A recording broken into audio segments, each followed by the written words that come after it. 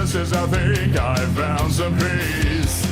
I remember your face. We will never be what we were before. You're free to be someone else's whore. I wanna forget if there was ever you and me. Just give me a lobotomy. It's time.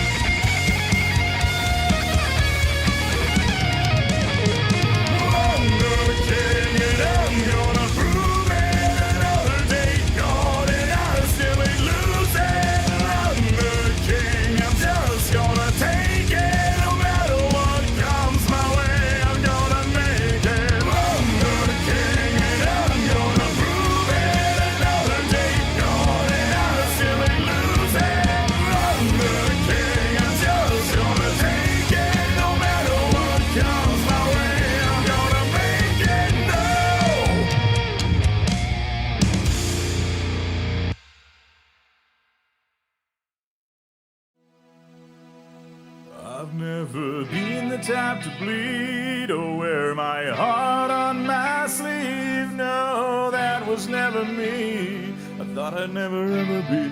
It's not a version of me I could see. Not the type to cry till the day I left my life. Now a part of me has died.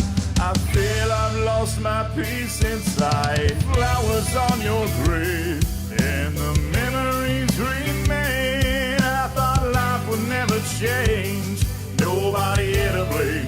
I don't know if I can love again. I cannot decide what to do now with my time. Your soul is taking flight to a place I cannot find. Give me peace. I need some semblance of tranquility. Set me free. I'm begging. Isn't there another way? How is this reality? On my knees, I'm pleading for more than just memories. I can't breathe now that you've been taken away. Taken away from me.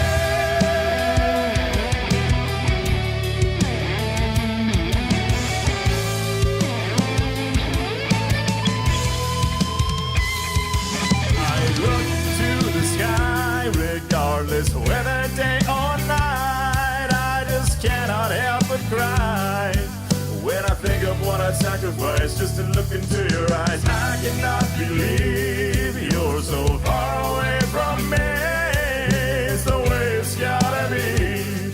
Oh, until I sleep eternally. Give me peace. I need some semblance of tranquility. Set me free. I'm begging. Isn't there another way? How is this reality? On my knees, I'm pleading for more than just memories. I can't breathe now that you've been taken.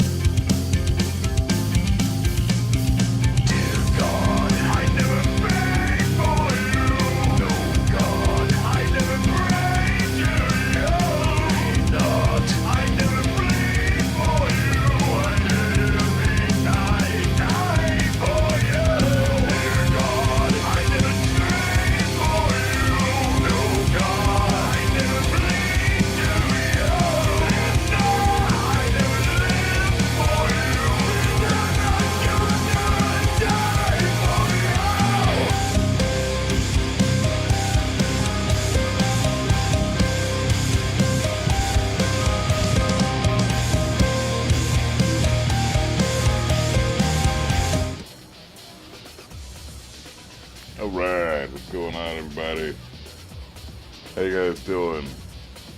Everybody cool? Hey, MGS, thanks for shutting out the tunes, bro. How you doing, man? Good to see you, brother.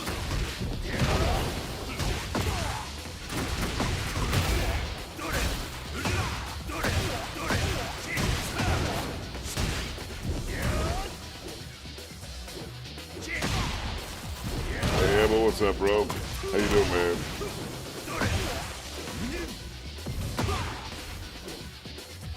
Yeah, we'll see what I can do today with Bryan. I don't know.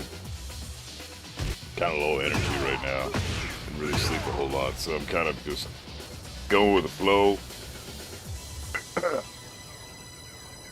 It was my own fault not sleeping, but I had a lot on my brain. So, how you doing, man? Everything cool?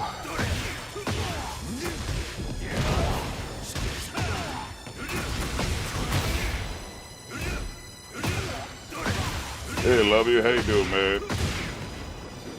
Might actually bang out Zafina today if you're planning on sticking around. I wouldn't mind some interesting Zafina shit. We could go over some of that today. But I don't know. Bryan is kind of straightforward. Not a whole lot to say about this character besides, you know, step him right in his face. At this distance, you want to kind of like, this distance, you want to walk into the right because you've only got a few moves at all. I'd walk over to the right. Look for that one.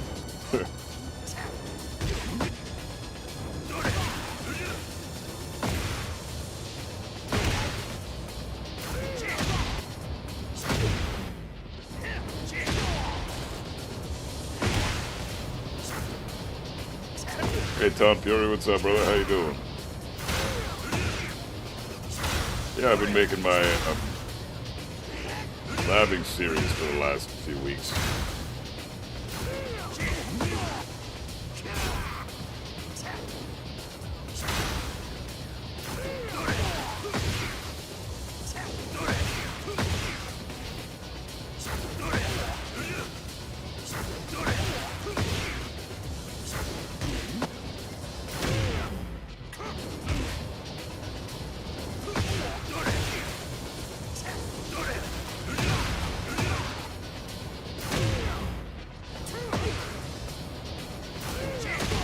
Yeah, Slice the Bright Duck seems pretty good. He beat out everything, and then he has to use the home move, and then if you duck, then you beat that out too. It's pretty fucking good.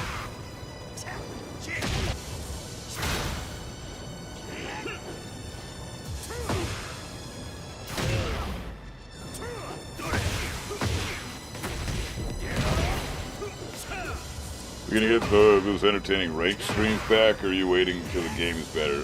I have no desire to play ranked right now, man. There's too many lag switchers. There's too much. I have to wait super long to get between fucking matches. The netcode is not up to par. There's cheaters online. Like it's a cesspool of garbage right now. I have no desire to play in that. Plus, I don't really care about ranked. There's no difference between ranked and quick match, pretty much. Aside from the fact that ranked is... like, people care about ranked, so they cheat, they plug, they leg switch, they whatever the fuck, you know. That's in the ranked environment. This is, if you just play quick match, then you can play Tekken and avoid all that crap. So it's, like, I think people still plug in quick match, but it's very few and far between. Ranked is all over the fucking place.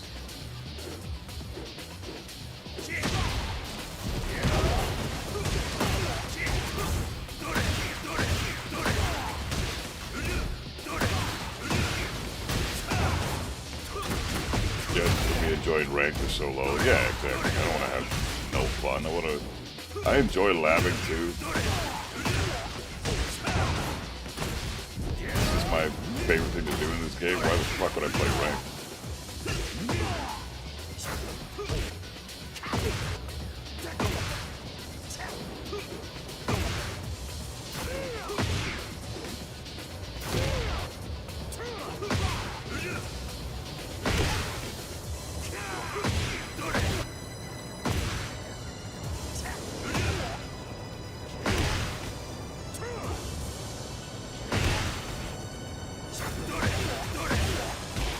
he has to use forward before I catch it.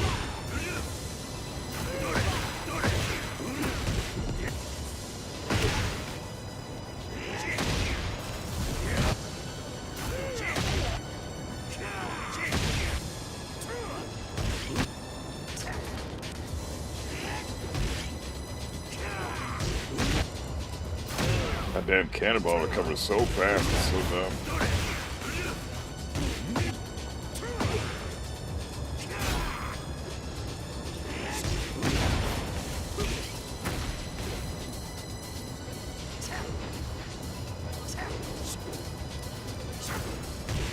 Dash up hatchet is good, but minus 13, yeah, but then it's super slow too. At least with these moves, you're kind of just doing them. Hatchet is great, but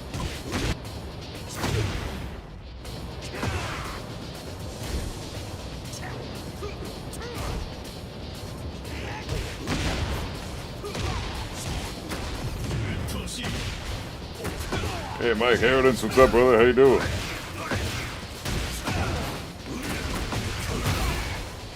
See there, man.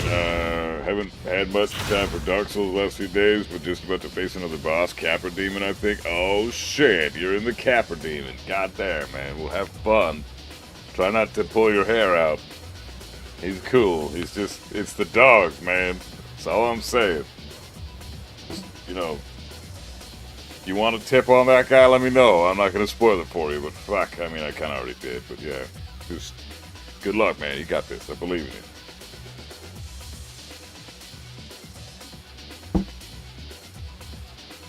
Yeah, small tech and moving around a lot for Bryan. He's not that complicated to beat. He's just super strong.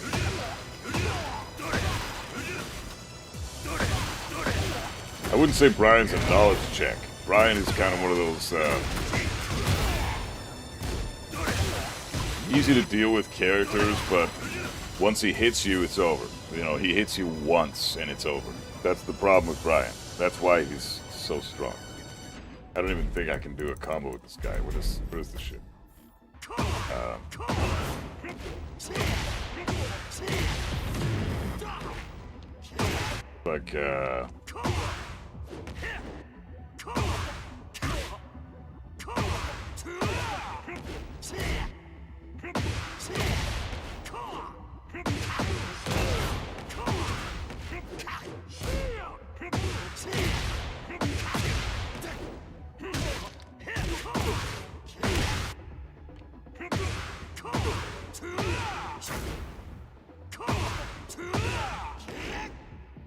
Whatever, I don't know the combos with Bryan.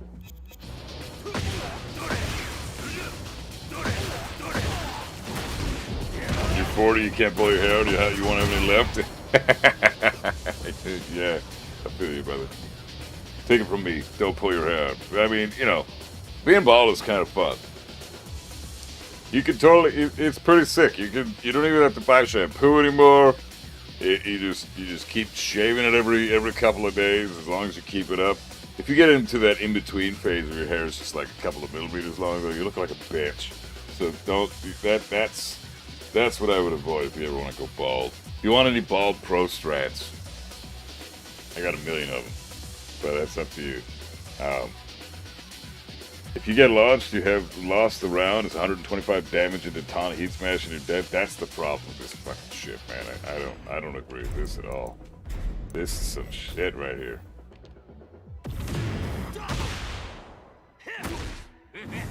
Try it again.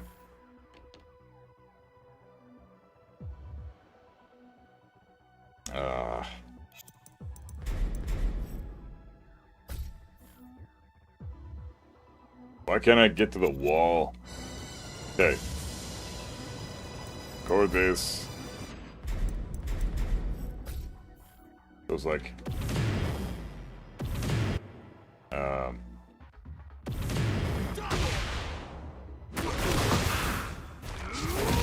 that was an it.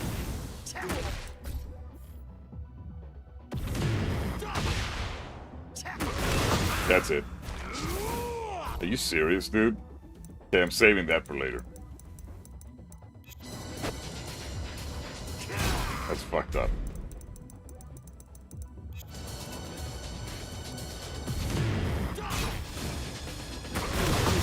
no way to... How did I get that first try? I don't... Like, at 55 damage, man? Are you kidding me? How did I get that first try? Or, well, second try, I guess. But still, like, that was not hard. What the fuck is that? So do you body wash your head? Oh, hell yeah, man. Body wash your head all day. If it's silky smooth, you got this, you know, fucking, you know, smooth as baby's bottom, a really solid baby's bottom. I don't know, I'd take your kid to the hospital if it was, like, as you know, et cetera and so forth, with my cranium. But, you know, you got a smooth-ass head. You don't want to put shampoo on that. You just want to make it nice and get it all soapy. Put the body wash on there. Spritz some, you know, whatever the fuck. Whatever you guys use in the shower. You know, soap and water and body wash, toothpaste, and however you get yourselves clean. You know what I mean? I am not awake yet. I need to drink more coffee. But the point I'm saying is, yeah, body wash the head. Because then it's all... maybe I should shampoo still. I don't fucking know. Is that good for the scalp? I think shampoo is not only good for the hair, but it's good for the scalp, too. Little beard oil and we shine it. Yeah, you're damn right. Exactly. I got this beard shampoo that Cammy bought me from fucking one of the Comic Cons, and I still got some of it, and it's fucking beautiful shit.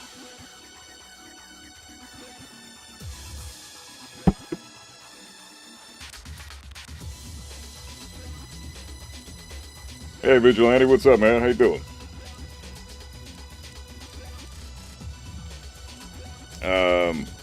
When you're on the ground, you have to guess between down 4 or taunt, so you lose no matter what. Yeah, exactly. It's horseshit. The problem isn't taunt heat smash, is that it's bufferable and anyone can do it, so it removes the execution that normally makes taunt balanced. That's exactly it. I did it. No try or no sweat at all. Fucking just did it in no fucking time. Like, this was the easiest shit ever. This should be a frickin' just frame. Why is this allowed? This should not be a thing. This should be a just frame, or it should be in the game. What the fuck is this? I did this my second try. I don't play Bryan. I don't have a clue what I'm doing, Bryan. I know how to beat Bryan. Don't know how to play him. This is so dumb, dude. This is so dumb. Why is that a thing? So you get up into this.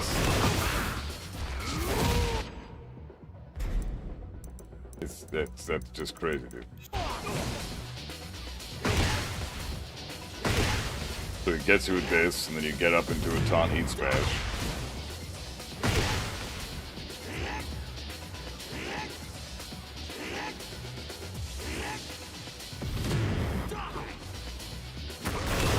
Get up in the taunt heat smash. Good shit, good shit. It's guaranteed if you're on the ground.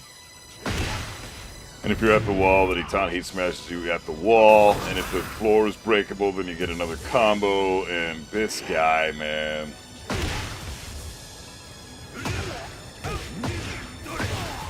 I get why he's winning tournaments. Kind of a weird scenario, though. I mean, Bryan is universally not that crazy strong of a character, so the fact that he's winning tournaments now, like high-level tournaments, is fucking weird to me, man. But I don't know. I kind of want to... Should we lab Zafina instead, since Love You's here? And I kind of want to get some Zafina shit going. I mean, Bryan is so easy to bang out. You just go sidestep right in his face, sidewalk right at long range, and then you just gotta punish his shit that's unsafe on block.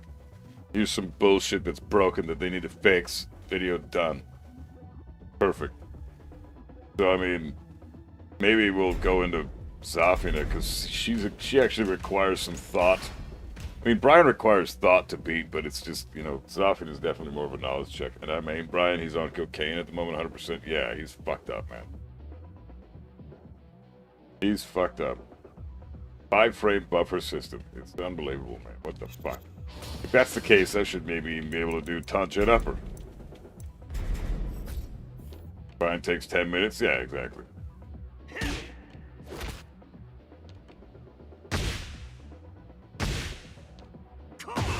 It's forward when it hits, right?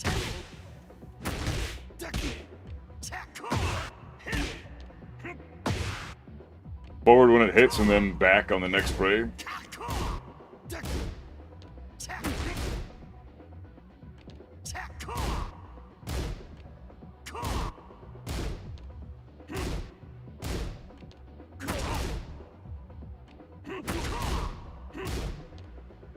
Down, too slow. I gotta get used to the taunt. Come on. There, okay.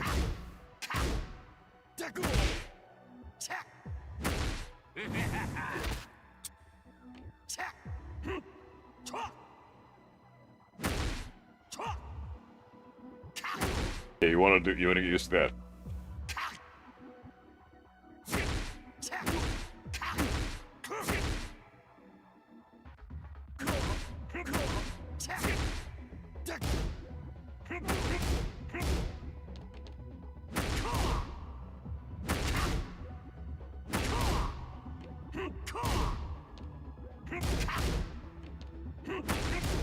Come on, I got this.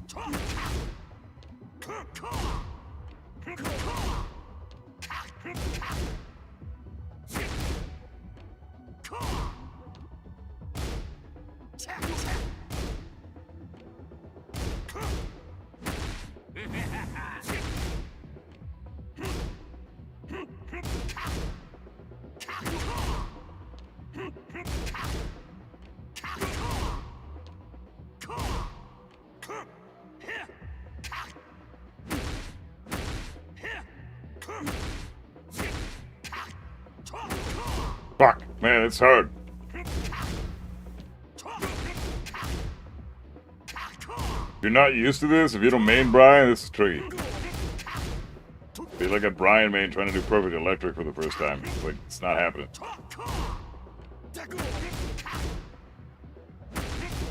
Fuck, what is he doing that shit for?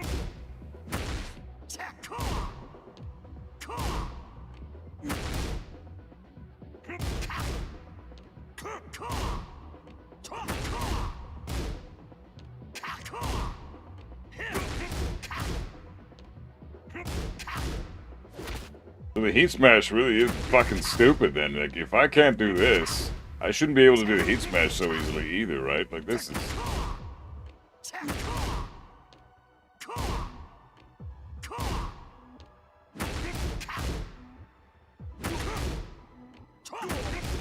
Dude, forward back!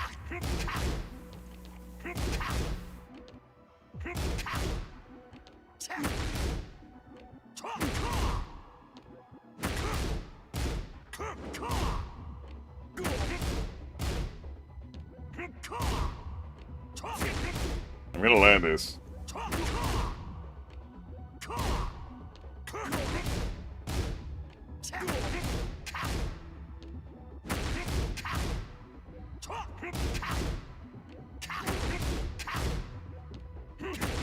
Fucking bitch.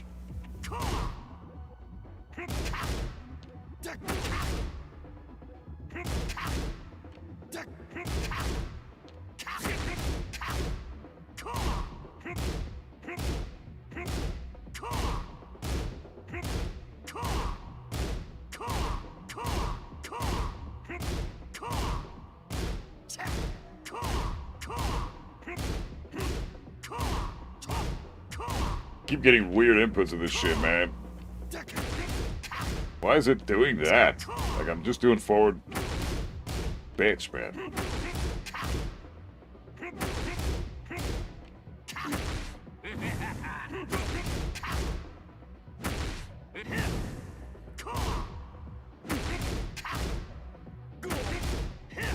Hey, Lineal, how you doing, man? 11 videos are dropping are really helpful. Right on, man. Glad to hear it, bro. I'm just trying to... I'm going to do another one with Bryan today. I might do Zafina, but... Zafina is probably more interesting than Bryan. Bryan's boring counterplay. There's not a whole lot to him, but it would be a quick video. 10-minute video. Here's how he beat his ass. Sidestep right. Here's his face. Sidewalk right at long range. Watch out for the homing move. Might want to stay on the ground of the wall, because Heat Smash is free. Which sucks ass. It's basically free damage for Bryan no matter what. Alright, we're getting warmer.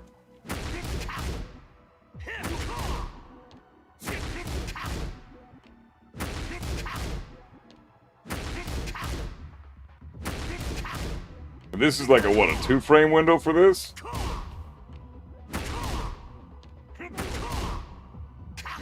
Fuck, this is tight.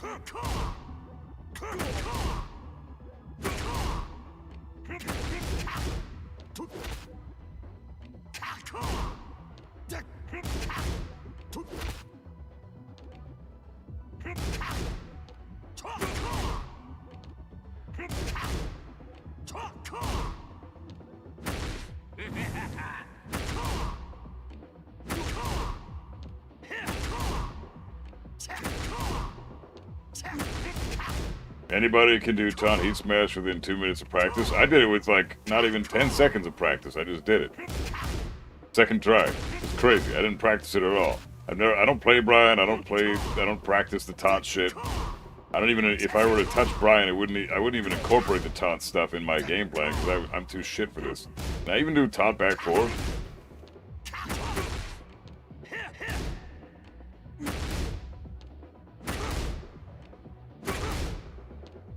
Maybe I should practice this first.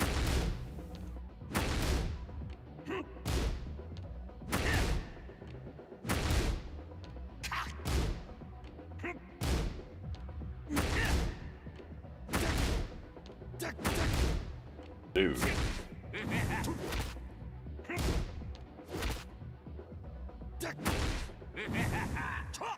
Hey, what's going on, Don? How you doing, man?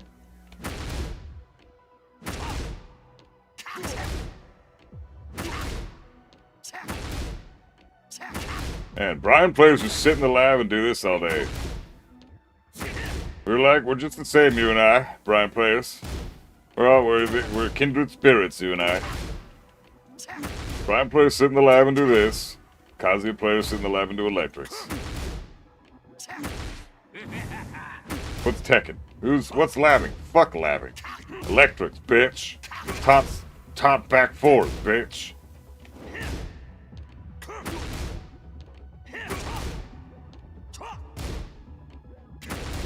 Man.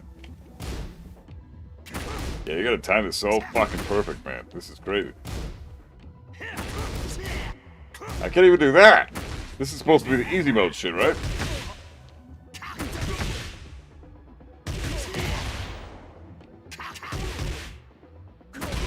I can do that. Do the jab shit. I can't do the fucking hardcore shit. This stuff is nuts, man. This is crazy.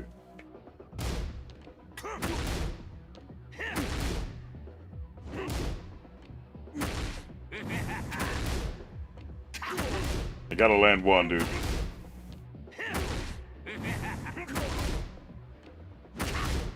Fuck. Man, I'm gonna fucking land this shit. I'm gonna land one taunt back 4. I'm doing it. I'm just barely too late. Come on, bitch. Get out, dude. Ah. Taunt into heat smash? Yeah, that seems, it's so easy. Like, I can just, if we do this. Look at that, first try. First try, man. It's so fucking easy. There's nothing hard about it. It's nothing, it is so easy. And then taunt back 4, good fucking luck, man. Taunt back 4 is not happening. This shit is so crazy hard. And this is the second hardest thing he does in taunt. Like, fuck, man. How are you landing this in a match? People are crazy.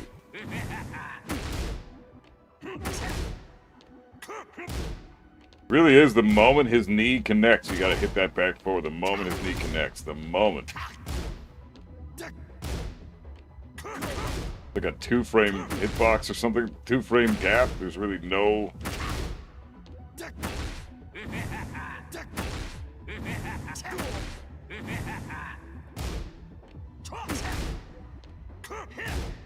Because there's no directional input? Yeah, exactly. That's the reason. Yeah, let's do the hard thing if we can't nail the second hard thing, yeah. Idiot. I'm gonna nail the fucking jet upper before I nail the back 4 at this point.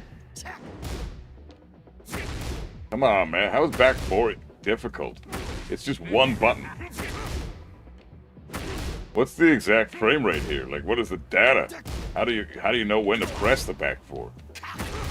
Like, right as the taunt lands. Nah, it's too early. Too late. Look at the difference.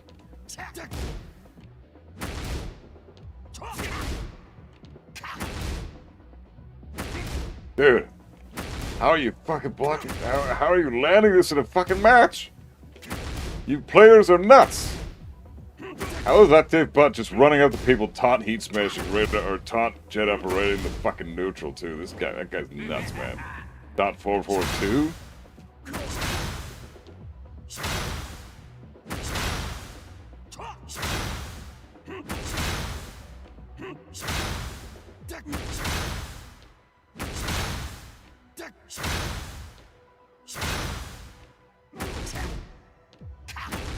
Most likely my back input is 2 or 3 frames. Yeah, it might be right before the 4. I'm not pressing them in the exact same frame. I'm pressing back and then forward probably, to like just barely.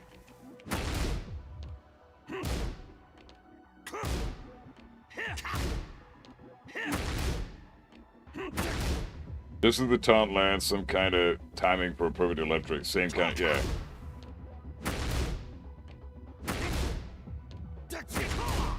Heard taunt 442 is harder than taunt jet upper? Is it really? Then what the fuck you guys getting me to do it for? Jesus Christ. You trolling ass bitches. I like you guys. Keep it up. This is bullshit, man. This is how Bryan players feel trying to land the perfect electric the first time. Good fucking luck, man.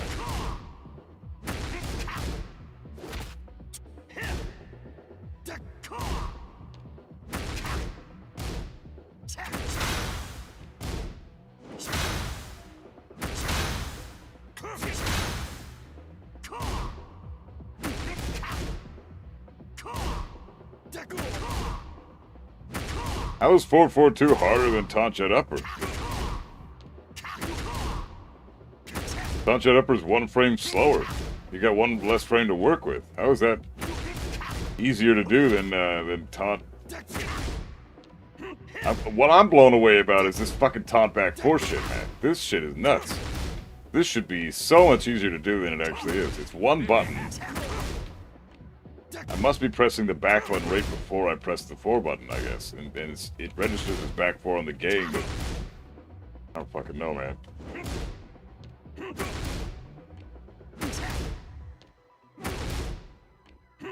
.442 is not harder? Yeah, I mean, mathematically it makes way more sense for taunt jet upper to be harder, because it's taunt jet upper is 14 frames.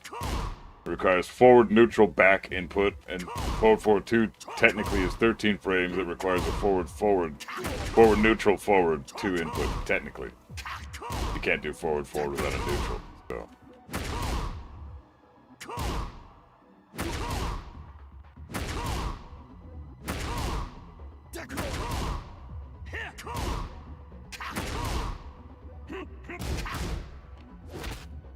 Fucking hell. So taunt. Forward when it hits, back 2 on the 2nd frame. Is it, yeah, forward when it hits, neutral for 1 frame, back 2 on the very next frame.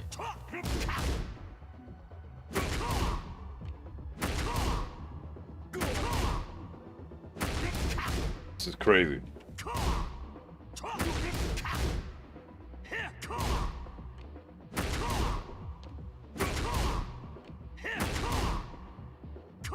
I'm getting warmer though. I can feel it. I can feel it in my loins. I'm getting warm.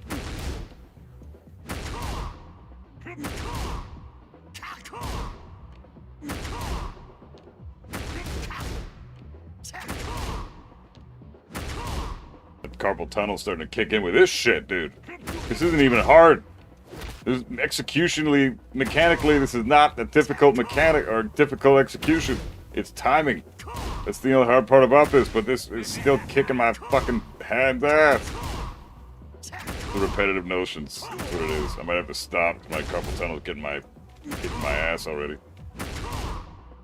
Same reason why Perfect Electric is harder than Taunt Jet Upper, just the inputs, that's it. Yeah, it's, yeah, mechanically, execution-wise. I've just never done a Taunt Jet Upper before because I've never practiced it, so it's not something I ever... I don't know, I went into practice mode and you guys popped in chat and I was like, fuck it, let's do some Taunt Jet Uppers that I've never done before in my life. Fuck it.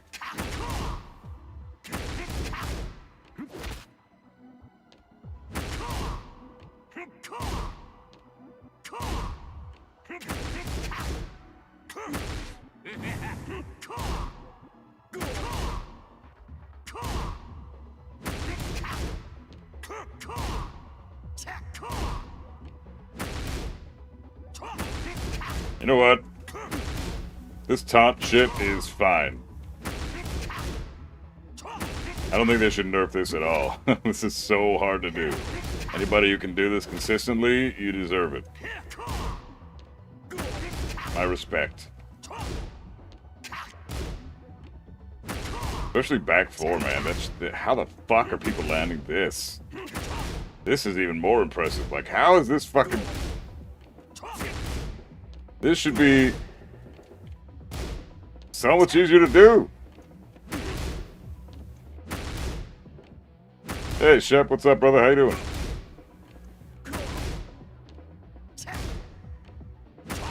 It's taunt, canceled into one frame of forward, one frame of neutral, back to it at the same frame. You have to have a clean jet upper before doing taunt jet upper.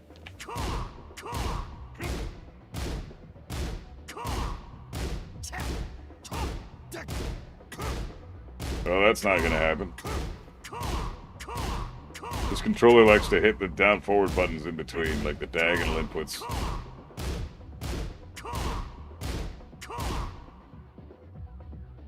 Taunt key CPU1.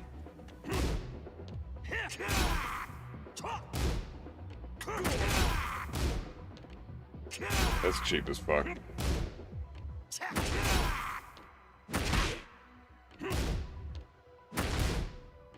Finally, you're trying real difficulty, the taunt stuff? Hey, it's very hard. I'm not going to deny that, but...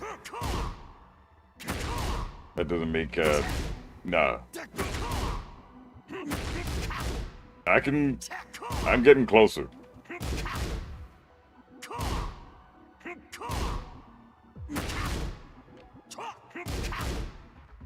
That's why Brian's made for keyboard. Bryan and Mishima's belt, yeah.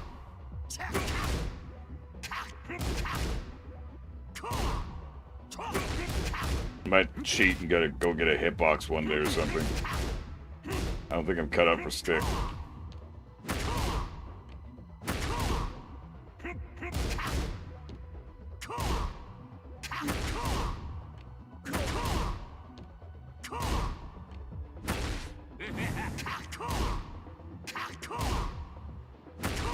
This is crazy, man. I'm going as fast as I fucking can.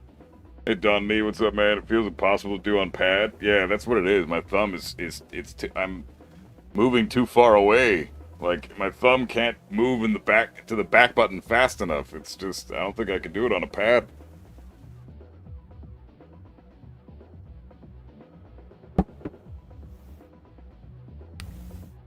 Nah, Emily, you're totally right, man. That's exactly what it is.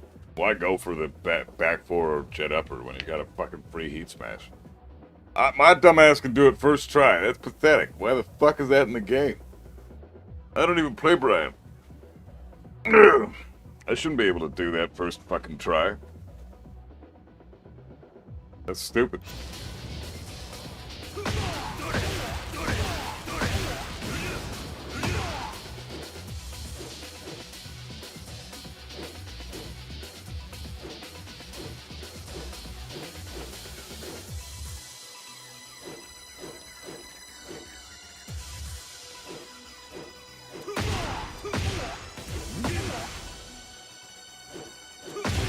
Yep, couple tunnels kicking my ass right now. That's some bullshit. Fuck. Alright, I don't know, what do you guys want to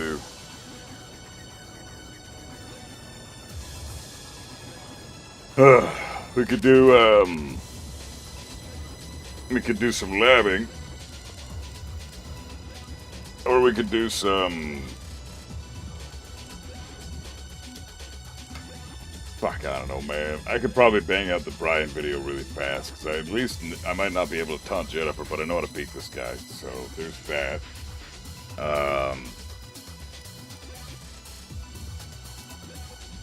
And then we'll see what we can do. Maybe we can do like some viewer matches or whatever after this.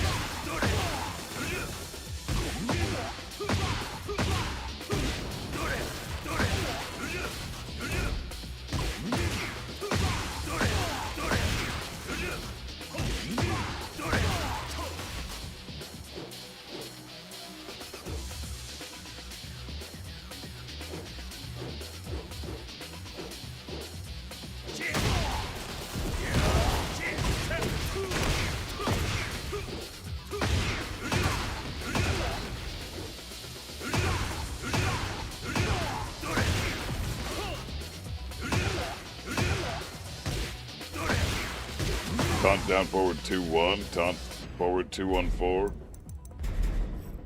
Yeah, I can do the taunt 1-4 already. Yeah, that's easy. Yeah, I can do the taunt forward, down forward 2-1 already. Yeah, taunt down forward 2-1's no problem. Yeah, that's fine. Hey, Danny, what's up, bro? How you doing? Good to see you, man. Taunt forward 2-1, that's the tricky one for me.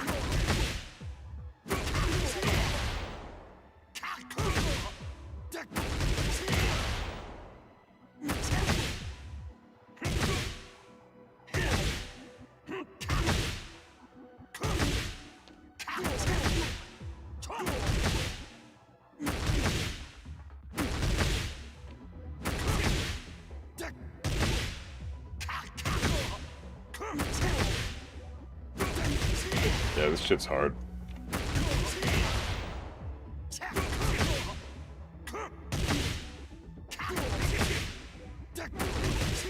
Jesus.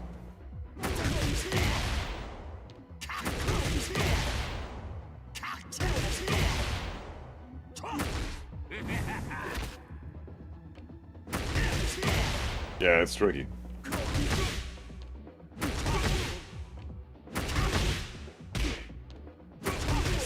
Why go for perfect electric when you can CD 1+2? Well, you get way more damage for a perfect electric. And it's worth it, I think. If you practice with the perfect electric, which I have lots, then it shouldn't be too bad to try to land in a match. I landed a couple in a match every day when I do matches. I drop a lot more than I land, don't get me wrong. Like a fuck ton more. But it's still worth it at the end of the day, because I think if you land that one perfect electric, you can typically close out the round from that point on.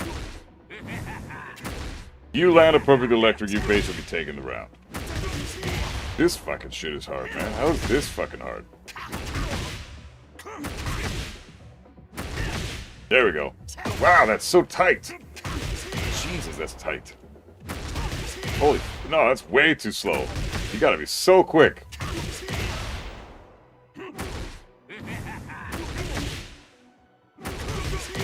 Jesus.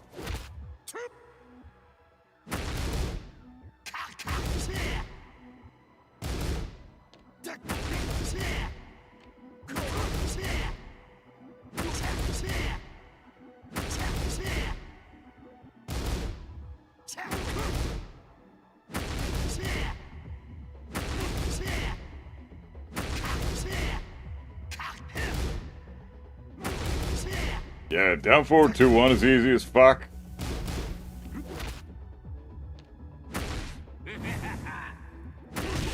That's nothing.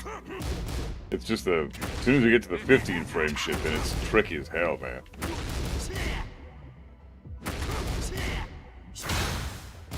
Yeah, it's 15 frames, right? Yeah. Jesus fuck, man. Zafina labbing? Yeah, that's probably what I'm gonna do. How tight is it, Buff? Oh, dude, it's like, you ever stick a pencil in a rat's asshole? It's tighter than that. Trust me. Trust me on that one. Start doing taunt and a forward dash into another taunt.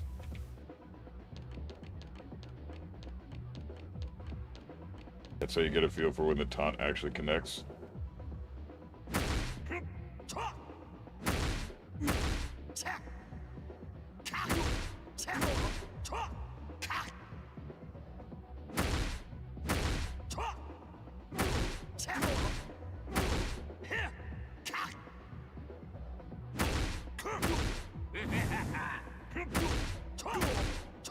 Dude. Players loop this shit in tournament matches. I am fucking blown away that people are able to do this shit.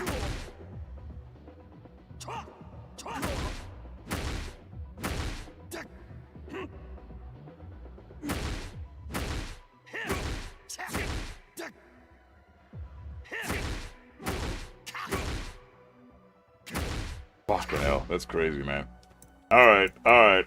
Let's lab some shit. I'm gonna make this video now. Try it. Oh, dude, you want me to try it now? Fuck. Fine. Peer pressure. God damn it. Yeah, right. I already forgot.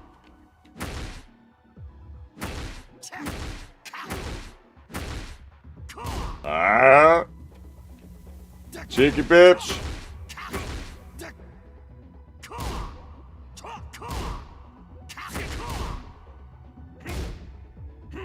I think my thumb is just too fat and I'm sliding over too many buttons and I'm too slow.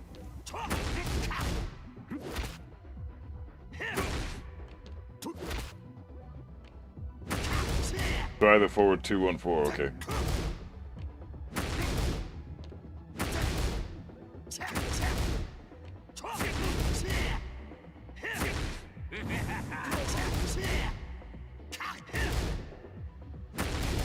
Dude. Dude. I've landed it once. This is hard, man. This is crazy.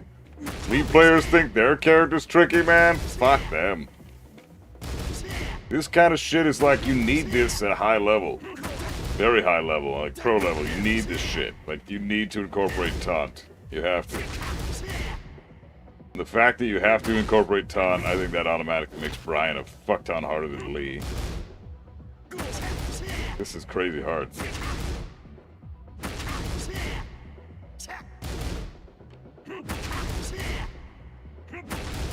Don't let the lead players tell you otherwise. He's fucking piss easy. He's not piss easy, but compared to this, he's fucking easy as shit. Like, even this is tricky. This is tricky, and it's fucking 13 frames. Like, you're gonna get players that are not gonna land. There's some people aren't gonna be able to land this. Like me. Okay, buff. I was made for perfect electric, anyways. Yeah, I was made for greater things.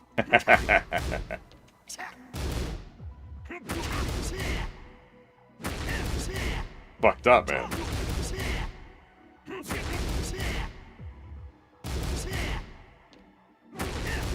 God damn, fuck this shit. You know what? Fuck this. You know what? I got an idea. Okay?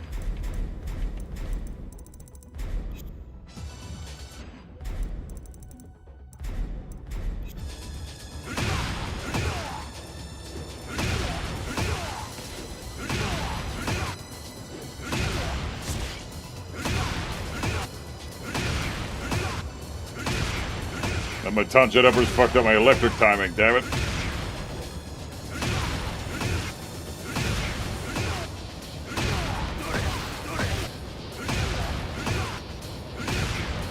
Fuck you, bitch.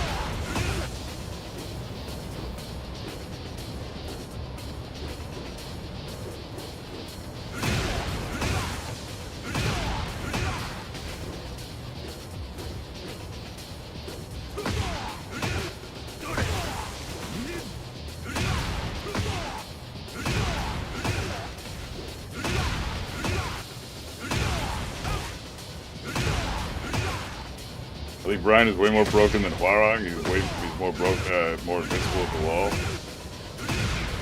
Yeah.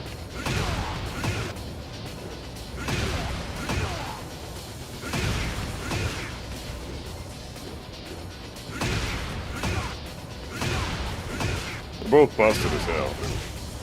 Yeah, damn. I can't even electric fucking...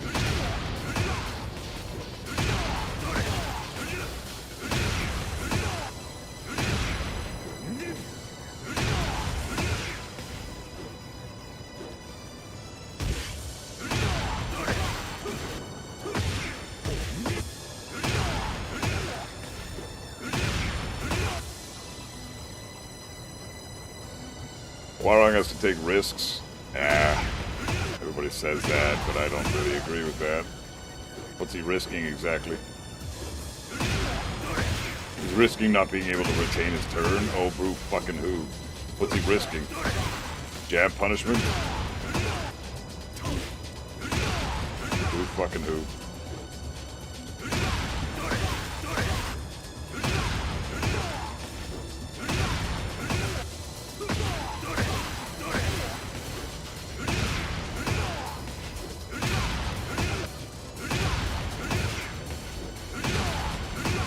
Hwarang's not risky. He's no more risky than any other character in the game, really. Saying he has to take risks is like saying he has to play Tekken. Like, fucking no shit. Even Steve is risky. He's generally the most safe that you'll ever be playing a character in this game. Man, I can't even perfectly electric today. I had no business trying a taunt shit up, or when I'm so fucked in terms of execution today that I can't even do my shit with my main character. There we go. That's what I think about your taunt shit up. Bullshit. Perfect electric this shit. He block his hell sweep and down 3-4. He's dead. I do agree. Down back 4 should be toned down. What's this? If you block his hell sweep and down 3-4, he's dead. Yeah, well, you have to call him out, and he's got shit that makes you not want to duck. Ever.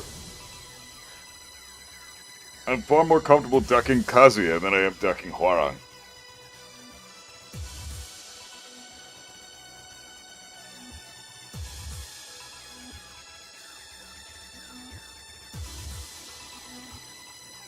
Everyone steps is bullshit. Yeah, but it might not. It might also be your playstyle. Maybe your playstyle just doesn't suit Hwarang.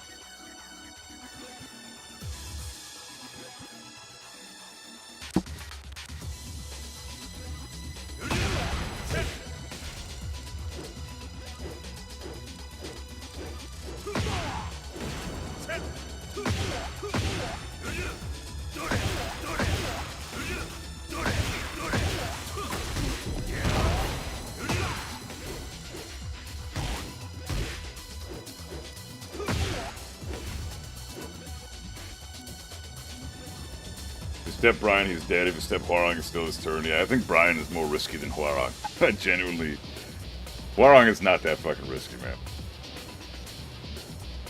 Not, like, compare him to every other character in the game. He's no more risky than other risky characters. It's just, Hwarang players just like to exaggerate because they gotta have something to defend themselves from all the Hwarang hate that's getting rightfully received right now.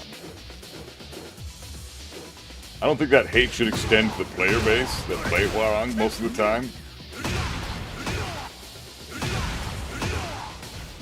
But I think the hate that the character is getting is more than justified.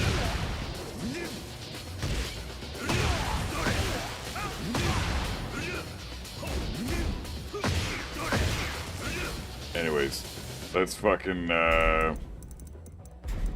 do something productive, because I don't want to just be doing electrics all fucking day. Okay, so we're going to do the Bryan video real quick, bang that shit out, and then we're going to switch it over to whatever the fuck comes next. I don't know, okay, but Hwarang is not more broken than Bryan at the wall, okay. Yeah, I wouldn't say, I mean, Bryan gets a free taunt heat smash. He's probably the best character at the wall, for that reason. You stand up into an unblockable heat smash. That's crazy. So, I think in that sense, Bryan is more fucked up than Hwarang, but if he doesn't have that, then, I don't know, Hwarang wall pressure is still pretty good. You can make it so you can't get out of the wall. Down 3 plus forward, down forward 3, and right forward. You can still spam you with his flamingo pressure at the wall. It's a lot harder to deal with his flamingo pressure at the wall.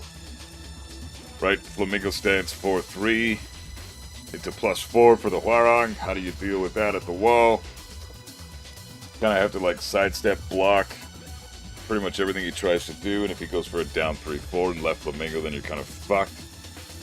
And you're right back in the same position. I don't know, Hwarang is pretty stupid at the wall.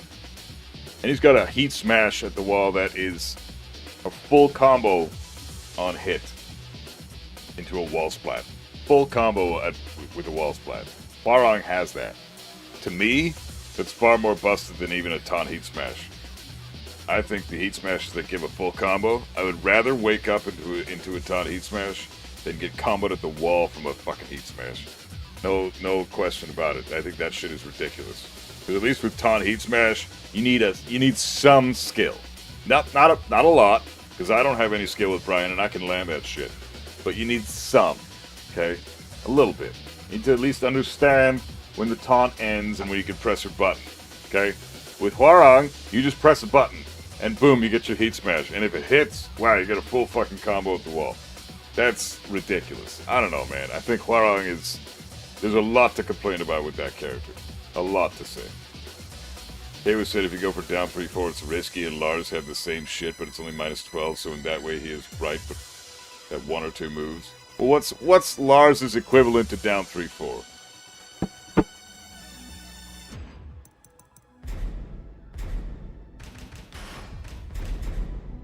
Get ready for the next battle.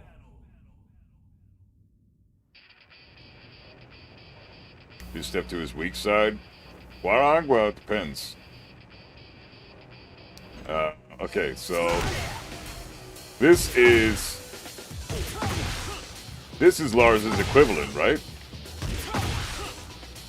The down 3-4, is it not? What is the equivalent with Lars? Maybe we should lab some Lars.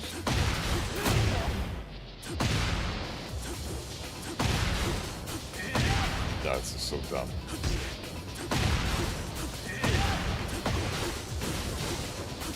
This gains him heat back. Do you guys know that? Look at this shit.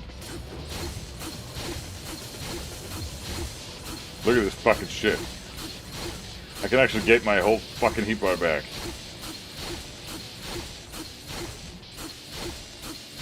I'm actually gonna gain my entire heat bar back just by dancing on the fucking stage. This is more heat than I used to get into heat in the first place. And all I'm doing is pressing forward back. Look at this, I'm getting my heat back. I got my full heat bar pretty much. Check it out, guys, I'm repelling my heat. You can actually gain it back faster than you used it. This is so dumb, dude. I'm not even doing anything, man. Fuck this character, dude. Look at this shit. Oh my god. So stupid. Man, save me, Kazuya. Spare me from this fucking horse shit.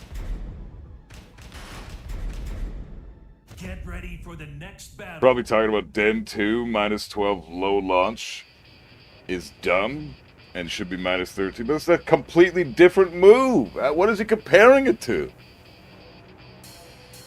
He's like if you're gonna talk about down 3-4, then you got to think of another move that's plus on hit, death on block for the character that they're playing, and puts them into stance. Those 3 things: plus on hit, which is down 3-4, death on block for the Hwarang if it's blocked, and it puts him into right flamingo stance.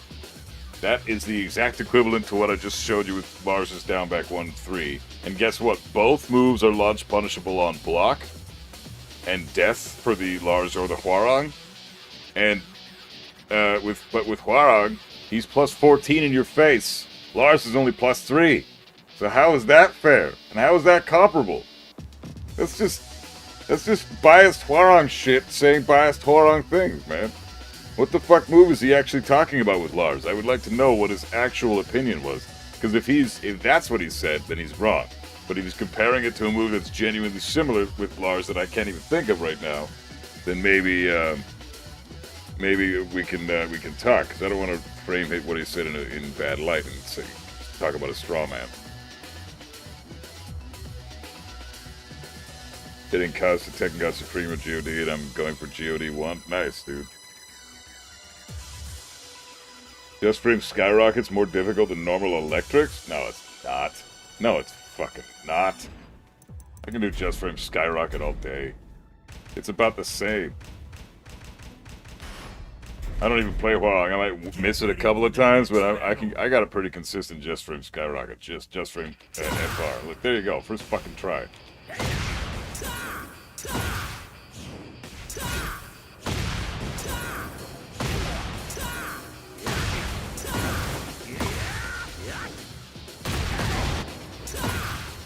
The fuck is so hard about this?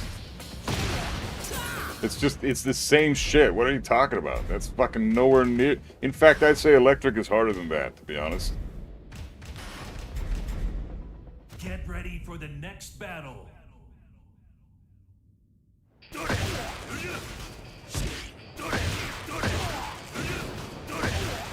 Feels the exact same to me, man. Feels the total same to me. It's not harder, dude. Forward, nothing. Down forward is harder than normal electric. No, it's not. No, it's not. It's easier. Easier, you mean. There are fewer inputs. Therefore, it's easier. Not harder. Going from down to down forward and trying to get that to work is very, very tricky.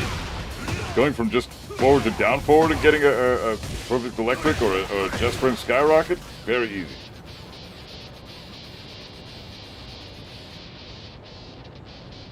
It's different, yeah, it's different, I think. It's not, I mean, they're comparable for sure, but I think that Just Frame Skyrocket is no different than electric. Honestly, even saying it's different is not even accurate, because it felt the exact same to me. The inputs felt the exact same, and the timing felt the exact same. So Skyrocket and electric, same fucking thing. I don't really see a difference. Easier to do Just Frame from right foot forward stance, but very hard from left foot forward. But I just did it from left foot forward a whole bunch, didn't I? Or no, he's in automatically right foot forward, isn't he? Or what is he in? No, he's in fucking left foot forward. For the next battle. On the right side, right? Yeah. It's... Oh, what? So it's easier to do it on this stance?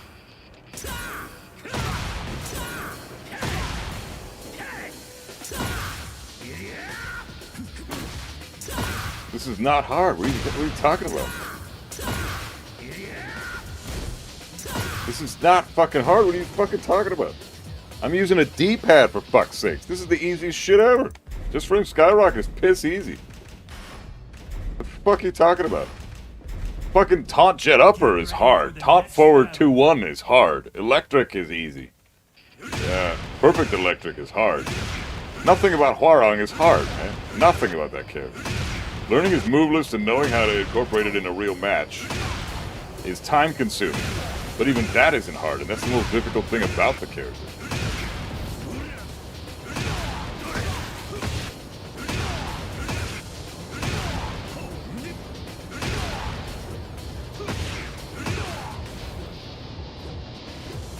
Thought Jet Upper is hard. Get the fuck out of here. Jesus Christ. Don't be spreading that misinformation, man.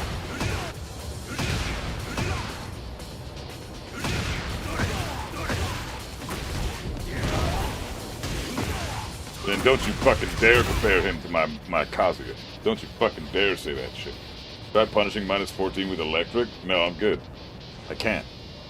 I will be the first to admit that. But that's like, now you're shifting the goalpost, my friend. Now you're just saying like, well, okay, fine, Just Frame Skyrocket's not that hard, I guess. But try log punching with electric. I'm just fucking with you, bro. I like you, swordsman. But no, I don't know how to fucking do that. I can't do that.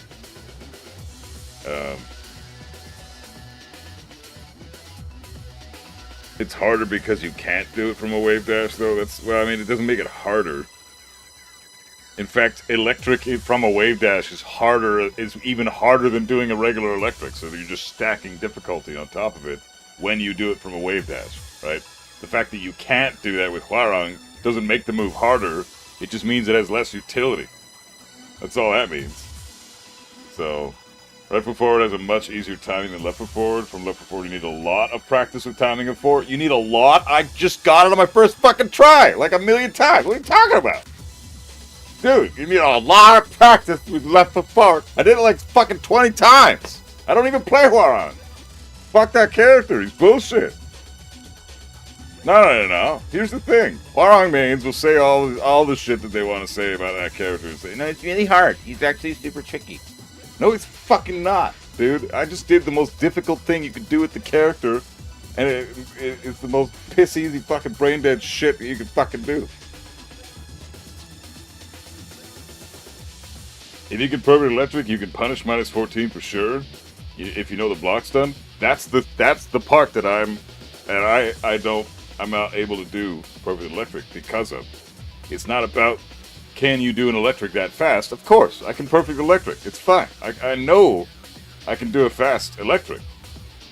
So I'm not worried about being able to punish minus 14 on block. It's the recovery time of the frames of the move once you block the move and are beginning to recover from the animation, because every single move in the game has different recovery frames. That's what makes punishing on minus 14 so fucking hard. You have to know, for every single move that's minus 14, you have to know exactly when to press the forward button. And it's different across the board.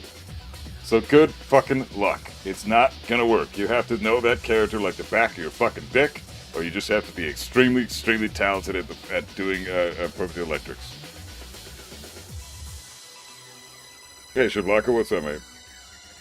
Yeah, but if you're a Cosme and the electric input is the same, yeah, but that's what I mean. You know, if I can do, like, okay, here's the thing. I always, as a Kazuya main, what do I always hear from the player base? Electric is easy to do. Okay, fine, I agree. If you're a Kazuya main, electric is easy to do. If you're a Hwarang main, then Just Frame Skyrocket should be fucking easy to do, right? If you don't main either of those characters, electric and Just Frame Skyrocket become a lot more difficult, right? But because I've got so many years of Kazuya under my belt, the Just Frame Skyrocket was no fucking problem. But it's just a matter of, fucking,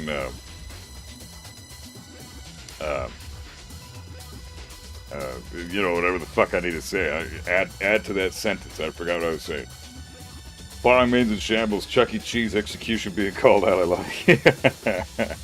I mean, it's the piss easiest shit you can fucking do, and it's the hardest thing you can do with that character. Tell me Hwarang is difficult to get. Just fucking say it to my face. I dare you. Fucking character is a bitch. I can electric Reina 3+4/4 pretty consistently. Oh, so you practice the timing on that. That's good. Or Paul forward 1+4. That's good. You practice the timing on those moves. Good, because that I haven't. I probably wouldn't be able to electric them consistently for that. I always try to launch different specific minus 14 moves. It's a lot of work, but you can learn that way. Yeah, you can definitely do that. It's possible. It's just about learning that for the entire cast. All moves at minus 14. Can you do that for every character? No. So launching at minus 14, especially in the moment of, like, the heat of battle, when I'm blocking, I gotta switch from block to then I gotta go into an electric. You know how hard that is? Block. Okay, I'm gonna block, and now recovery frames. Like, it's so hard to just identify that, oh yeah, it's my turn to attack now. I can do my electric.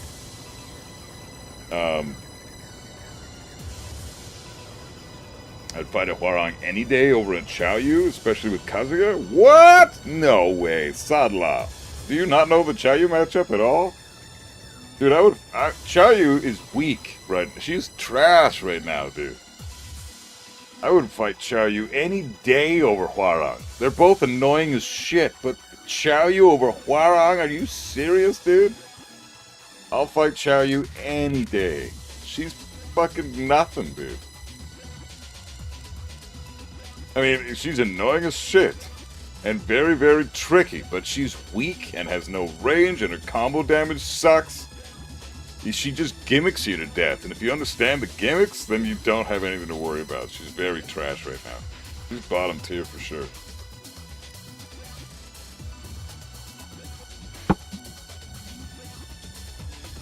You got fucked over by Jin? I hate Jin too, man. I get it. It's too good. Can launch Bryan Hatchet kick with a perfect electric assistant, but I have over 2,000 hours in doing it.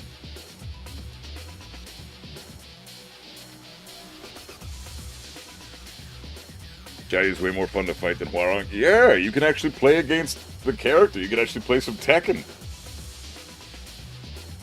can't play Tekken against Hwoarang. You gotta play his game. It's fucking boring and stupid. Hey, Rocket Lasagna, what's up, man? Your heart stuck Bushin? These guides have been dope. Your heart's... Well, I hope the guides make it so you can hit Tekken King, man. To be very honest, would you rather fight Clive, Xiaoyu, or Hwoarang, or Kuma? I would rather fight Xiaoyu or Kuma any day over Clive and Hwoarang. I would rather... Well, and Lars is up there, too. Like, you'd rather fight Hwoarang than Lars? That's an interesting one. You can argue both of them are... Like, both of them sound stupid. Both of them look like idiots, right? Hwoarang and Lars take the cake for me. For the way they look is just retarded. You look like a deaf, blind puppy that just ran into a wall and hasn't had a bath in 6 years. Like, both of them just look like that to me. Whenever I'm fucking watching those characters, I can't do it. I hate the design of Hwoarang and Lars. I hate them both. They look disgusting, they sound disgusting, they play disgusting. There's not a single redeemable factor about either of those characters. They could be the shittiest characters in the game. I would still say the same shit. I hate those fucking characters. Fuck that trash. They look like idiots.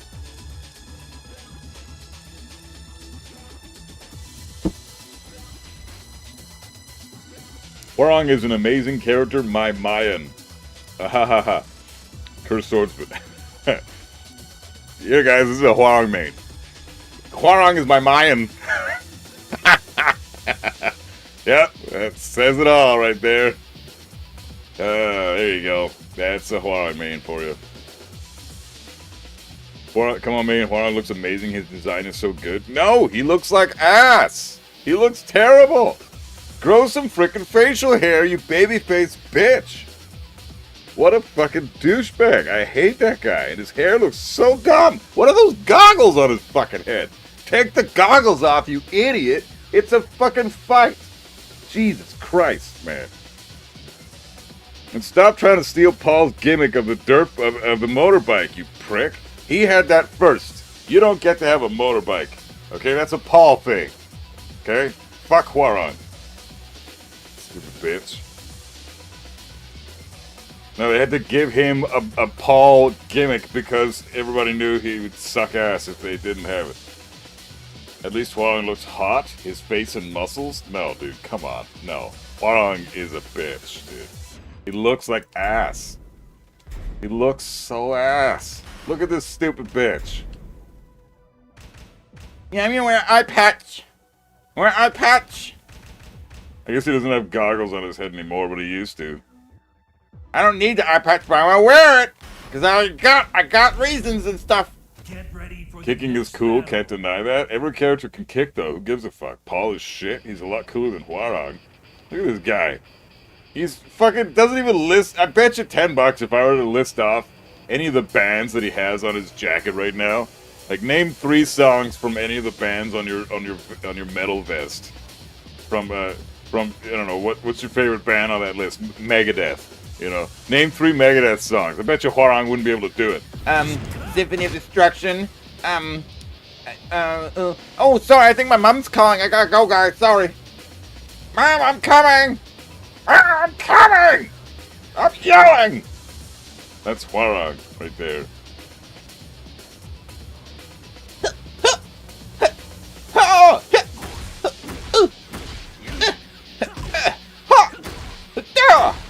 He looks like such a dumbass, man. Look at this fucking man bun.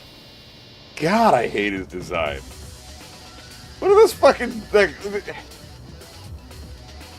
Look at this guy. What the fuck is he wearing? What are those leather straps on his?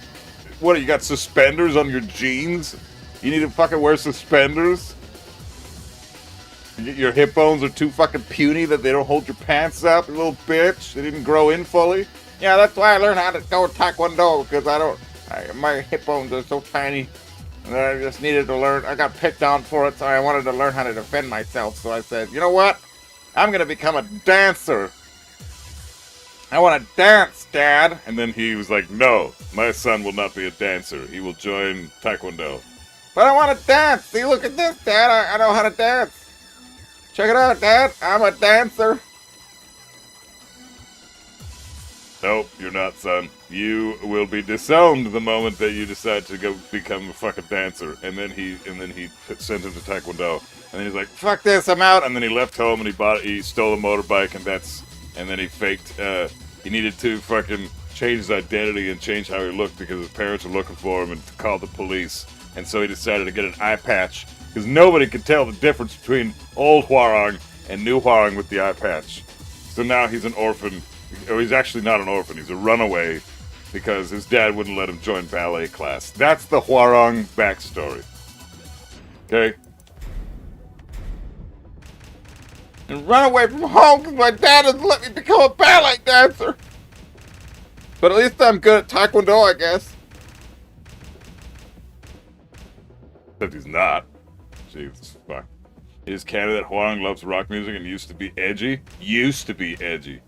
Now he's just on the edge of shit. Just shit. He is Korean, of course. He looks like a K-pop sissy. Yeah, exactly. He does. Except the K-pop sissies look more fucking manly than that bitch. Like, it's crazy. How do you look more like a little bitch the older you get? You know, I don't understand that. You'd think he would grow into his doucheness at some point, but he just hasn't. I love how this turned from laughing to slandering. Much better entertainment. Hey, laughing's entertaining. But I agree, this is fun. Hey Mitch, what's up, bro? You made a 50 defense TGS Hwarang yesterday, one and done me. Of course he did. Oh no, he knows my tricks. I don't know what to do. He knows my tricks. He knows that when I do this, I do kicks. But he knows my tricks. So now I gotta leave because I'm tired of taking my licks. You know, that's a Hwarang who's attempting to be a rap singer but can't rap, so he was rejected by every record label in the world because of how he looks, because that man bun just ain't doing it for the rap labels. So now he's forced to just fucking make up rap rhymes, freestyles after he one and done people online. That's how the Hwarang means and the Hwarang character lives his life. Can you voice act Hwarang's scream when he does forward, forward, forward, forward? Sure, what does it sound like? I don't even know. Fuck this character, he's so dumb. He's great to make fun of though. It is canon that, hold on. Hey, Jesse Rock, what's up, man? How you doing? As he loves Jin, don't forget that part? Yeah. Oh, Jin, I just want to be with you, Jin, but Dad won't let me. You won't let me be a dancer? You won't let me be with my boyfriend? I'm out of here! I mean, I assumed he just has a glass eye now, but sure, that works. No, he doesn't. He's wearing an eye patch for no reason. It's not... See, look at his eyes! I mean, he can't, because I'm on this side. But look at my eyes! I have 2 eyes! Look at that! 2! That's the canon Hwarang right now. In Tekken 8. Do you know why he had an eye patch in Tekken 7? Because he's a bitch. He didn't actually need it. He just decided, hey, today I'm going to wear an eye patch. The lore behind that is that, you know, he fights Jin, and then Jin turns into Devil Jin, and the army comes in and fucking, you know, does some shit. Or the Tekken Zaibatsu comes in and tries to get Devil Jin. And so Hwarang pushes him out of the way of a grenade and falls on the grenade, and the grenade takes out his eye. In a non-canon ending in Tekken 7. That's how he got the eye patch. but it's not canon. So he has 2 eyes in the actual story. So, no. Evan, what's up, man? Me and my buddy met the fucking ROM you played yesterday, One and Done. Oh, yeah, that guy. Yeah, he was, dude was super chill. Yeah, he was, pretty crazy fucking ROM. I hate that character, though. He's such a fucking bitch. But yeah, he's a great player. Man, I wonder what, Hwarang Mains did to you sometimes. You hate this guy. It's not about Hwarang Mains, man. It's this fucking character. And it's not about, yeah, I don't like the character, and now that he's disgustingly broken, it makes me even more angry. And then the player base that play Hwarangs just suck. They're so bad at the game, and yet they're able to hit these high ranks, and then they get an attitude about them, and then they start saying they're fucking epically good at this game, and it drives me nuts, because they don't know what the fuck they're doing half the time.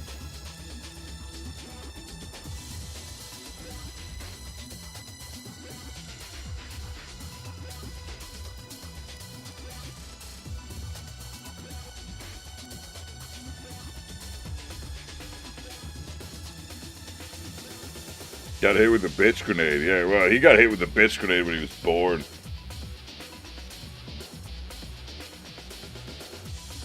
I agree that he is very annoying in ranked. Most guys don't play like me. They mash and don't know this. That's how I beat them easily, to be honest. Well, yeah, because everybody mashes against Hwarang because nobody knows the matchup. But that's the thing. Is a lot of Hwarang players don't even know the matchup. I mean, do you even know what your fucking backlash is on block as a Hwarang main? Do you know how plus you are when you land down 3-4? I bet you don't. Do you know what your fastest move is from fucking left flamingo stance? I bet you don't. As a Hwarang main. Well, you know, and I mean, maybe you do, Sadler, but I mean, you can answer those 3 questions if you want. But I've talked to a lot of Hwarang mains that don't have a fucking clue what half their shit is. I've talked to Hwarang mains that said that his down forward 1 is 14 frames. That it can be 14 frames. What the fuck are you talking about? Even if it hits on the 2nd frame, it's the 2nd active frame, it's still a 13 frame move. Yeah, the main man jokes that Hwarang and Jin are gay lovers. It's not a joke. It's dead serious. That's actually part of the hidden lore that Harada put into the game. Like how K-Wiz got absolutely steamrolled in a tournament a month or 2 ago. By who? Who was that again?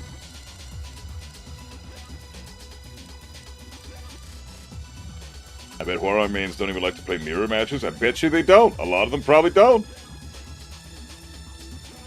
So what is this move again? Oh yeah. Yeah.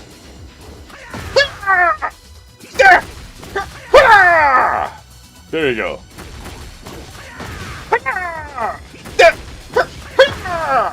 Oh dude, I should voice Hwarang.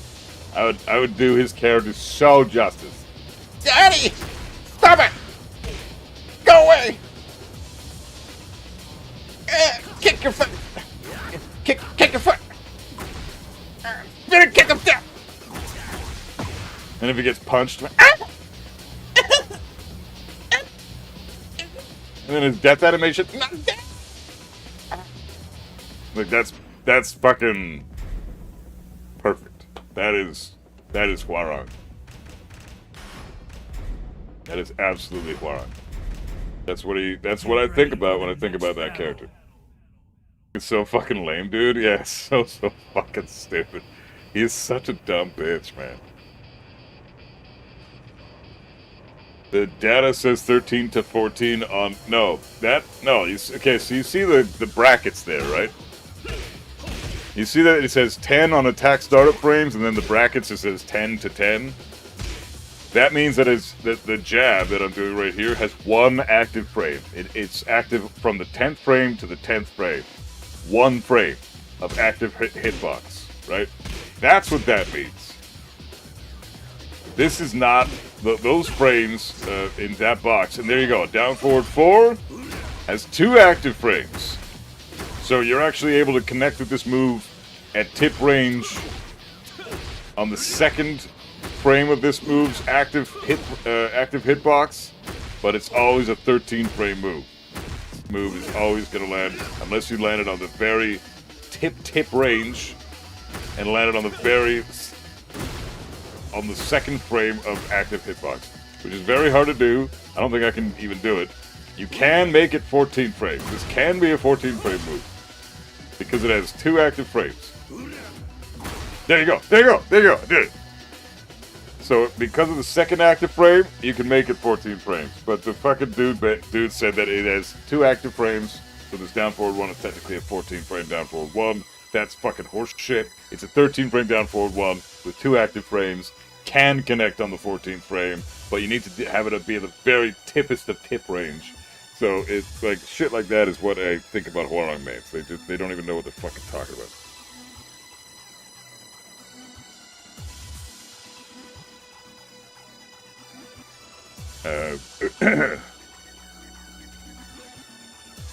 You want Beck to be in this game? Beck was a lot cooler than Hwarang, man. Beck was badass. Beck is what it's all about. He's the OG.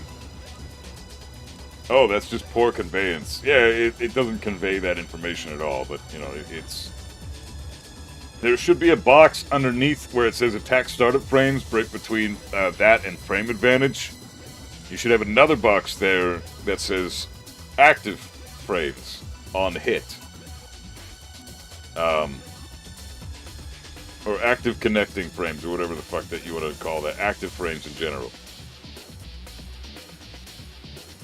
Or active hitbox would be a great way to word that, because then you just know that no matter what, the hitbox of the move lingers for 2 frames.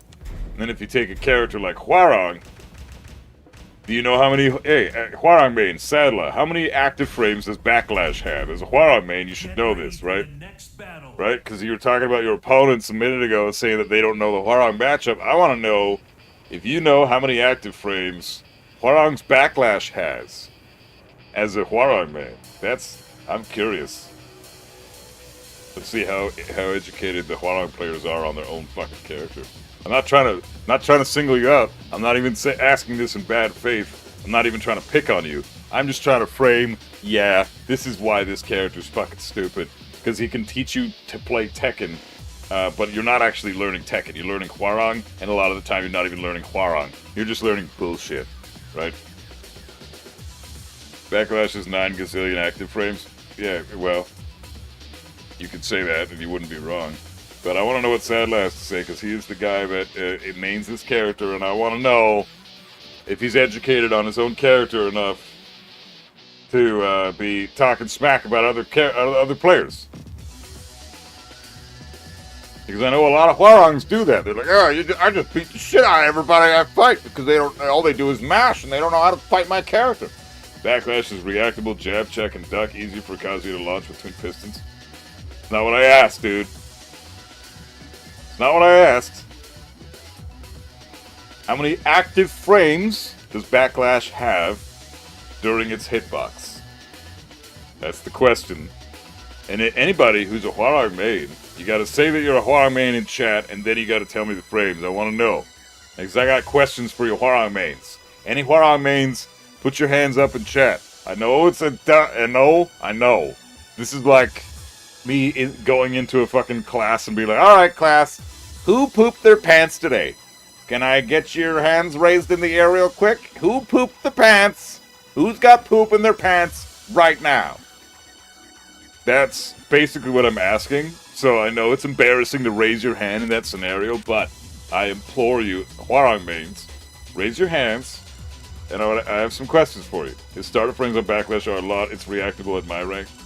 Bro, it's not what I asked you. How many active frames? 3 active frames, I think? No, it's not.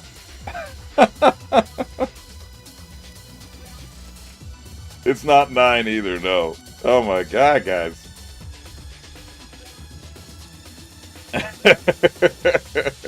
Six is wrong, too.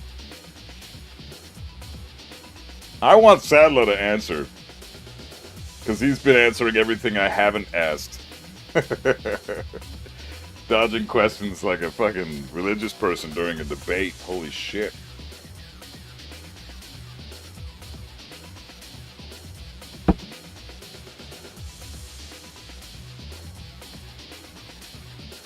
No, I'm not saying he talks shit. I'm just saying, you know, like, no, you didn't talk shit. I just want to kind of frame something. This is kind of what I say all the time, and I hate to single you guys out because I'm not trying to pick on anybody here. But this is what this character represents, okay? Ask me a question about Kazuya, I'll tell you right now pretty much anything you want to know. Because I know that fucking character like the back of my dick. He's my main. Hwoarang doesn't require the same education from the players that play him. They do not need to educate themselves about their character nearly as much as most of the other characters in the fucking game. So, that's why I don't remember exactly, but I do remember everything else on his frame data, hit or block, and startup frames. Yeah, but that's what I'm saying, right? Like, this is what I'm talking about. This character is so strong that you don't even need to know basic shit about him to beat the fuck out of anybody. Like, you don't need to know that this move here has 4 active frames. 27, 28, 29, 30. 4 active frames. Cursed Swordsman, yeah, you said 4. You were correct. You said, I think it's 4. You started with 3, but yeah, it's 4 active frames of hitbox. Which is fucked up. That's why this move is so stupid. And it's why it's very difficult to launch punish with this. Like, good luck trying to launch punish this fucking move. It's not gonna happen, man. It's not gonna fucking happen. I can barely ever launch punish this shit with a fucking twin pistons. And it's +4 on block, and it wall splats, and it's power crush. And it's a homing move, too. This is one of the most bullshit moves in the game. And I think that anybody that's talking about this move and saying, oh, backlash, whatever, blah, blah, blah, if you're complaining about that, you're just a scrub. This is a great move. What the fuck are you talking about? Look at this shit. Yeah, look how many properties this shit has, man. I even get a follow-up. That says 61 damage hit. Like, what the fuck? I got counter hit on. But look at this shit. You telling me this isn't a good move? This is 54 damage on normal hit from a homing power crush that's +4 on block and has 4 active frames of hitbox. Some crazy shit, man. Yeah, there's 3 active frames of while standing 3. 3 active frames. 14 to 16. So it's active from the 14th frame to the 16th frame. 3 active frames.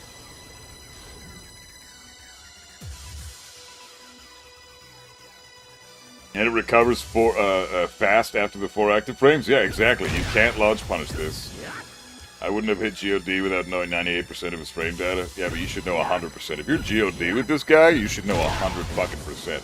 But that's the privilege of Hwoarang, right? You don't need to know 100% about his anything.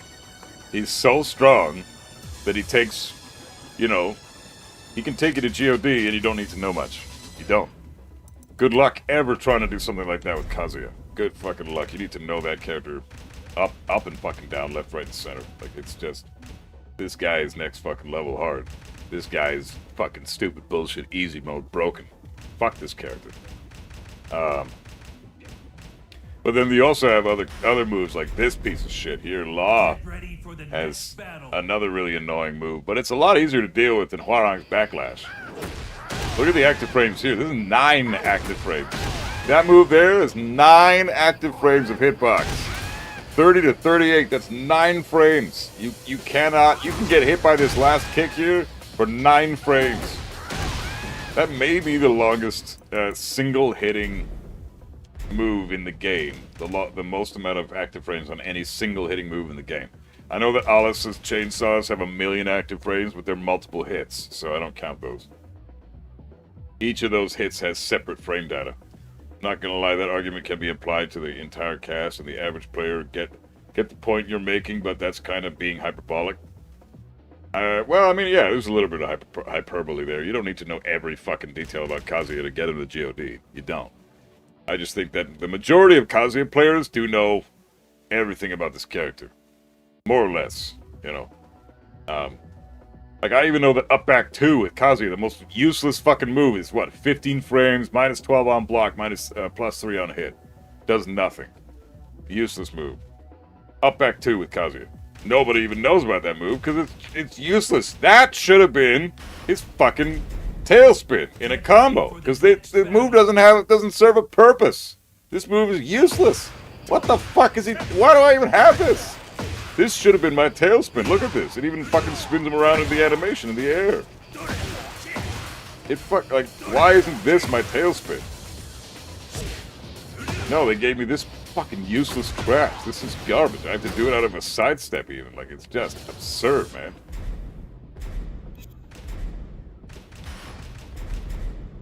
Get ready for the next battle. Ask me any other move on Hwarang and frame data and I'll literally know. Alright, what is, okay, sadly, I'm curious then. What is, I'll do some easy shit.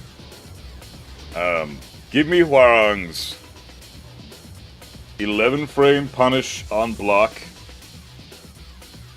from while standing, his 12 frame punish on block from while standing, and his 14 frame punish on block from while standing. Give me those three, and I'll stop picking on you.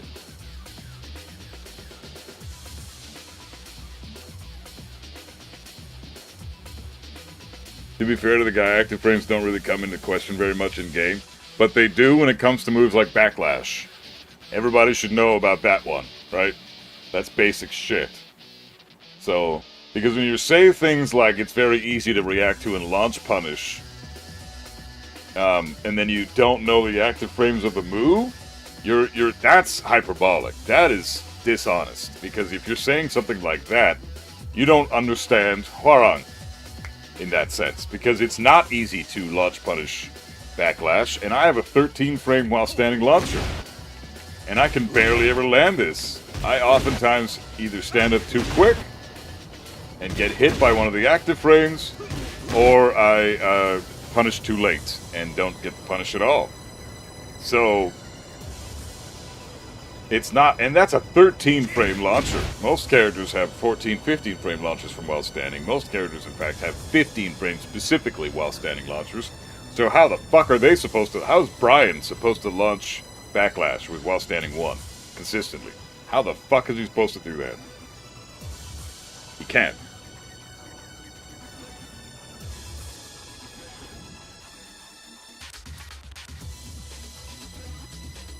Hwarang's 11 frame while standing 4-4 for 12.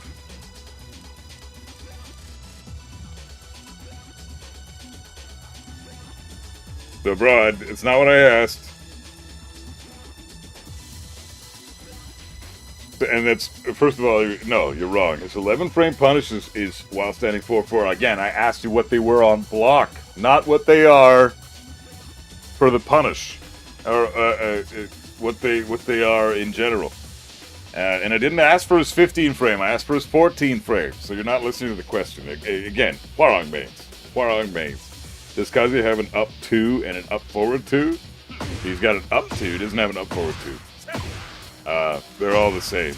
So his up 2 is this. His up back 2 is this. His up forward 2 is this. He doesn't have, like, are you talking about like this shit? He doesn't have, like, that's like a jumping. Up forward 2, neutral, up to, neutral 2. That's this shit. But this is up 2, up back 2, up forward 2. He doesn't have any, like, you could have programmed this to be any of those and given this move tailspin properties, and they chose to go with this shit instead. It's just shit game design. Season 2 garbage. Doesn't matter if you know your frame data, if you don't have the execution and talent to maximize the character, you can't reach the top ranks. Well, you need to know matchup knowledge, but you don't need to know any of that shit with Hwarang, is what I'm saying.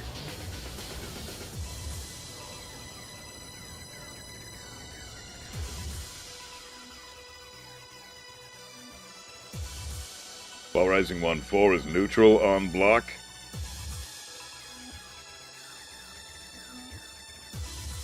The opponent's susceptible to flappy kicks. Yep, exactly. While Rising 14 frames is -12. I believe you are correct, sir. Get ready for the next battle. I believe you are correct. Let's just verify that, just because. So if we do this... Now stand block all, please, bitch.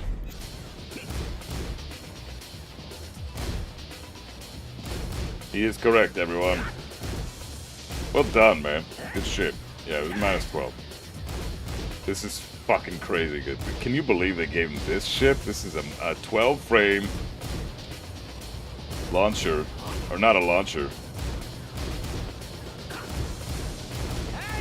He can go from this, he gets neutral, and then he has access to flappy kicks. So this is like, you could argue this is plus off block. Because he's got an 8-frame option out of here. He's also got, he loses the ability to block after this.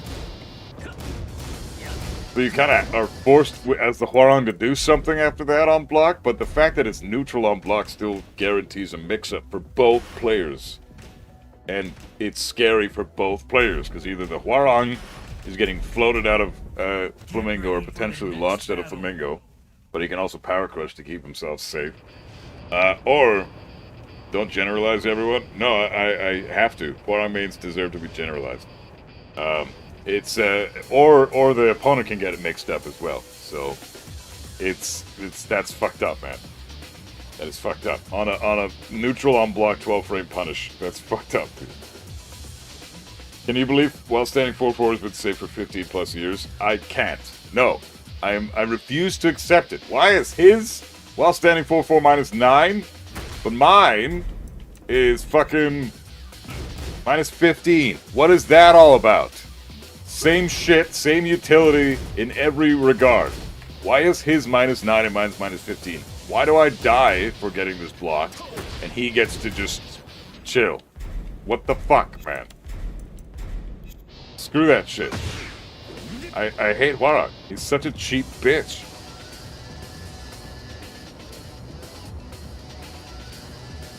Or up two, up back two, etc. Pointless Mishin Batul like do Heihachi and Deviljin have the same generic move? No, it's a Kazuya thing. This is Kazuya. It's just a useless move. I can't think of a single fucking use for it.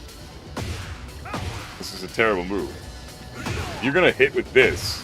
That means that you had 15 frames to play with, which means you should have done this. Like, why didn't you do this? You should have done that. What the fuck, dude? This guy has over 10k matches and ranked and is still Tekken God. Stop complaining about other characters and just get good. Who's that?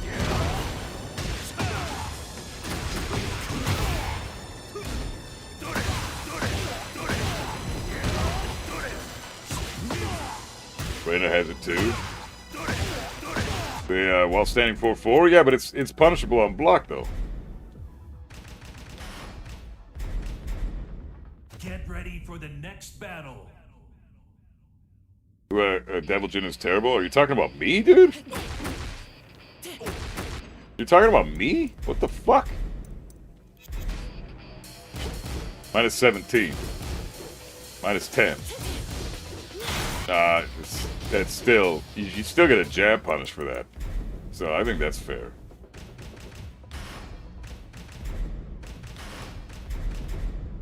Get ready for the next battle. Think I'd beat GOD if I played something like Lydia or Bryan? I'd probably, well, anybody but Kazuya, really. Maybe. I mean, it's super easy to get almost the same rank as my Kazuya with Leo or fucking Xiaoyu or whatever. It took me no fucking time. So, me, John Doe? 23 matches in a row to some Deviljin who say is terrible? Because that Deviljin was a tournament-level player who was an amazing Tekken player in every regard. And I even looked his shit up afterwards. Legitimately was an incredible fucking top-tier Deviljin player who competes in tournaments and does quite well. And the character is trash. But that doesn't mean anything when the player is godlike. He was a godlike player. Who gives a fuck? I also beat the fuck out of a Lily and a Xiaoyu and a Lee and all of them at Tekken God 2. Like, what is your deal? Talking about, I'm allowed to bitch about characters that are obviously, evidently broken, especially when I laugh the fuck out of them and actually make a series about this shit. Do you think Yoshimitsu's more broken than Hwoarang? No. Clearly it's not other characters, and it's a you problem. It's kind of both. It is a me problem. I have carpal tunnel. So a lot of my problems stem from the fact that I'm not really able to do the things I used to be able to do with Kazuya. But I'm playing the game anyways, because I still love this game. I still love Kazuya. I still love Tekken. I just can't do half the shit I used to be able to do. So it does affect my gameplay. A lot of the time, I do lose to simple things like misinputs that happen just because my thumb seizes up. In fact, that happens almost every single round I play of every single match I've ever played since I started developing this problem. So what you're doing right now is picking on a handicap. Maybe it's just those NA servers, your players aren't as good. Nah, our players are great, man. What are you talking about? I've played in the Asia servers, and the Europe servers, and the North American servers. There's not really a lot of difference, honestly. You see a lot of shit players in those servers, you see a lot of good players in those servers. It's the same thing.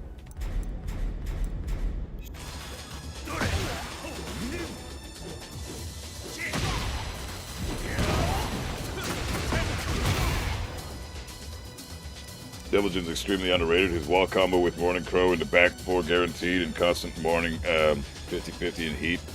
At any range is too much. No, I agree. Devilgen is quite fucking strong. There could be an argument that he's not bottom tier. I don't know. Maybe he isn't. I still have to get more information on that. We need to see more results. Kazuya up forward 2 is not a move, to be honest. It's a leftover placeholder move from like Tekken 5 or Tekken 4. It just exists because devs are lazy. Yeah, I know, it's nothing. It's garbage. Pointless. Yoshi Flash is kind of busted. Is it just poor timing on my part?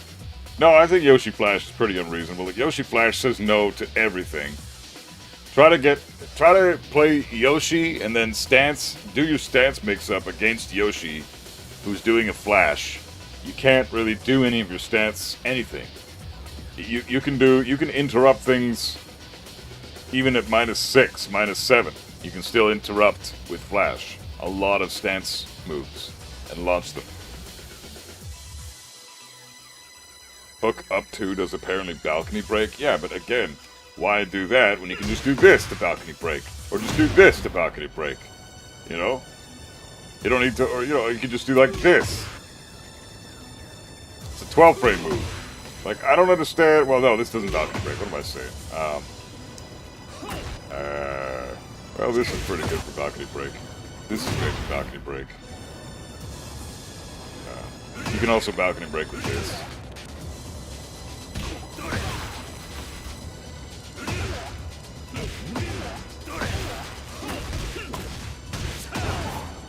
What was it again?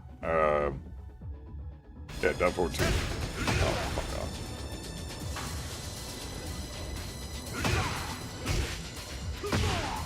Balcony break, yeah, back 1-2 works too, but I'm talking like a 15, 16 frame move.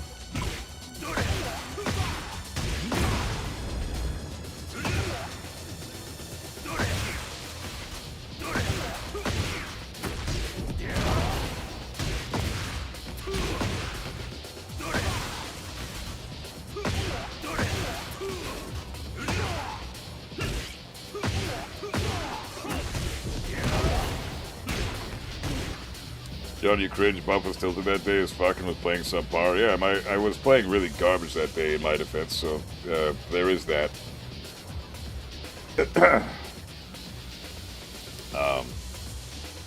But yeah, I mean, I don't really know why you would come to my channel. If you're a fan of the main man, why would you come to my channel and trash me? I mean, main man and I see eye to eye on pretty much everything. I have nothing but respect for that guy. And we have a lot of the same viewers. So what's the... I don't see the deal here. I think you're just coming here to talk shit, but that's fine.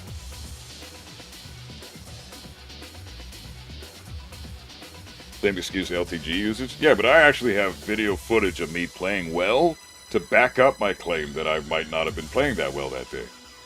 So, you know, how do you manage playing with carpal tunnel? You just do. You fight through the pain and you just make it work, and you just accept that you drop a lot of shit a lot of the time because of it, and it's disheartening, but it is what it is.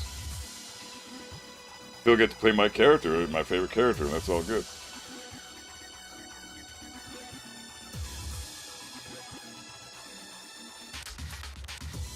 I don't think that John Doe is being legit, guys. I think he's just trying to start shit. Especially when you say something stupid like, that's the same excuse LTG uses. Yeah, but you can verify that I'm not talking shit. Just go back and watch some of my footage from when I was playing other ranked matches. Punishing everything, doing things properly, you know, from like 5-6 months ago. You can go watch those videos and those streams and see how I play when I'm playing on a good day. God forbid you ever lose a set. I mean, I did get fucking horribly bodied. Don't get me wrong. I got fucking like 23-0 or 23-3 or some shit. Like, the guy was an amazing fucking player, and he played Devil Jin out of his fucking mind. And, well, I was eating shackles all fucking day too. That move just drives me nuts. Why not switch to leverless? Because I don't want to relearn Tekken. I'm lazy that way, I guess. Man, come on, you have like 15k ranked matches. If you are as good as you claim, why are you still Tekken God?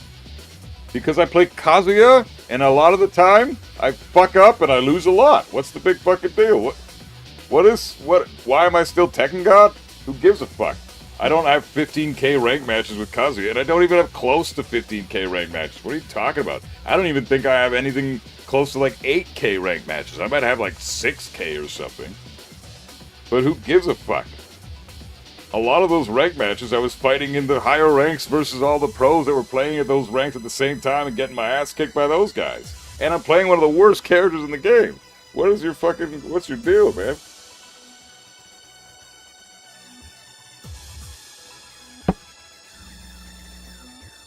Electrics on leverless aren't the problem for me. It's the movement. It's wave dashing and backdash canceling that I have a hard time with.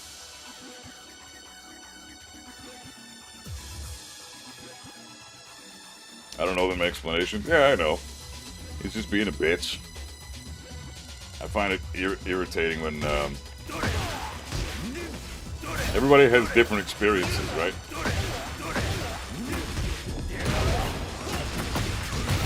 So,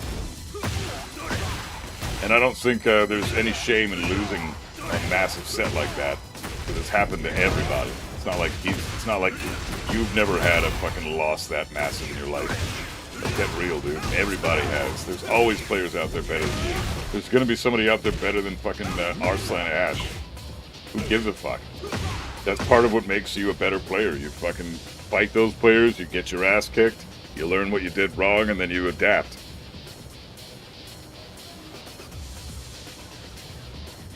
Can't call Kaz worse in the game. I'm arguing that he is, though. I'm just saying, you talk shit all the time about other characters, just focus on getting better yourself. What do you think I'm making this labbing video playlist for, you dumbass? I am focusing on getting better. But when I lab things, and I bring them into a fucking microscopic level, and I'm looking at them through a microscopic lens, by labbing the details of everything.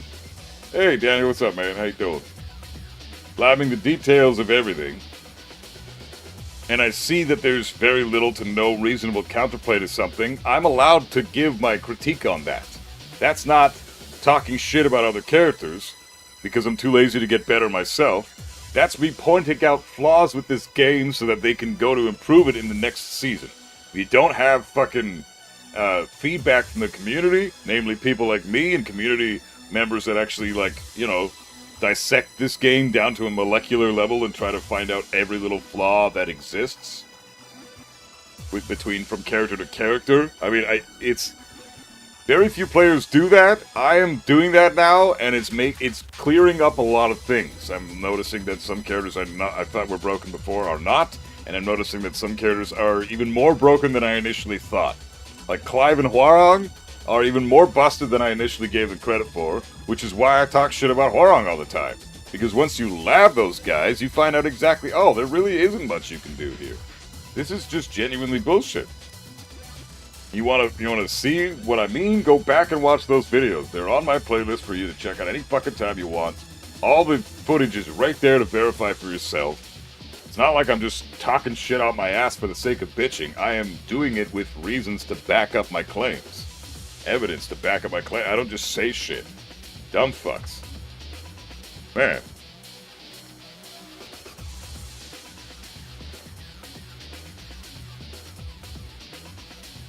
Hey, Bleeder, what's up, man? Yeah, the problem with tech generation is that they play for virtual imaginary points instead of for growth. So they learn flowcharts and play what's strongest in the meta. Yeah, it's true, man. It's really true. Acts like Kazuya is the worst character in the game and he uses an excuse all the time as to why he's bad. No, I'm trash. I never fucking make excuses for my gameplay. I'm talking about Kazuya and other characters. I know that I'm not a very good player. I know a lot about this game, but a lot of the time I'm not able to implement it in a real fucking, in a real match scenario. You know, because a lot of the time I'm struggling with my issue, my fucking hand issue, and I'm playing a very technically difficult character, and I'm trying to play, I guess I'm still trying to play old school Tekken and take turns. But Tekken 8 is more about mashing, and more about stealing your turn back. That's why Power Crush has been buffed. That's why Rage Arts are so strong. That's why Heat exists. That's why they implemented so many homing moves. That's why there are homing moves into plus frames. That's why there are homing moves into plus frames into stance mix-ups. Like, this is the shit that exists in Tekken 8 that's never existed before, and I have yet to adapt to that, even though I've been playing this game for so fucking long. I'm stuck in my ways because I'm a 31-year Tekken player.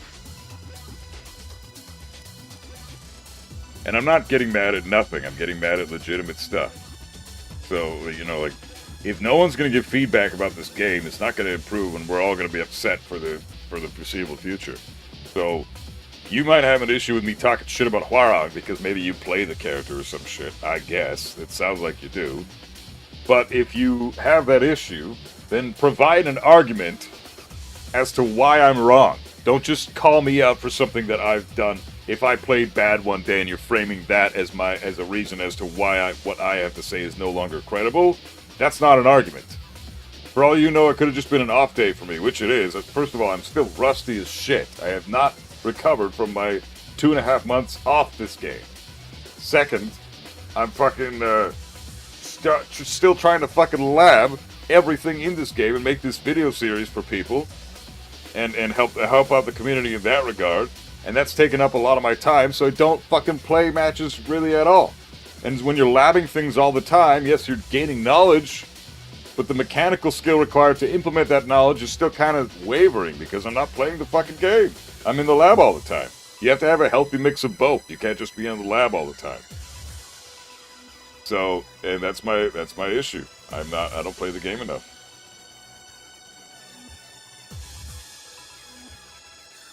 Clive is very 50-50? Yeah, he's fucked up. Clive is one of the most 50-50 characters, so...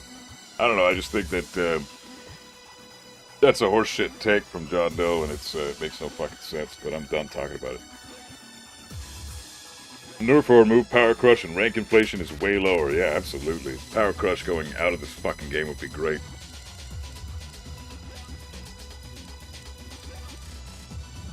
The work you have done recently is really great. Thanks, Daddy. Appreciate it, man. Those labbing videos are helping you a lot, and many people. You're important to our community. Oh, thanks, man. I appreciate it. Yeah, I'm happy to be here. I'm happy to be part of the community. Happy to be helping people out. I'm happy to be teaching things. You know, I don't see what the issue is really. I talk shit about characters that deserve to be framed in that light. And Hwarang mains, you know, I put them all in the same boat because a lot of Hwarang mains don't know a lot about their character. And, you know, we didn't see a lot of that earlier in chat, but there was some evidence of that. You know, and like at the end of the day, it's I don't know. I could totally do some matches and like John Doe, what's your current rank right now? Why are you so fucking adamant about calling me out for my shit? You seem to do that a lot. I want to know what your beef is with me exactly. I'm betting you just play one of the characters that I talk shit about a lot. That's usually how I get called out in the comments. Oh, I don't like this buff guy. You know what? The other thing was when I made that Hwarang video, framing all of his shit and talking trash about the character. That one has the most views in the entire playlist, but it's also John Doe's God 6. Oh, he's the one God 6 on the planet. That's cool. He has the most dislikes too, because I think people just are very defensive about Hwarang. They love that character, and they don't want to hear anybody talk shit about him, but he needs to be talked shit about. He is so fucking busted right now, and he needs to be fixed. And that's why I say the things I do. So what's wrong with that? I'm not the only one. Main Man does it all the time too. Broken character for hard characters, honestly, it depends on the person. Apparently I'm meant to be GOD1 because I main Bryan. Been hard stuck blue for a year. I just suck. It is what it is. Well, maybe you don't suck. Maybe you're just lacking knowledge. Who knows? I only call out for misinformation, but even then it is just a correction. Yeah, right? And a lot of the time, like, and that's the thing. I try my damnedest to never post misinformation.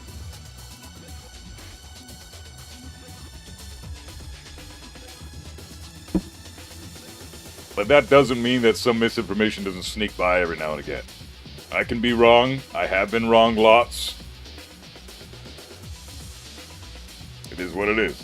I'm okay with being wrong. And if people call me out for it in the comments and correct something that I missed, that's why I think that Leroy video that I released is shit. The Leroy one in the playlist is my least favorite one. It's the one I think needs to be taken down. Either that or I need to add to it. Because that one, I did not lab enough for that fucking character. I didn't post enough information about him. So I need to fix that. But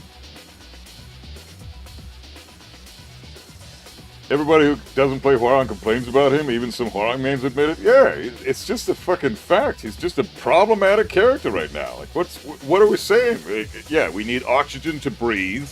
The sun is hot. Water makes things wet. And Hwarang is a problematic character that's busted as fuck right now.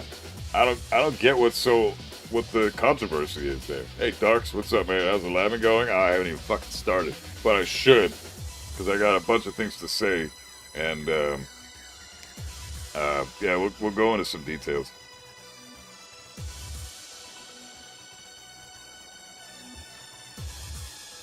Leroy's broken beyond belief?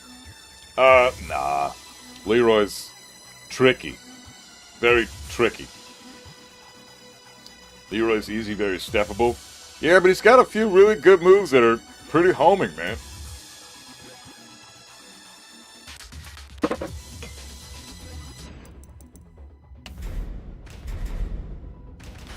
I think it's important to always go back to Leroy, because he's probably the matchup I know the least about in this game right now. I really fucking suck at this fucking matchup. So he's got this move, which is incredible. This is a 22 frame homing move. Plus 9 on block. Plus fucking 9 on block. This shit is insane. And it puts him into hermit stats. So you can't do shit if you block this move. You have to fucking launch his ass on reaction if he's doing this. But it's an amazing move. You can interrupt him or you can duck it and launch him for it. But holy fuck, that's a great move. He's also got this, down back 3, which is essentially a safe low. Right? Like, it is technically safe. It is technically safe. You can just say, like, do something like this, right? So if I block it... Oh, let me fix that.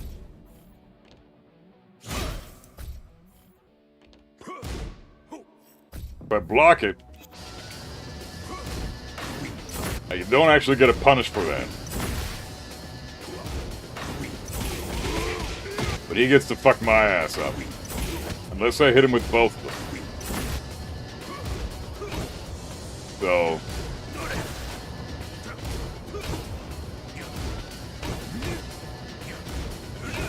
Really, really fucking good low. So what you would do here, you block this shit, you have to throw him, right? Which is not it's a very unorthodox punish. But you get that at least. It's guaranteed, more or less.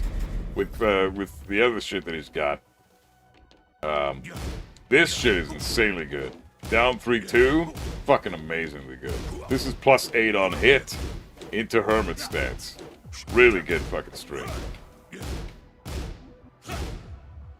But honestly, Leroy is super good, but I don't think he's disgustingly broken. I don't think he's that good, that strong.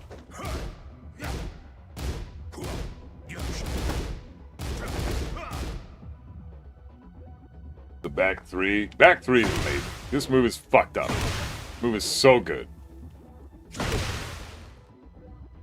+9 on block into Hermit stance. And you can't do shit. How fast can you get off the ground or sidestep in that stance?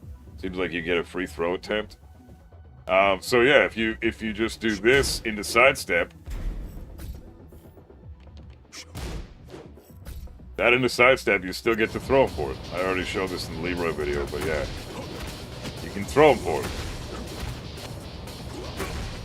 I can get hit by this, or if I block it, then he can't even sidestep my throw.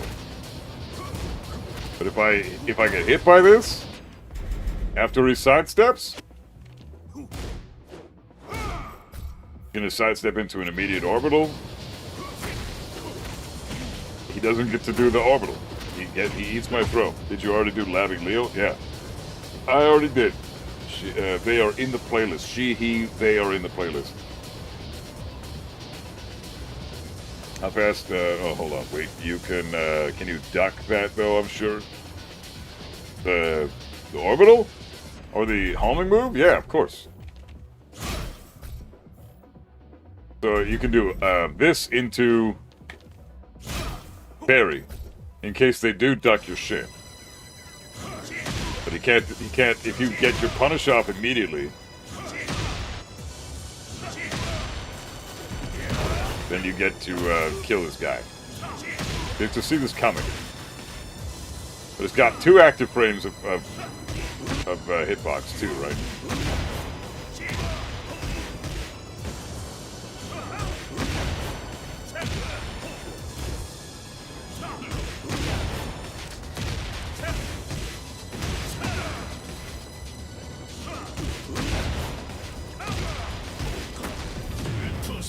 So you can definitely deal with it properly. No down 3-2. Oh yeah, you can duck that, but not on hit. Can't duck that on hit. It's a natural combo on hit, but if you block the first hit, you have to wait for the second one, and then get your punish right away. Otherwise, if you try to get your punish too soon, you get clipped by the second hit. It's not like Hwarang's down 3-4. So if I mash my 2, I'm going to block the low, and I'm going to mash 2. I still eat the high. I'm blocking the low, but I'm mashing 2, and I eat the high, because it doesn't jail, right? It only jails on hit. Whereas Hwarang's down 3-4, jails. So you can't actually... you can actually just block it, and then mash your jab, or mash your punish, I mean. So he's going to do this. And I'm just mashing 2. He's going to mash 2, but it jails. So I never have to worry about standing up in time and then getting smoked by the high. As soon as I block his down 3, he's basically in it. It's like blocking a stagger low. It's like if he blocked my hell sweep. I can't do shit. He can't do shit. He has to finish the string, and then go in a flamingo stance, and then eat whatever punish I throw at him, because he can't do shit in that scenario. So, it's a jailing string.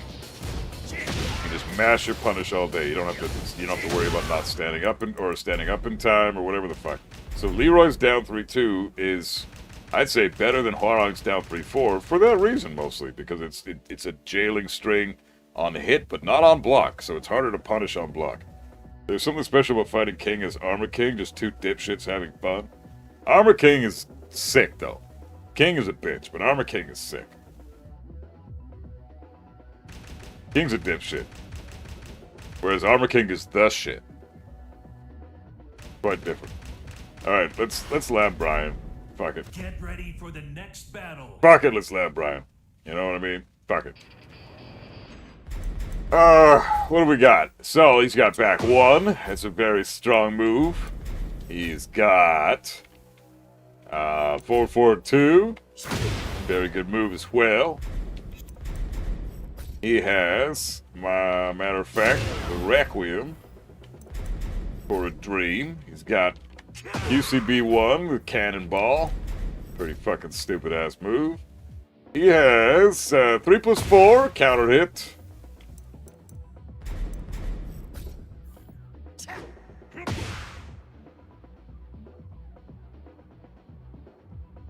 fuck is that music? Oh, that's probably the TV on the background there, I guess. He's got down forward 4. Let's do that, in fact. Yeah, that's a long range move, too. So we can do down forward 4.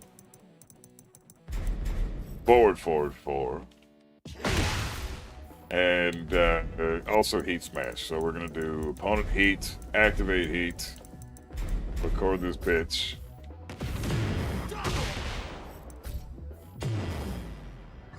Heat smash. Beautiful. So, 8 options. We're going to leave out these 2 because they're homing moves, and we're just going to do the this shit. So, sidewalk right. Seems to be pretty effective against this guy.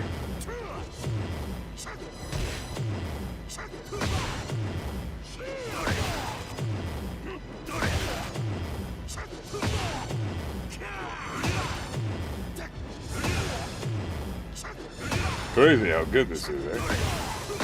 This is almost like this is legitimate counterplay. You can even launch punish the fucking heat smash on whim, which also tracks the sidestep left, but not sidestep right.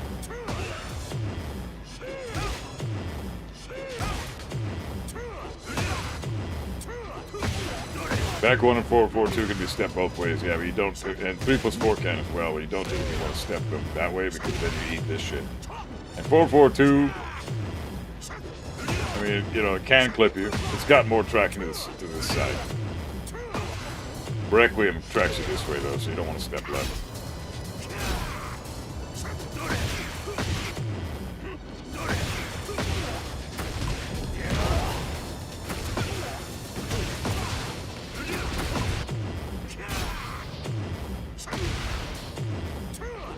Yeah, 3+4 tracks to the left as well, you're right.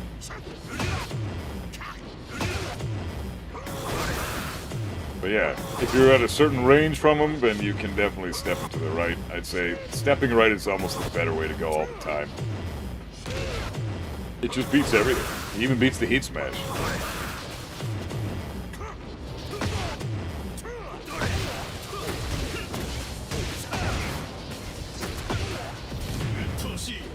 Fucking heat burst.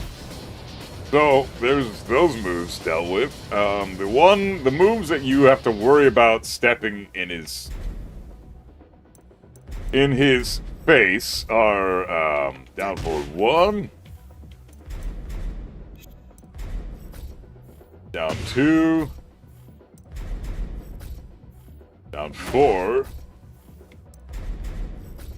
and what the fuck else does he have that's good for catching you in his... Oh yeah, obviously this. The hatchet is amazing for stepping right opponents. Hatchet smokes you every time. You can dodge down forward 1, but if you're stepping him right in his face, you die. Like you can't step this guy to the right if he's doing these moves. These 4 moves are how he catches you from stepping him to the right. So you gotta try other shit for this. Sidewalk left will beat out hatchet. Sidewalk left should beat out down forward 1. Sidewalk left beats out down 2 better. Down 4 will track you either direction.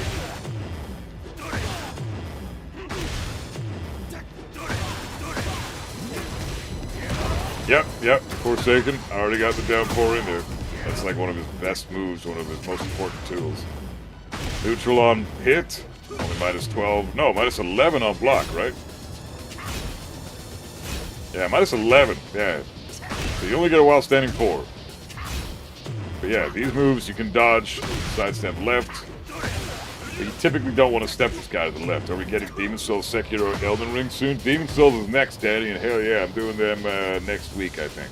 I just want to get some more content, and honestly, guys, this series has been kicking my ass, so I think from now on, the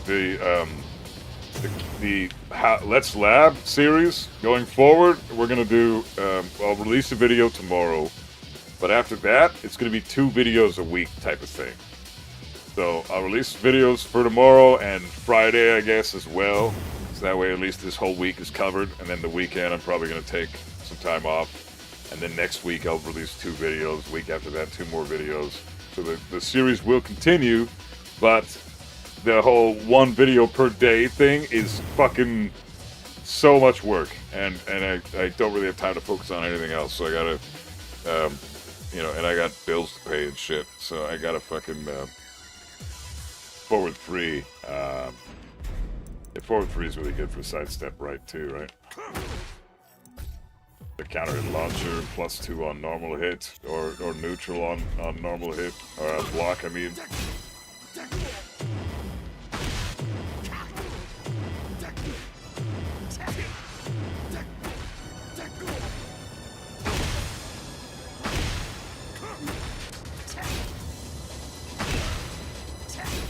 Yeah, neutral on block, but it can be +2 if you hit it in a certain range.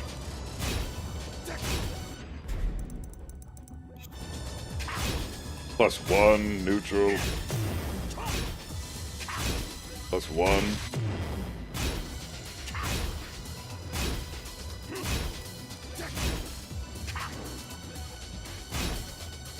Such a good move, man.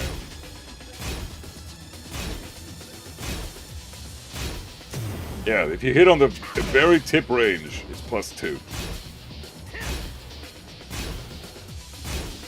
+2. So if you hit, it's got 3 active frames, and if you hit on the very last frame, then it is +2.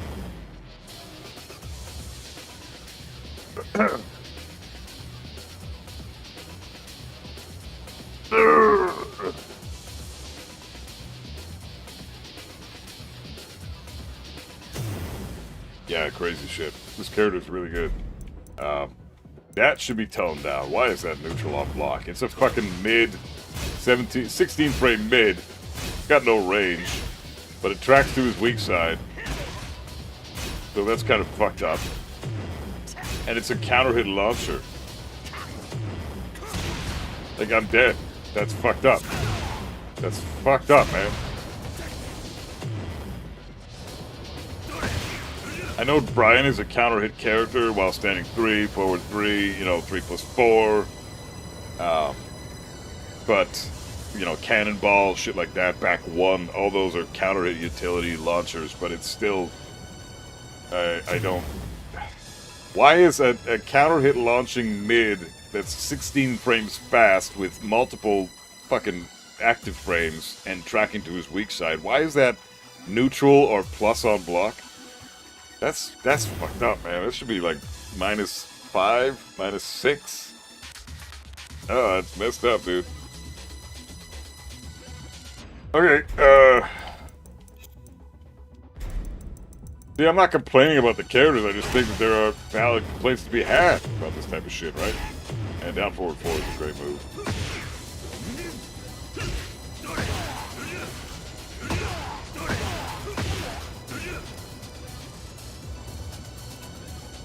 You eat a launcher if you miss it? Well, that's the trade-off. That's why it's plus on block. But it's hard to step this, honestly.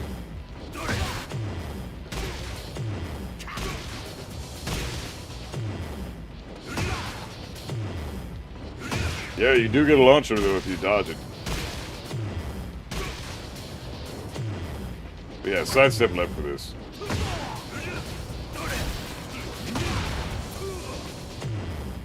For down 2, remember you can go into full crouch, and then you get access to full crouch 2-2. Full crouch 4. While standing 1 tracks pretty well to the right. Yeah, it does.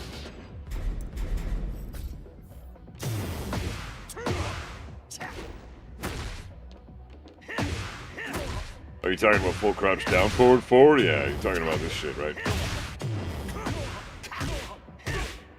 And this is full crouch 2-2.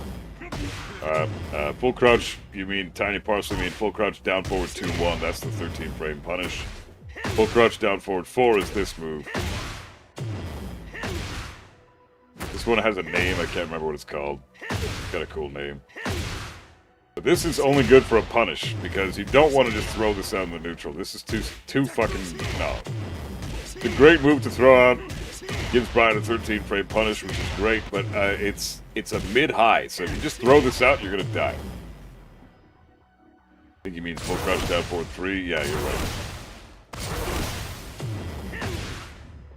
This is full crouch down forward 3. What's the, this move here? Fuck, this move is so good, man. Jesus Christ, this move is fucked up. Jesus.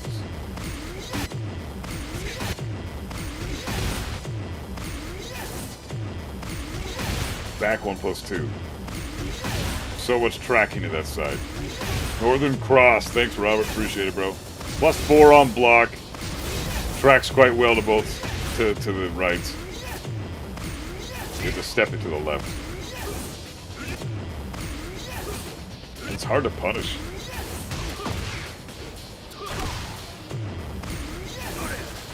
Jesus. What the fuck, Brian? Brian is so broken that all his heat moves are pretty trash compared to Incinerator. I don't really use anything except Incinerator. Well, back 1+2 is pretty great. +4 on block. Chip damage.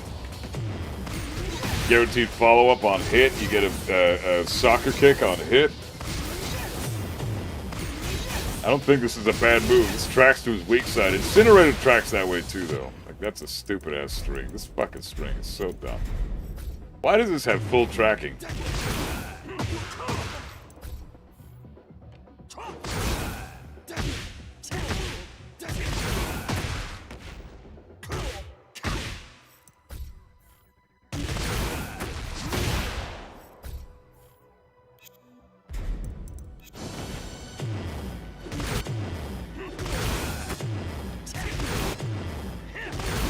What the fuck is this? Hey, if I sidewalk it to the left, I avoid the whole thing. Look at this shit, it's so hard to... What the fuck? Oh, God. The initial hit tracks quite a bit to the sidewalk left. You sidestep this, it'll track you.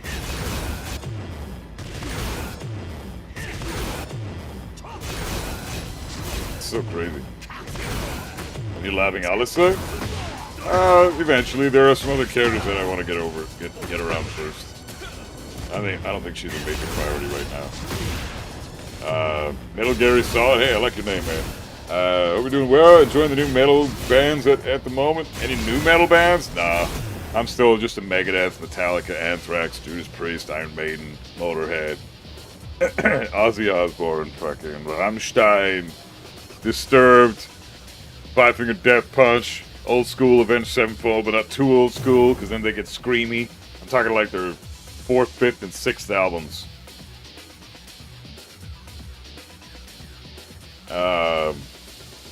You are stepping it now, Buff Guy, but that won't happen in an actual game. Yeah, Black Sabbath. I'm not a big Sabbath fan. I like them, but they're not. No, I'd take Ozzy over Sabbath any day. Unless you're talking about Dio Sabbath.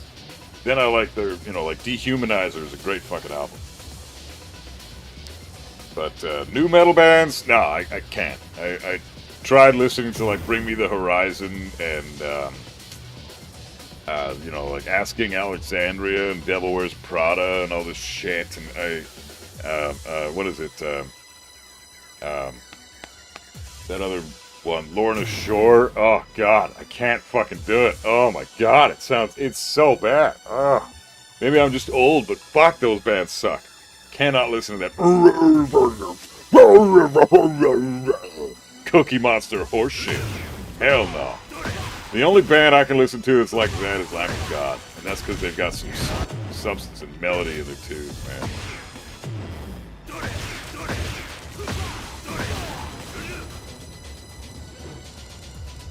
Check out Municipal Waste. I saw Municipal Waste open for Anthrax. It was, what the fuck was the band name? The opening act was... I can't remember the opening band's name. But the second band was Municipal Waste. Then High on Fire went on stage. Then Exodus went on stage. And then Anthrax closed the show. That was fucking awesome. That was one of my first ever concerts. So fucking epic. But Municipal Waste was cool. They're fun. They're just not my style. Sleep Token? Nah, not my style either.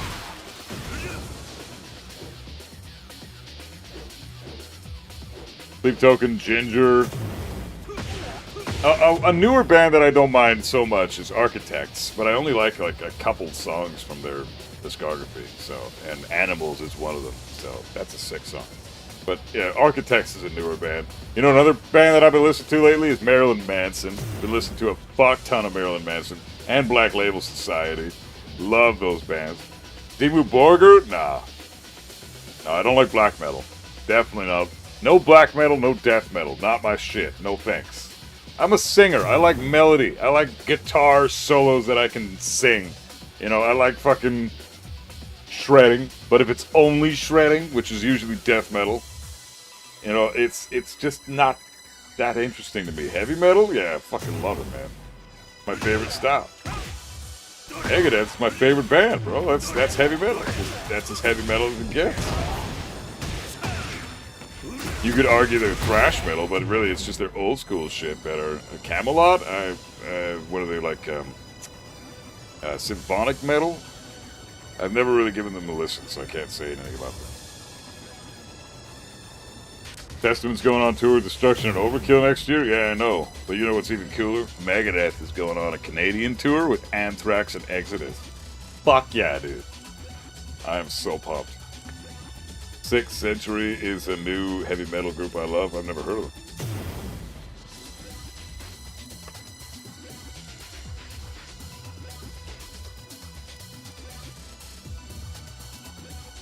them. You'd probably dig Eternal Champion if you love traditional heavy metal. I'll have to check some of that out. Yeah, I love traditional heavy metal. Judas Priest, Megadeth, Metallica, Anthrax, you know, Motorhead.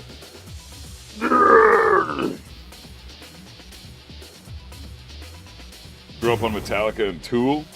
Tool's one I never really fucking got into either. Like, I know a lot of people love Tool. I never could. I don't mind some of their shit. You know, 46 and 2 is interesting. Schism's cool. The Pot, you know, 1,000 Pieces or whatever the fuck it is. Yeah. Listen to Megadeth and Slayer. Hey, it's Megadeth. Minus the A. Take that shit out of there. Get that the fuck out of there. It's Megadeth. No A.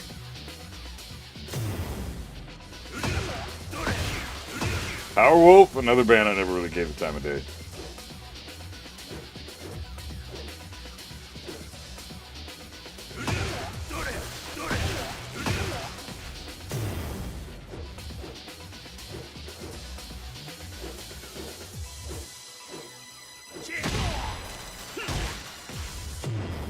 Okay, I think we should do some labbing and actually make this video so I can do other stuff later. Yeah. Okay, I'm gonna turn this stupid shit off in the background real quick. Just give me a sec, guys. 1 second. Favorite Megadeth albums? Oh, Countdown to Extinction, Cryptic Writings, Euthanasia, The Sick, the Dying, the Dead, Dystopia, Rust in Peace, Endgame. That's like my top 7.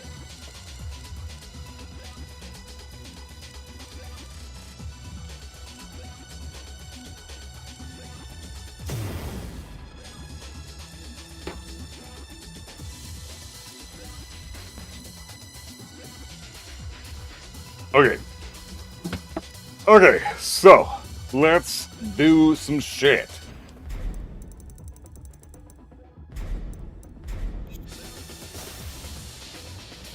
Okay.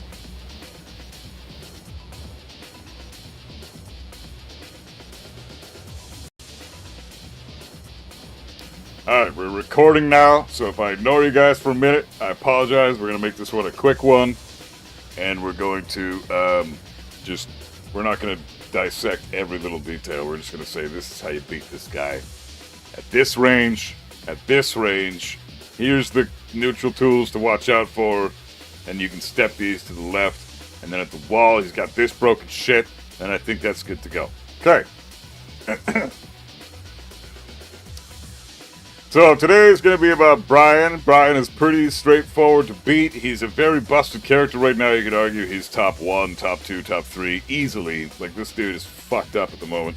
But he's also got some pretty easy counterplay, all things considered. So we can go into some details there. So there's a few moves that I want to talk about here. These are the moves that Bryan is going to use to get you to stop stepping him to the right, because stepping him to the right is how you want to play against this character. Okay, so when you're in his face, step him to the right. But he's got a bunch of moves here that can catch you from stepping right. So down 2 is an amazing mid. You can make him go into crouch. And from crouch, he's got a bunch of tools that can scare you, but you really just want to watch out for these types of tools. He's -2 on block, if you block the down 2. So, you really need to be aware of that he is -2, he's +8 on hit, so this is a great tool. But these are like the 5 tools he has that are going to keep you from stepping him to the right. So, not that crazy, not that much bullshit, right? Bryan is, hey Brad, how you doing, man? So sorry guys, yeah, the video started, so I'm recording right now, but I will address everybody once this is done. So Bryan is weak to sidestep right, but he does have those options to catch you. Down 4, which is -11 on block, that's the low kick.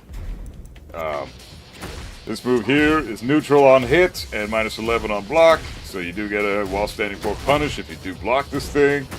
You can also low parry it, so there is that.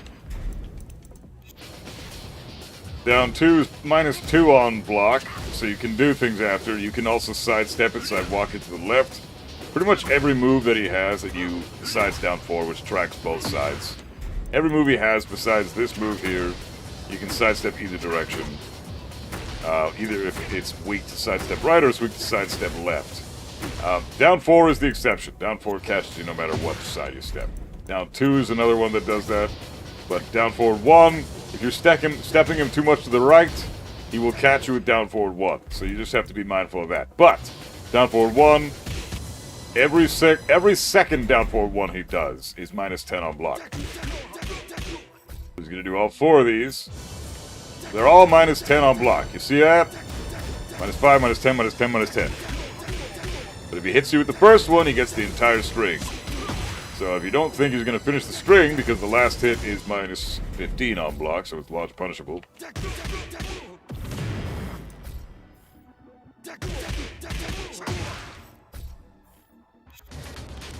So you can do this, and you can launch it for it. If you're fucking good with Mishimas.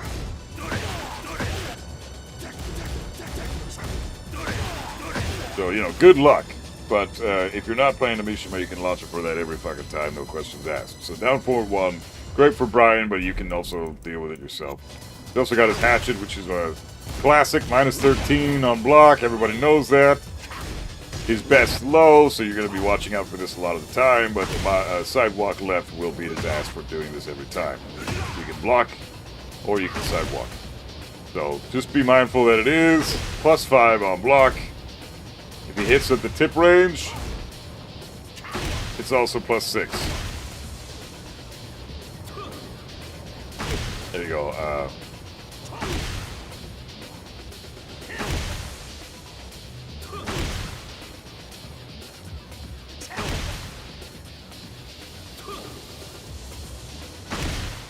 There you go, +6 at tip range if he hits with the second active frame, because Hatchet has 2 active frames. So, those are all solid tools, and then the final one that we can talk about that's going to beat out sidestep right is forward 3. You can still sidestep this to the right, but it does have more tracking than you think. It's especially if you step it a little bit late and you're stepping at a specific ranges, then it will track your sidestep right. So even though he is weak to sidestep right, he does have some good tools to catch you. This is neutral on block unless you hit him with one of the later active frames. On the 17th frame, if you connect with it, it is +1, and if you connect with it at tip range on the 18th frame, then it's +2 right there, as you saw. So, 4-3, pretty awesome fucking move for Bryan. But let's see what we can beat with sidestep right, because all these moves are kind of scary, but not that scary. They're either minus on block, or they're lows, or they're linear to sidestep left or something, right? Nothing super crazy. So let's see what we can do that is scary.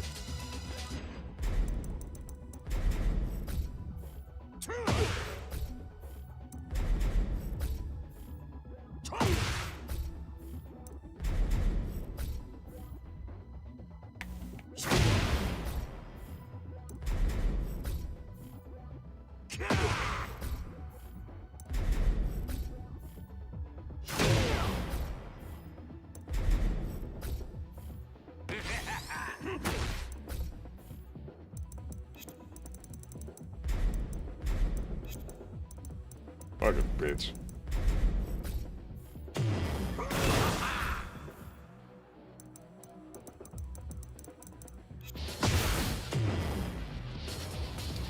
Okay, so you want to sidewalk him to the right at range, like from this range here. You want to sidewalk him right. So pretty much round one start, and then you do a one backdash, and then from here you want to sidewalk him right all day, because if he's gonna heat smash, he's gonna lose. If he's gonna back one, he's gonna lose. If he's gonna 3+4, he's gonna lose.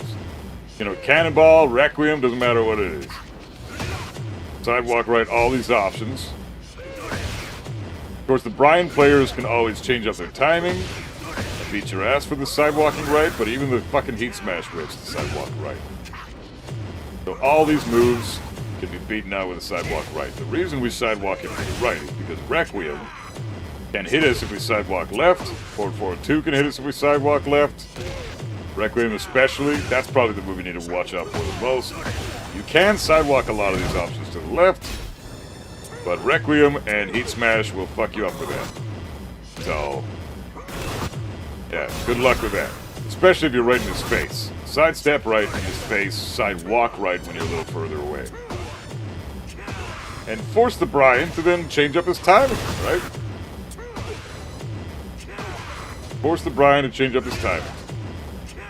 If you're in his face, you can also sidewalk left.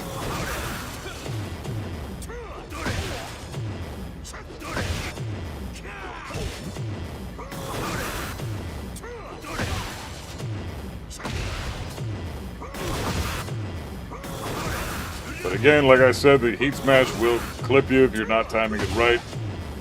And Requiem is scary to sidewalk left as well. So in his face, more options that are scary will beat you for sidewalking left, but then you also beat out a lot of the options that kind of track to that side, right? So, like down 2 and hatchet and moves like that. You also have to be wary of a couple things like this. So, if he's doing, you also got to worry about this type of move. So if he's going to do like the soccer kick, for example, and you're sidewalking him left, you get fucked up for it. So you don't want to be sidewalking left this shit. You want to sidewalk it to the right, but then you just kill it outright. Unless he delays his timing, then you get fucked up for it.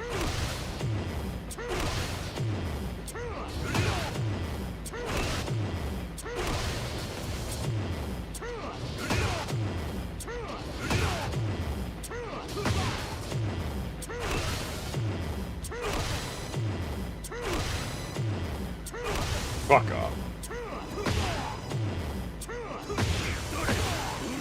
So there you go. You can sidewalk this to the right, and you can launch it. But if their timing is off, and they delay it a little bit, this has a lot more tracking than you realize. So, it can be tricky to deal with this one, but soccer kick is really fucking good to know how to deal with properly. Also on block, it is -12. So you gotta be able to punish that properly. So, soccer kick -12, hatchet kick -13. One's a mid, one's a low. Be careful of both moves. The other things he can do are forward 4, and down forward 4. These two moves are homing moves. Forward 4 is -9, and is a high, so you could potentially duck this and launch it if you see it coming. But then he's also got down forward 4, which is -5, longer range, a little bit slower, but they're both super fucking good moves for Bryan to have, so you gotta watch out for that shit. So, and they do catch your sidewalk right at the long range, right? So if you're doing this, you can potentially get fucked up for trying to sidewalk him right. So good Bryan players will catch you with that shit. So just be careful of those moves. They are safe on block, and they're damn good for the Bryan. What if he does something like this to try to catch your step from far away? Delays his timing on the QCB 2-4.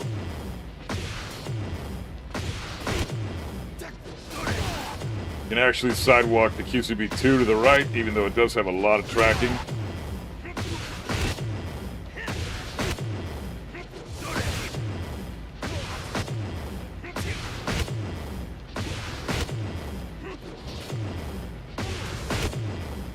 Fuck, you can't step this move, can you? Yeah, you can't step this one, but you can still block this and duck the second hit. It's tricky because you can delay the second hit anytime he wants, but this is a natural combo on normal hit, so if he lands this, he gets the whole combo, the whole string. If he lands the QCB2, which is hit confirmable, as you see there. He delayed it, and he's still connected with the full string on normal hit. So it is a hit confirmable string.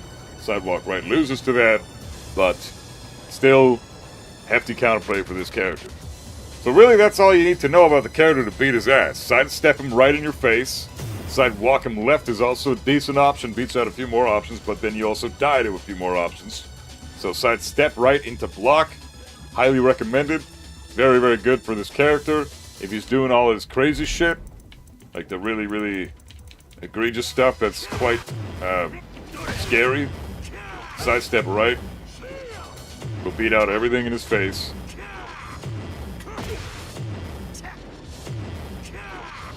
Like all the moves that you're afraid of getting hit by.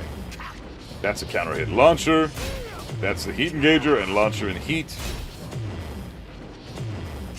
That's a counter hit launcher as well, and +5 on block. The cannonball is a tricky ass move to deal with because if you try to duck and launch this on reaction, you have to really know that it's coming. And you can duck and launch this, but it is fucking harder than you think.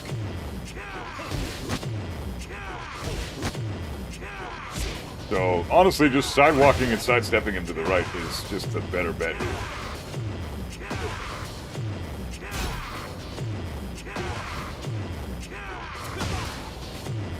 So just be aware of that. So yeah, that's typical classic Bryan counterplay. Why is he so broken, though? What is the deal here? Why is everybody always complaining about this character? It's because if you get hit by him once, you're dead. He's got insane damage, insane wall carry, and then he has some of the best Oki at the wall in the game, if not maybe the best Oki at the wall in the game. Because he's got this shit right here.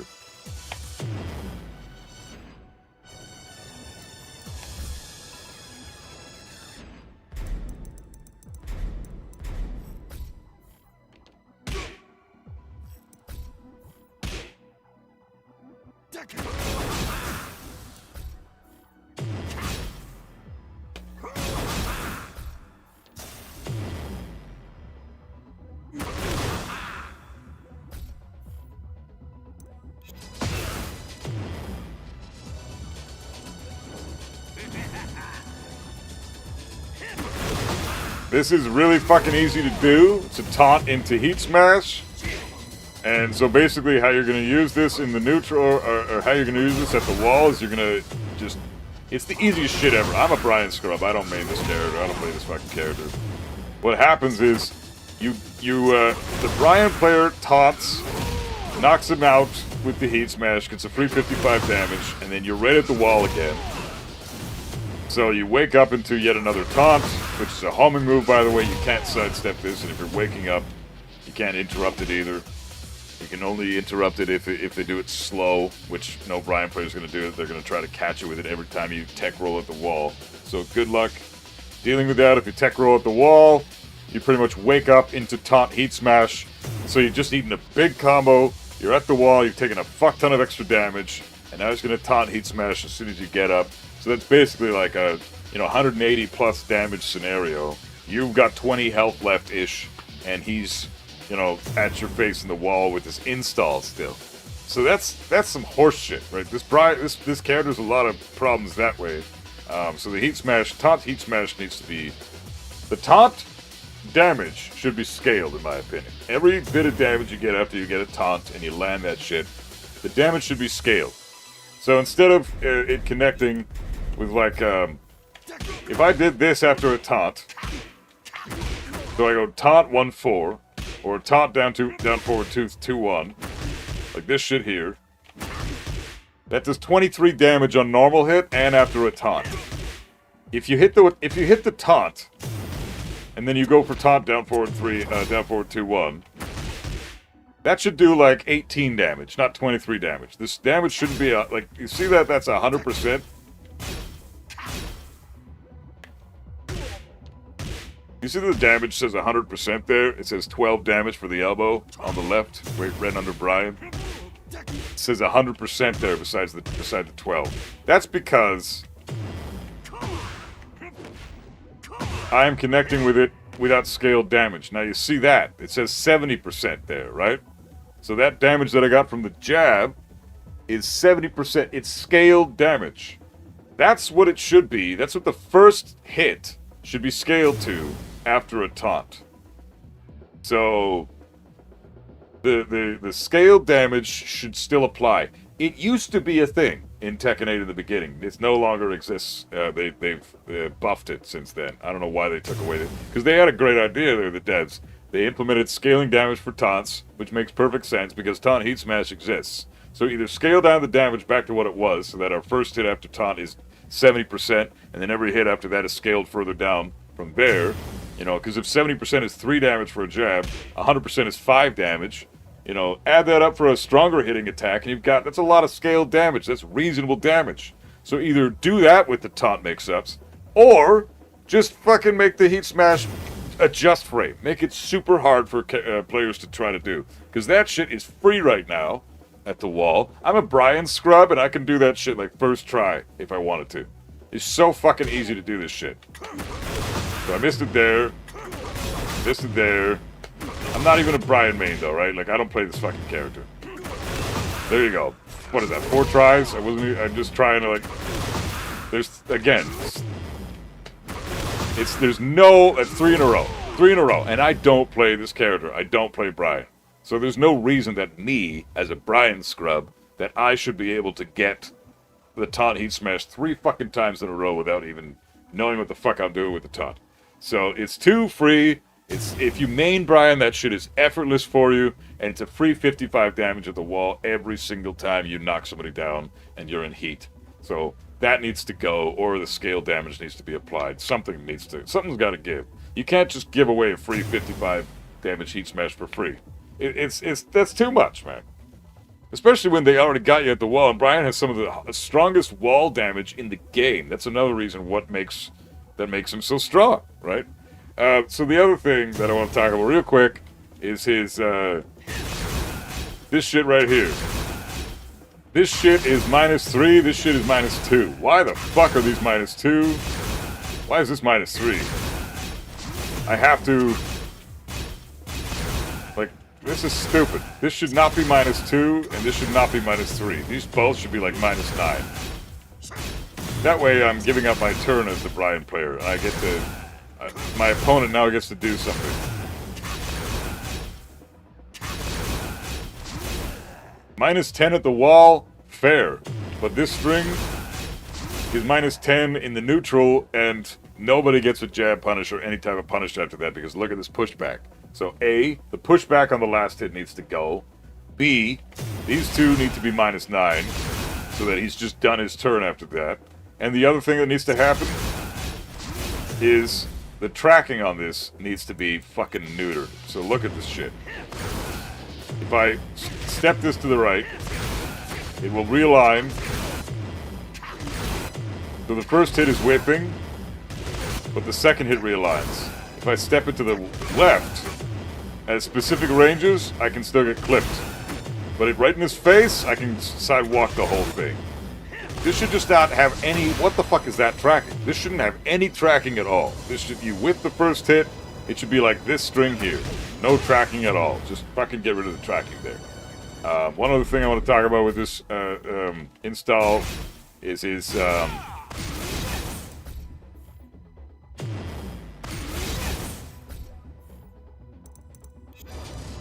another thing I want to talk about with the install is this move here. This is crazy good. This tracks the sidestep right as well.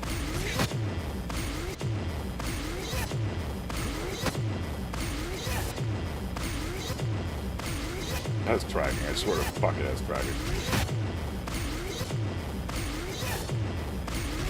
Yeah, if you don't step this move absolutely perfectly, you're gonna get fucked up by this every time. It has a lot more tracking than it looks like on screen right now. This thing, yeah, there you go. So, slightly late sidestep, you get fucked up. You can't really sidestep this move. You have to sidewalk this move. You have to be at a specific range. If you sidestep it in his face, then you get clipped for it. But if you sidewalk it, you should be able to dodge it both sides. But it's still a ridiculous move. This move gets a guaranteed soccer kick on hit, and it's +4 on block. And he can just spam it because it doesn't even take that much of his heat bar. The other thing is this fucking thing here.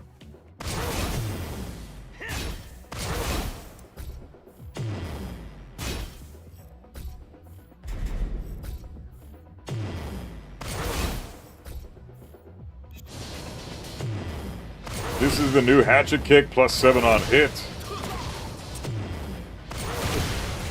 And does a knockdown on counter hit, pretty fucking crazy. And only -13 on block. Crazy shit. And this cannot be low parried, as you can see here. You cannot low parry this string, or this move. So I think that should go too. We should be able to low parry that at least. Right?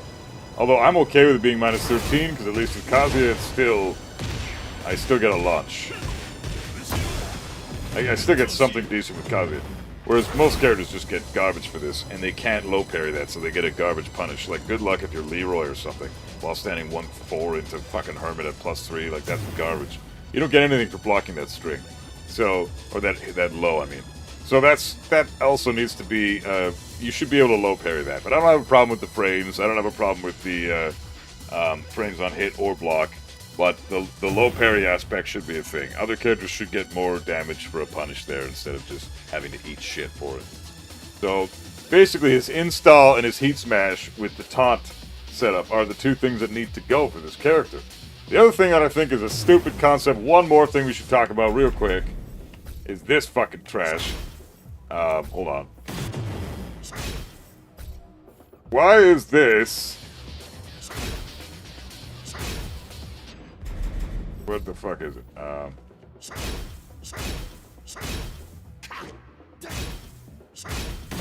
What's the fucking,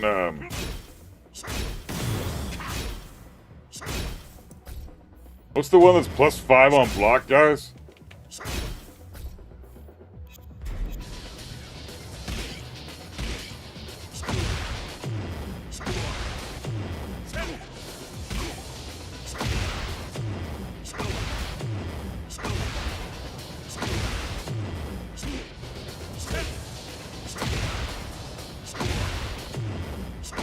+4, 1+2. Thanks, man.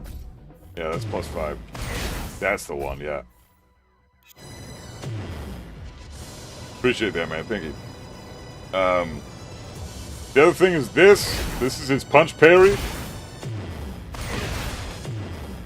It's +5 on block. Beats up pretty much anything that you can do. Ridiculous move. Very hard to hit him when he's doing this shit.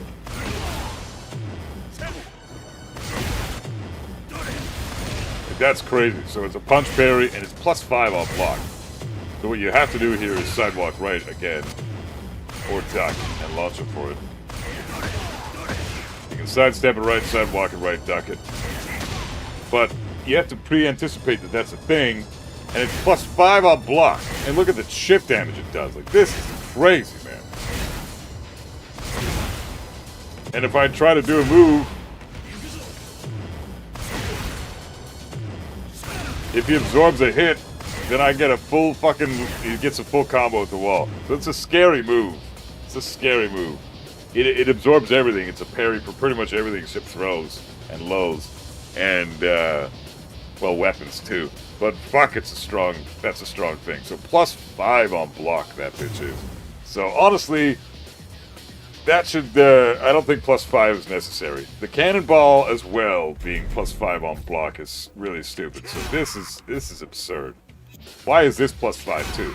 The point of Bryan is to be a counter hit character, right? And this is a counter hit launcher, which is cool. But why it's +5 is kind of ridiculous. Bryan exists to build up. He builds his momentum via counter hitting the character. He doesn't build his momentum via plus frames. So giving him a plus on block move, typically, that's not back one, you know, you don't really want to do that. It's kind of defeats the purpose of the character. He's got tons of fucking moves now that are so plus for him.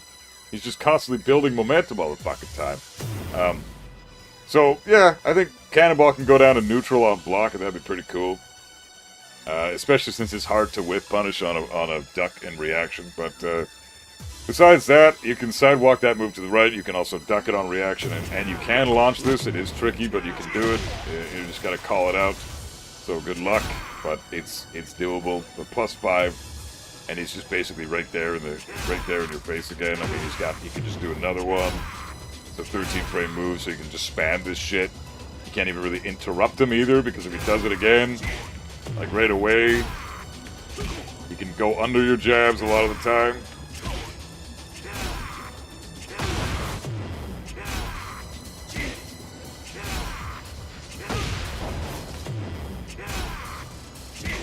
Come on.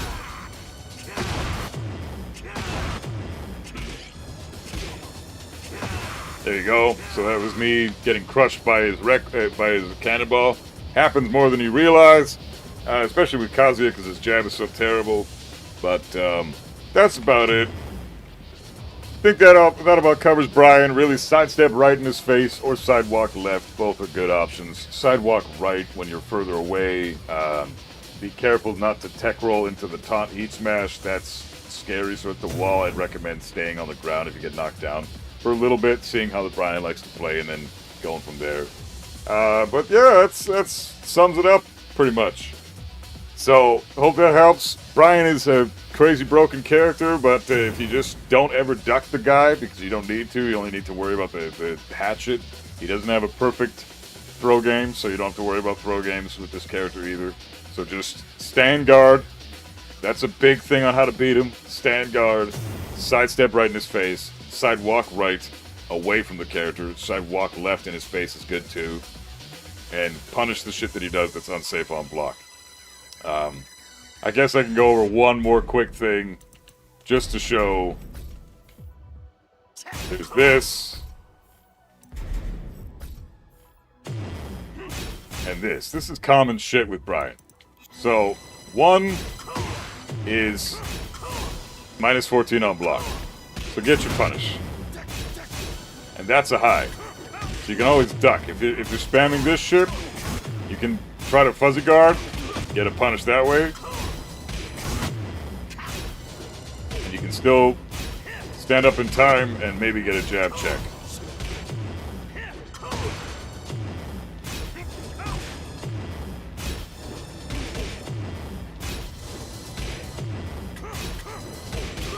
You can get a jab punish here for this, so you have to fuzzy guard in time.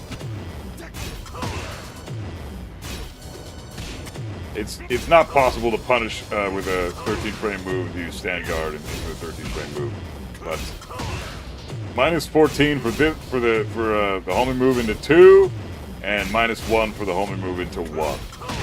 So just be careful not to get counter hit launched by the homing move 2. That's 1 + 2 2 is pretty fucking scary, but 1 + 2 is a great move. You got to watch out for that move. Bryans will throw that out when you're sidewalking him or sidestepping him in his face, but sidewalking him at a distance that will not connect, so you'll have to watch out for the other homing moves like forward forward 4 and down forward 4.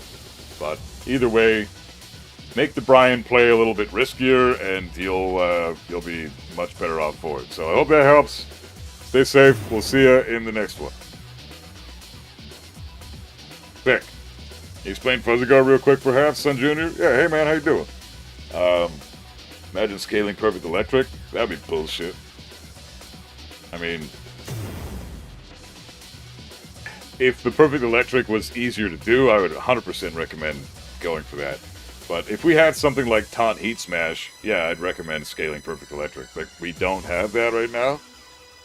And honestly, if you're looking for scaling Perfect Electric damage, like look at the damage I get for down back 1-2. I get 30 damage there, right? And a counter hit down forward 2.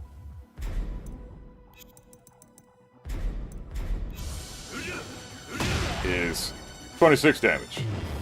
So altogether, a down forward 2 into back 1-2, down back 1-2, 56 damage.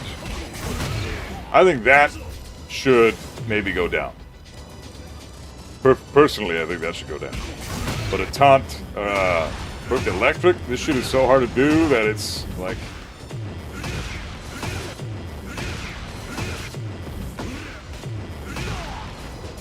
Trying to get a perfect electric to come out is fucked up.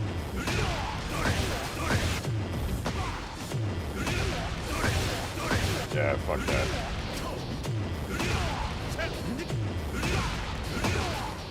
Anyway, I did a bunch earlier. I'm not going to do it right now. So, I think that should go down for Kazuya personally, but I also think that the taunt heat smash should be scaled at least. Maybe you don't have to scale all the taunt damage, but I think a scaled taunt heat smash would be good. Take away from the glory, if that makes sense. Well, yeah, that's why maybe don't nerf the taunt jet upper either. But I seriously think that they should, if they can't nerf the damage universally to bring it down to scaling, I think they should absolutely make the taunt heat smash at least just frame timing, like back 4 and taunt jet upper. They really should. There's no reason they shouldn't. So let's see. Fuzzy guarding. Yeah, let's go over that. So I think I had some pretty good examples there. So let's do this into this. And this into this, right? Okay, so you have 2 different moves coming out up to the same exchange. One is 26 frames, the mid. 26 frames to impact, that second hit there. So, Sun Jr., this is for you, bro. And the high is 23 frames, as you see there, right? So what happens here is I can actually duck the high and stand back up in time to block the mid if I do a proper fuzzy duck. Do that, I'm ducking the high really fucking fast, and then I'm standing back up for the mid. What this is you're literally just ducking for the frame that you're supposed to duck on, which is the high, the 23 frames, and you're standing up for the 26th frame. So it can fuck you over if you're late on the fuzzy. But my goal here is to always duck the high and always block the mid. That is a fuzzy guard. See what I'm doing here is always fuzzy guard. This is designed to account for both options. So if I try to go for, let's go for a punish now.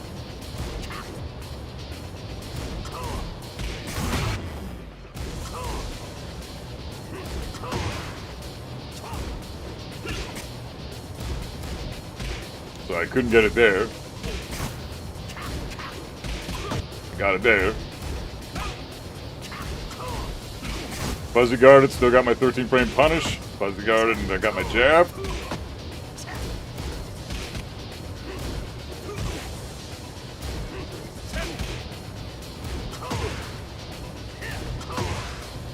Negating both options. Yeah, exactly. You could just block all day, right? Blocking is not a bad option either. But some options need to be fuzzy guarded. Otherwise, you don't really get any reward, right? So, a good example of this, I like to use Miyarizu here. As long as the frames are different, though. Yeah, the frames have to be different. The hardest thing to fuzzy guard is stuff with a 1 frame gap. That shit is borderline impossible to fuzzy guard. But you can do it. It only takes you 1 frame to duck. So you would duck on like the 17th frame for this example that I'm going to show here. You're going to duck on the... Okay, this is going to... I got to explain this properly. So she's got... let's just do the 2 options. This is the homing move. And the hell sweep. So if we look at the frame data for both of these moves... The hell sweep comes out at 18 frames, and the homing move comes out at 19 frames. So this shit is fucking hard to fuzzy guard. But it's possible. I'm I'm ducking on like the 17th frame, and I'm ducking for 2 frames, and then I'm standing up for the 19th frame. It's very, very hard to fuzzy guard this shit. But it's possible. So this is the counterplay to this string. It's very tricky to do this. But it is possible. Hey, Parasite, what's up, man? 1 frame's only possible for meth heads? Yeah, it's tricky. You literally have to duck on the frames before the hell sweep, leading up to the hell sweep, and then stand up on the 19th frame so you block the mid too. That's what's nice about at least this being a low first. You're accounting for the low by ducking first, instead of accounting for the mid by ducking last. If the mid was the slower frame here, or the faster move here, this would suck. But I'm able to get my punish every time here because it's minus a million on block. So you got a fuzzy guard, almost not worth it. Yeah, it really isn't. It's almost not worth it. Why not just jab float? You can sidewalk the jab. Because, well, you can't necessarily float the sequence, bro. With Kazuya. Maybe your character can jab float this chick. But say she does the hell sweep here, right? I get fucked up by the hell sweep. So I can't float her out of this sequence. Right? Plus she's plus 6 here. You don't necessarily want to jab here either. Kazuya can't jab her out of this. Kazuya, Devil Jin, Hwarang, Fakumram, and Shaheen cannot jab her out of that sequence. Okay, that's information everybody should be aware of. They have the worst jabs in the game in terms of the vertical hitbox. They have no vertical hitbox on their jabs. So they cannot jab Miyarizu out of the hell sweep in this instance. Everybody else can, but not those 5. Kazuya's jab is shit. It's bottom tier. It's probably the worst jab in the game because it's got no range. This hits Chaoyu at range 1.9, so it's like one of the worst. So round 1 start is range 2, and jab, my jab will not hit range 2, right? My jab will hit range 1.9 against Chaoyu, but it will not hit range 2. So I am fucked at range at round 1 start. I can't. I don't get to place a jab. Same with Shaheen, although he's got longer range. Same with Deviljin, but he's got longer range too. Fakumram and Hwarang all have longer range than Kazuya's jab, but their jab is also trash because it's got no vertical hitbox. Does 2 jab work? Yes, but it's a 12-frame move. You don't want to do a slower option in this sequence because you risk getting fucked up. Because if I try to two jab here, it's now too slow. I don't even fucking get the hit to come out in time. Right? Just look at the frame data here. 18 frame hell sweep. She's at plus 6. That makes that move. It makes my jab come out at 18 frames too. So we would technically trade if we could. But I can't because she's crushing my 2 jab. So it just doesn't work. The only thing I can do here is back 1. Then I don't get a combo. Unless I do it down forward 1 right away. Well, even then I don't think I get a combo. Yeah, I don't get a combo for back 1, so it's just fucking trash. So they high crush, so they get high crush the easiest, but yeah, Kaz's reach is terrible. It's terrible. My man Kaz is so bad I play him for fun, so this is good information. Yeah, he's a shit character in this game. But then you got guys like, you know, I don't know, take your fucking pick. Lee has a terrible jab for range. His range is garbage. He's got less range than Kazuya does, but I can still float her out of this with Lee. So I have a better jab than Kazuya because I have a bigger vertical hitbox and it's going to cover more bases. The other example for this that we can go over with Yoshimitsu here, same exact concept. Get ready for the next battle.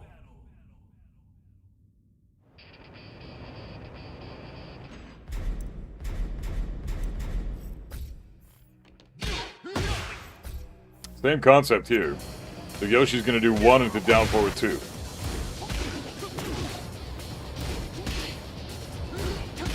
Lee's jab checking him every time. Okay, now let's go into Kazuya and see what his jab does here in this instance. Same exact thing. There's multiple scenarios like this, like the Miyazu Bao Hell Sweep and the Yoshimitsu down forward 2. So it's going right over his fucking head. Do that. Do that. Every time goes over his head. No vertical hitbox whatsoever. This jab is fucking trash. No question about it. Worst jab in the game. No question about it. Has no range, has no vertical hitbox. Garbage tier jab. Bottom tier. So he has no poking. He has no good mid checks. This is -9, only +2 on the hit. It's trash. You don't get anything for hitting them with this. All I can do after this is maybe jab check again. Or back one or something. That's all I get. So that's not even a good poke. I've got this, but it's slow as fuck. The only thing I've really got that's in my favor is the electric. I have to rely on a just frame attack for Kazuya to be really scary for anything, so. I should check Jack's down forward 1 string works.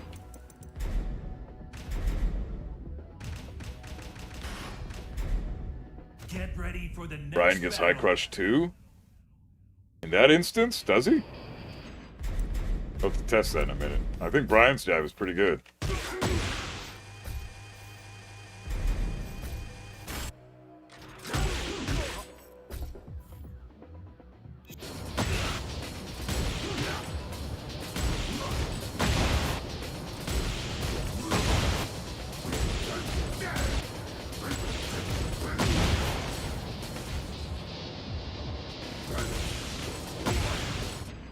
Yeah, it beats out the jack string there. So Bryan and Yoshi, you wanted?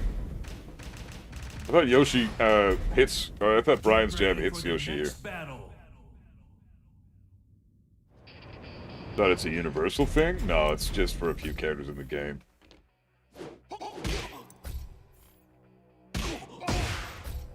I don't think Bryan gets crushed here. No. Nope. Bryan's jab is fine. It's got a great vertical hitbox. And it's got great range. Bryan's got a fantastic jab. We can even test it with Miyazu. Get ready for the next battle. I want to do a jab tier list, to be honest. I would like to do... That would be a fucking sick idea. Jab tier list. I want to do that. Yeah, he can jab her out of this too. So no, it's he doesn't get high crushed at all, bro. Kazuya does because his jab is genuinely shit. But this is... Oh, Bryan's good. Bryan's good. I think drag 2. Bryan has a really high jab. Oh, fuck. Dragunov's jab is the best jab in the game, period. It's phenomenal. This jab is fucked up how good it is. Get ready for Ball the down forward next 2 crushes battle. Bryan's jab for sure. No, it doesn't, dude. Yeah, Dragunov's insane, man. This thing is... It hits at range 2.2. This thing is crazy. Range 2.2 and has a massive vertical hitbox. Best jab in the game. No question. You want to do Bryan and Paul? Get No. ready for the next battle. Paul's crushes less than Yoshi's does with down forward 2. So no, it will not crush Bryan's jab. I'm almost positive of that. I don't think it will. If it does, I'll be very shocked. Oh. You know what that is, though? That's a result of... Yep. It's not the vertical hitbox. It's the horizontal hitbox of the jab.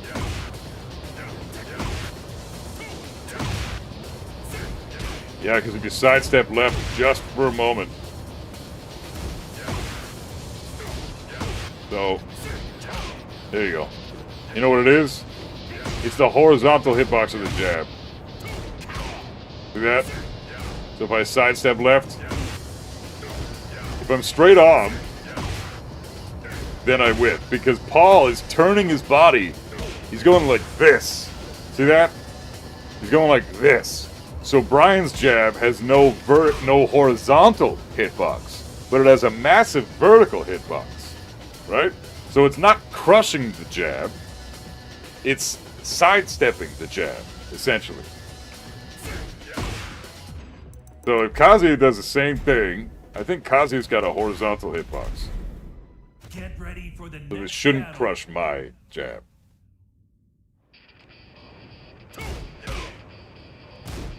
Yeah. I have a horizontal hitbox on my jab. Bryan has a vertical hitbox on his jab. You don't know why, but it constantly crushes. Well, that's what I just explained it. That's why it crushes. Bryan is punching, but his vertical hitbox is, well, he's got a big vertical hitbox and a lot of range. But the horizontal hitbox is non-existent. Let's test Dragunov and see how his horizontal hitbox is, because I know it's fucking great too. Get ready for the next battle. So, and Paul is going like this. He's moving into the fist. So Dragunov has a massive vertical hitbox and massive horizontal hitbox and massive range. Dragunov's jab is fucked up. We'll try Lee. See what that does. Why is this type of shit in the game? Because it makes everything it makes certain things different. Right? Lee gets fucked over too. Lee's got a shit vertical hitbox as well. It's just bringing in a sense of uniqueness to the game is all this is. Lee gets fucked up as well because his jab is a tiny horizontal hitbox.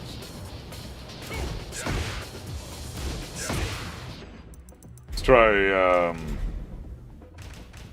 Asuka. She's got a garbage jab for range. For the next battle. So remember, vertical is up and down, and horizontal is left and right. So Bryan has a great jab this way, and outwards, range-wise, fantastic. But this way, no hitbox really at all. Asuka is able to fuck Paul up for this. So this is really interesting data. Okay. Asuka can fuck him up. Zafina, see what her jab's all about. Something I love to do as a Jack main is bait out a Kazuya double jab with a 2. Then punish her with a down 1+2. Works every time. Zafina fucks him up for it. She can't get crushed like I can't hit Xiaoyu with Bryan to save my life. Well, Bryan has to down 4 Xiaoyu, yeah. Zafina fucks up Paul for that. I'm pretty sure Claudio does too. Get ready for the next battle. Yeah, you gotta down 4 Xiaoyu or you have to down 2, and even down 2 can whiff when she does AOP duck. There's that. Claudio fucks him up. Deviljin probably fucks him up too. Deviljin's got a decent horizontal hitbox on his.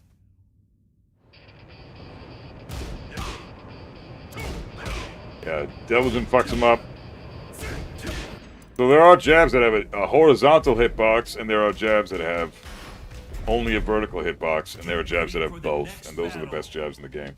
Who has a similar jab property to Bryan's? Well, Lee's. I just showed you Lee, right? Lee also gets fucked over by Paul. Lee's jab is very similar to Bryan's. They're almost identical. Hwarang's might be pretty garbage for this. Wild, even though her animation make it seem it would get crushed even more. Would Jin's jab beat this? Probably. Yeah, Hwarang has a horizontal hitbox. Not a vertical one, though. Hwarang's jab is pretty shit. Jin's... Get ready for the next battle. Yeah. Jin's got everything, though. Jin's fucked up. His jab's amazing. It hits at range 1.99 or some stupid shit. Who's got a similar jab to Lee and Bryan? Nina might. Raven also might. I think Raven might be similar to them.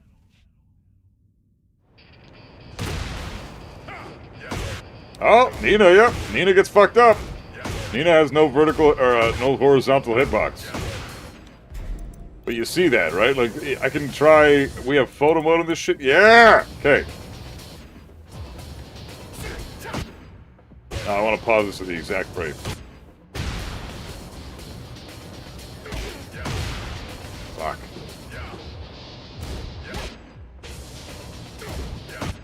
Damn it. No!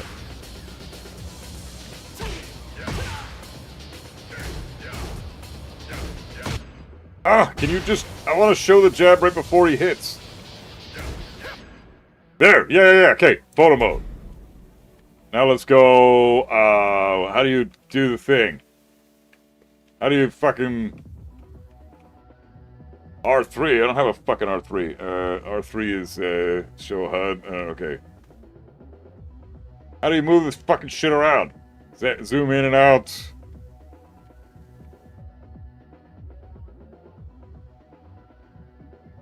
Right back forward for the mock. Oh. Tekken Gabare. Oh, okay.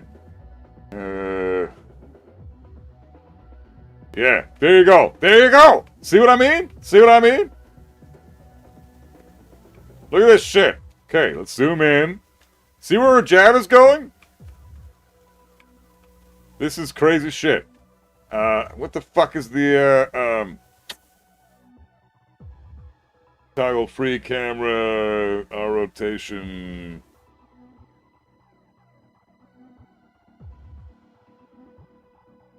It's getting fucked up by her,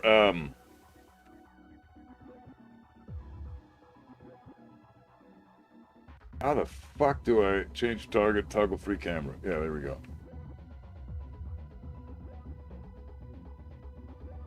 That's crazy. See how he's moving? See? Look at that shit. It's completely being evaded by Paul's down forward 2 animation. Okay? Because Paul is moving this way. He's standing like this, and then he moves like this, and then he goes for the punch. Right? So, jabs like Nina's, Bryan's, and Lee's have no hitbox this way. They have a hitbox straight on and up and down, but they don't have anything this way. So this gets beaten out by jabs like this. Now if we try, how the fuck do I exit? Okay, exit this trash. Let's switch over to a different character. Let's try, who else is similar to these guys? Lee, Nina, Raven's probably quite similar, I bet, too. Get ready for the next That is battle. so cool. Yeah, exactly, right? Would doing a 2-jab help avoid this, like on Lee, since his 2-jab is 10 frames? Probably. Yeah, if you have a 10-frame 2-jab, then that's relevant. But if your 2-jab is slower than 10 frames, then it's irrelevant. So don't even bother that, because you want to go as fast as you can, right? You don't want to ever give your opponent more frames to work with. So if a 2-jab works in this specific scenario, cool. But if it's 12 frames fast, then it's irrelevant. Who gives a fuck? It's not your fastest option. Oh, Raven's jab works. I want to see this again. Fuck.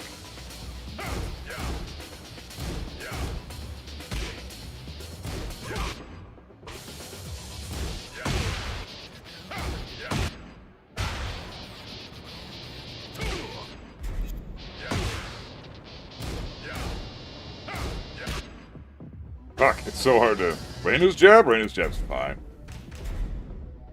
He's got a super solid jab. Get ready for the next battle. This would be fire content, not video content, and I'm not gonna lie. You know what, I'm gonna actually make this video. I'm gonna go over every single jab versus every stupid scenario. And, oh man, this is gonna be fucking... So there's gonna be 3 ways I'm gonna lab this. 1 versus Paul with his down forward 2. 1 versus Yoshi with his down forward 2. That will determine with Paul the horizontal hitbox, and with Yoshi, that's going to determine the vertical hitbox up and down. And versus Xiaoyu, that's going to determine how far away the jab hits at range. Because Xiaoyu has the smallest hurtbox in the game, and she keeps still when she's standing. When she's doing her stance, she's just still all the fucking time. So you don't have to worry about her moving out of the way and having the positions on the screen, you know, distance from opponent constantly fluctuate. With Xiaoyu, she stands still in one spot. Try Fang, his jab is top tier. It's like second best jab in the game, so it will beat everything. We've already gone through a bunch of Fang shit. So this is, yeah, her jab's fine. She's got a great vertical and horizontal hitbox. So yeah, Reinu's got top tier jab. So 3 properties: horizontal hitbox, vertical hitbox, and range. Let's go over all of them, okay? Let's go over every single one. I'm gonna make a fucking... We're gonna do this on the stream today. This is what we're doing today, guys. Sorry if it's boring to some people, but I find this extremely entertaining. Okay, jab. Jab criteria.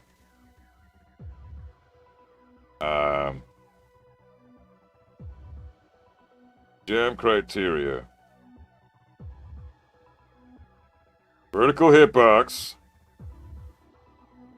Horizontal hitbox. Range.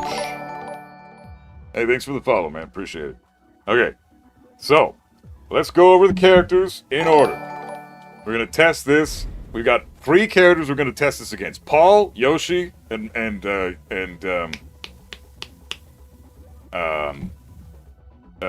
Xiaoyu for the range. At the very end, we'll test the range. Okay, the range is gonna take us a little while, so just be aware of that, guys. So here's we'll start with the vertical hitbox. And we're going to test Alisa, which I already know has a yes to that answer. Vertical hitbox, we'll do Yoshi again. Yoshi, and we'll start with Alisa. Get ready for the next battle. Test Kazuya's electric. That's not, no, we're just testing jabs right now, bro. We gotta, the electric is irrelevant. It's a completely different type of move. It's, things that crush jabs don't always crush highs in general. Electric is a high, it's not a jab, so.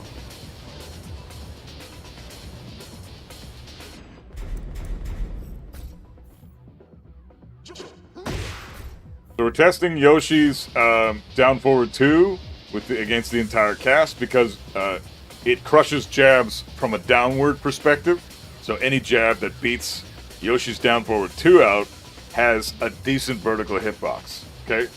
So let's see this. Alisa's loses to Yoshi when she throws out a jab. Okay, so she can't hit Yoshi out of the sequence.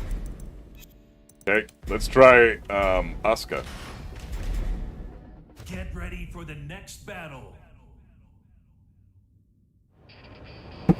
One more. Actually, fuck that. Let's have one more thing. Alisa and Miyarizu. Get ready for the next battle. So we're gonna go through every fucking jab in the game, and we're gonna do it 3 times. It's gonna be nuts. Okay.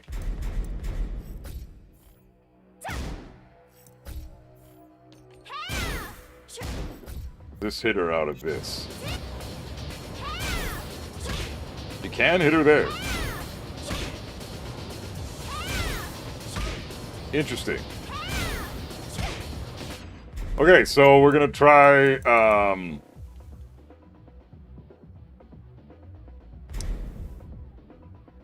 Asuka versus Miyarizu's sequence here.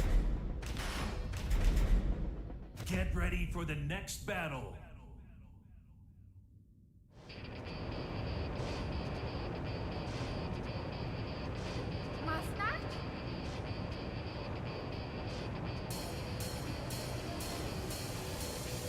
Okay. Asuka can beat her out. Now let's try Asuka versus Yoshi. Do the same exact thing. So Asuka beats her out of her bow stance into Hell Sweep. But can she beat Yoshi's 1 down forward 2?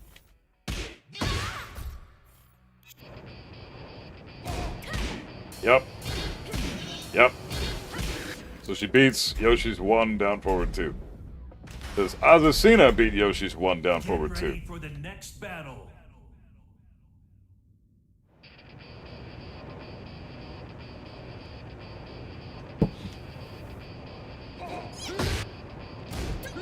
No! Doesn't beat Yoshi's 1 down forward 2. Okay. So let's try Miyarizu. Does it beat this shit? Get ready for the next battle.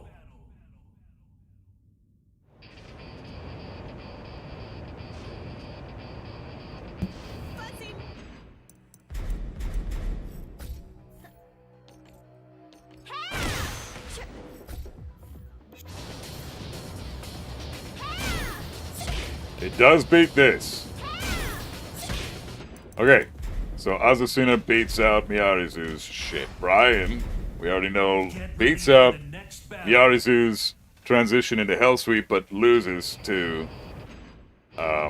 Yoshi's. No, it also beats out Yoshi's down forward 1 or down forward 2. So Bryan's got a decent vertical hitbox. He's able to beat Miyarizu out. Let's try Yoshi again. Get ready for the next battle.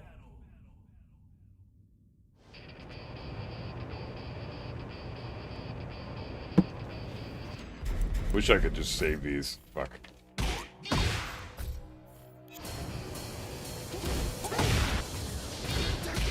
Yep. Beats out Yoshi. Claudio. Get ready for the next battle.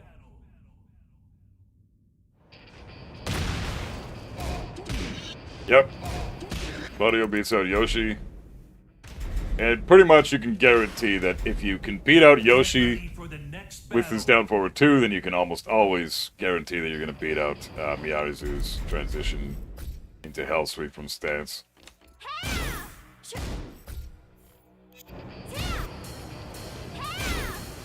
Yep, beats her out.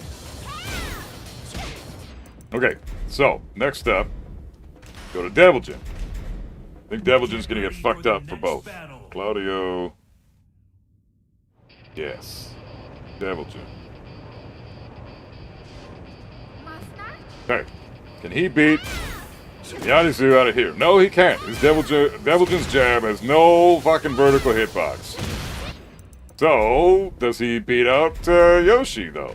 Probably not, because if the down forward 2, or if the Hell Sweep from Miyarizu loses, or beats out Devil Jin's jab, then Yoshimitsu's down forward 2 certainly will.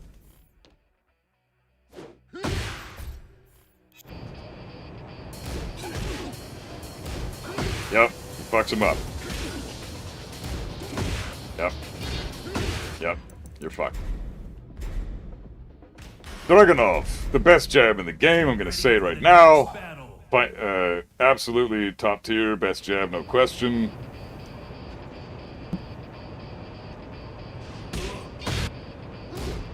So he hits Yoshi without any fucking effort at all. This is a big-ass fucking jab. Big-ass jab. Okay, so Dragunov wins versus Yoshi. It's obviously going to beat Miyarizu as well. Fang might have the best jab. No, Dragunov's is better.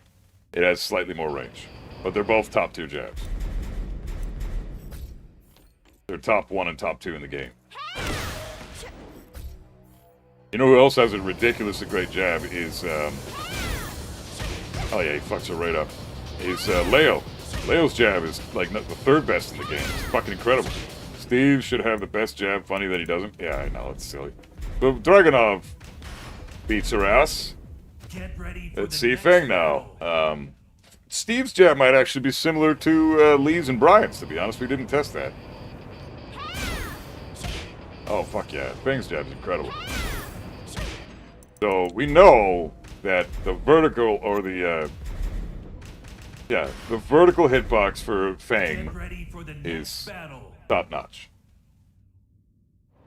Fang is a yes. We're already saying he's got vertical hitboxes for days, but I already know this is gonna beat out Yoshi's down forward 2.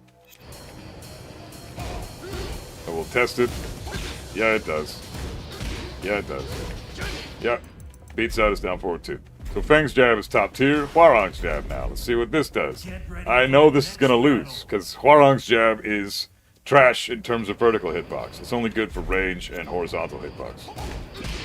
So, wait, what? This beats out Yoshi? Holy fuck! What is this? What? No way.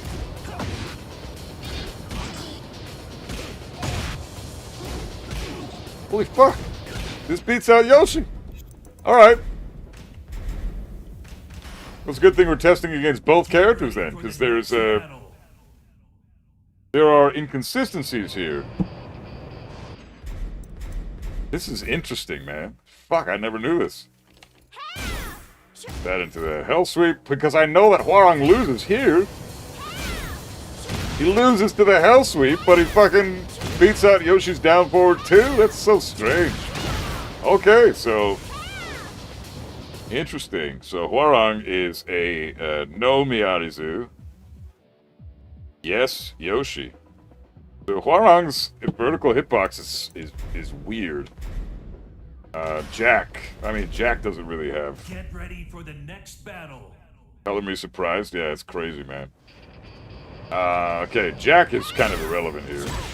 His 2 jab works, and his forward 2 works. We're gonna have to test both. Yeah, 2 jab works, forward 2. Let's test that now against Yoshi, because it's slightly different, as we just learned. Get ready for the next battle.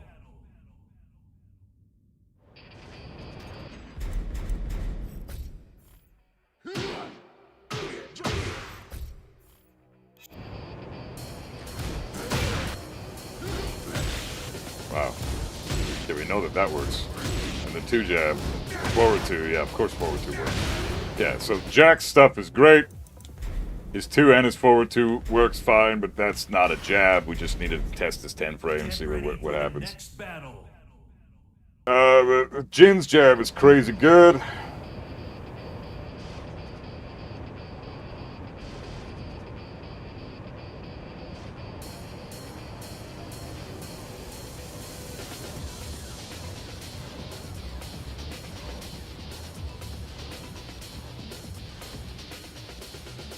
Okay, so we got Jin now.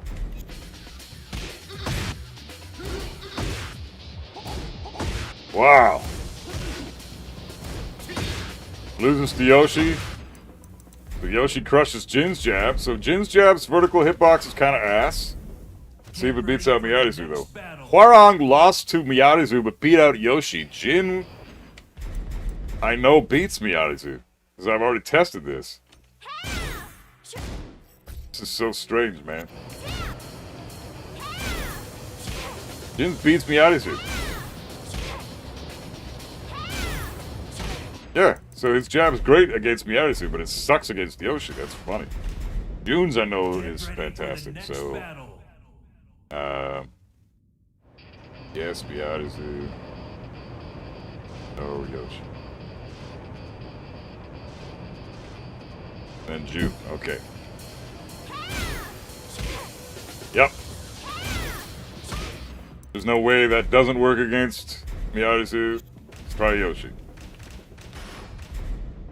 Get ready for the next battle.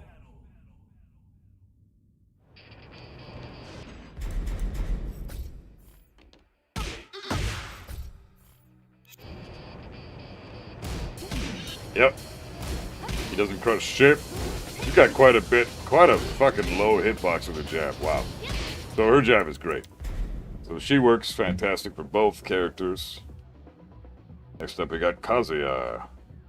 I already know Kazuya is trash. Arguably the worst in the game. Arguably the worst in the game. Next battle.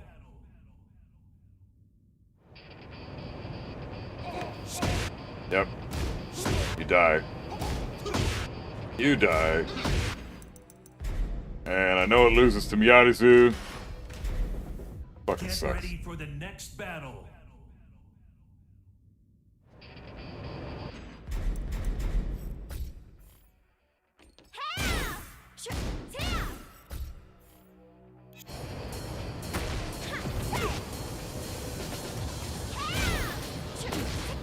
So bad, dude.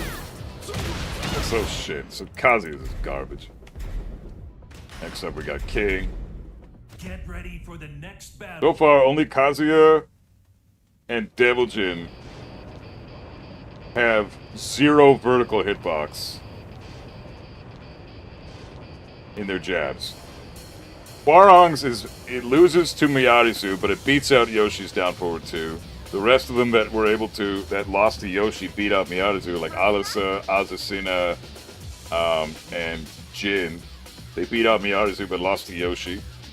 Everybody else beat out both of them. The only 2 that we've tested so far that lost to both were Kazuya and Devil Jin. It's like they're the bottom tier characters of the fucking cast almost. Yeah, okay, so King beats her out. Alright, next we'll try Yoshi again. Get ready for the next battle.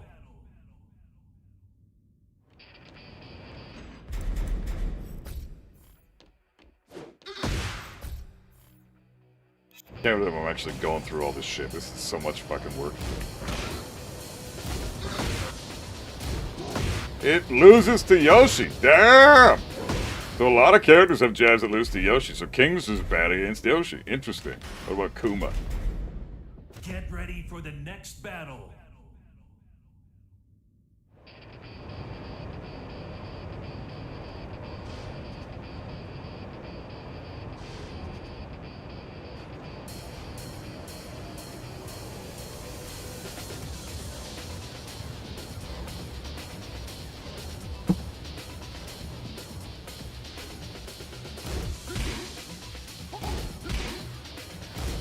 Yeah.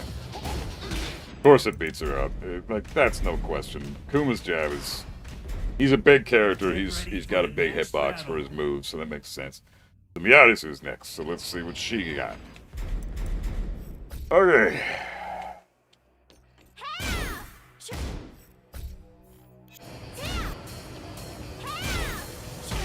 Yep.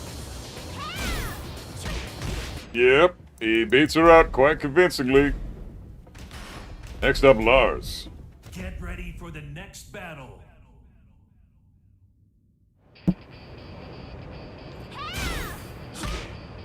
Yep, beats Miyazu. What about Yoshi?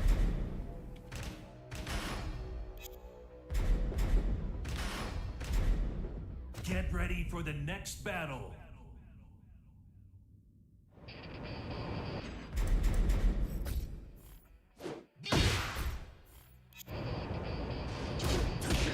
Lars beats out Yoshi?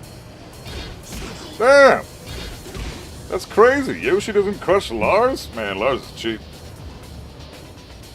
Lars beats that shit up. Alright, next up. Who do we got? We got fucking Law. Law's jab is pretty good.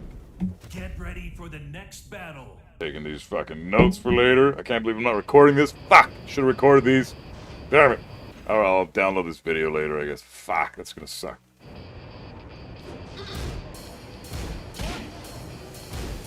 Law beats out Yoshi.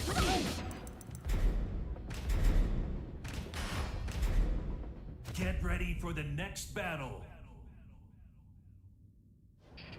Made it to purple, things are getting tough. Hell yeah, Shep, good shit, bro. Congrats, man. Lars for sure is cheap. Yeah, he's a bullshit character. Law beats her ass.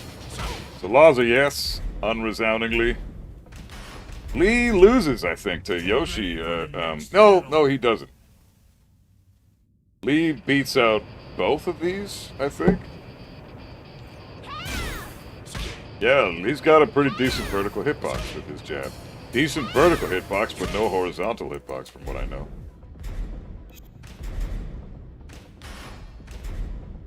Get ready for the next battle.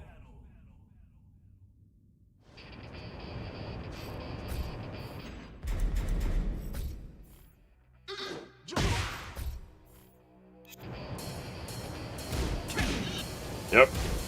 Lee beats out Yoshi. Okay, so we'll go back to okay. Leo's jab is fucking insane. Get ready for the next battle. Lee loses to Paul, yeah, because of the horizontal hitbox.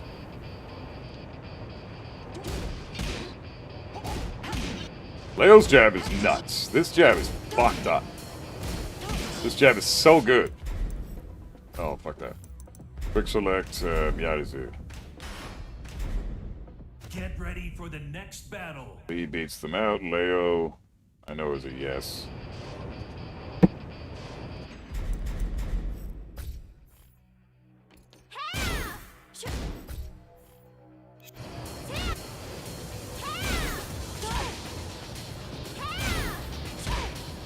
Yeah. Without question, Leo's jab is top fucking tier, though. Everybody should know that. That character, Leo, is severely overlooked. Hardly anybody knows how stupid strong that character is.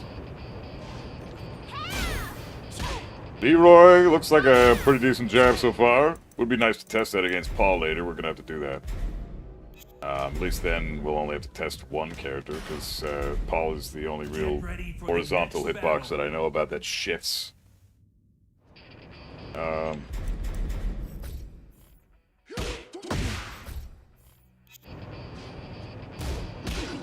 Yep. Leroy beats out Yoshi and Miyarizu, so he's a yes. Lily. Get ready for the next battle.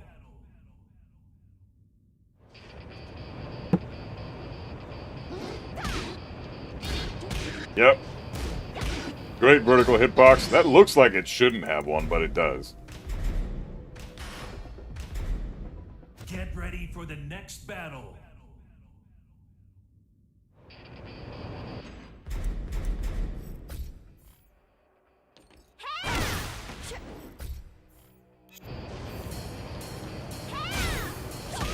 Yep, she hits her out of that. No question. But Lily is a yes. Go up over to Nina. Get ready Lily, for the yes, next beats battle. out both shit.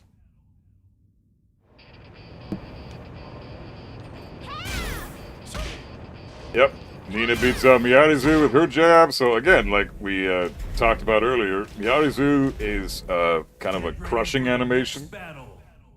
And same with Yoshimitsu in terms of like they go downward, so they have they increase their vertical hitbox, or they decrease the vertical hitbox of their characters. So vertical hitboxing jabs that have decent vertical hitboxes are going to hit them out of it, but jabs that have no vertical hitbox lose. Whereas Paul beats out jabs with no horizontal hitbox, like Nina's, for example.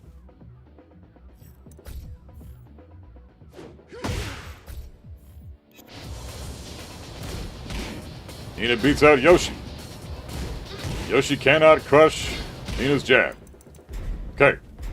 So next up we got Panda. I already did Kuma, but we'll try Panda just for shits and giggles. I'm pretty sure Panda's got this exact same jab Kuma does. Oh yeah. Oh yeah, no question. Okay, let's try Miyarizu. Get ready for the next battle.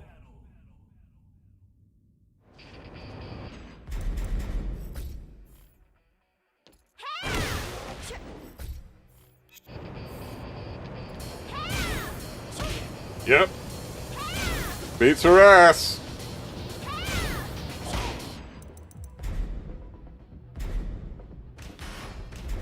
I want to do a jab tier list after this, man. They would be so sick to do that. Fuck yeah. Make that in tandem with this video. Yeah, Paul's jab is pretty good. That beats, that should beat her out. Oh, wait, what?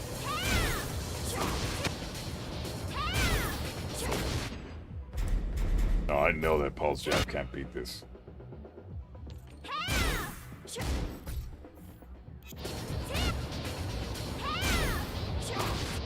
What? Paul's jab loses? Damn! I didn't know that. Okay.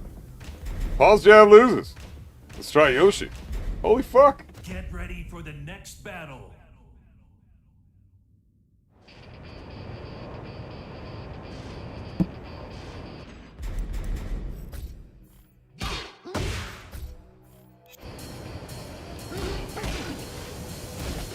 Interesting.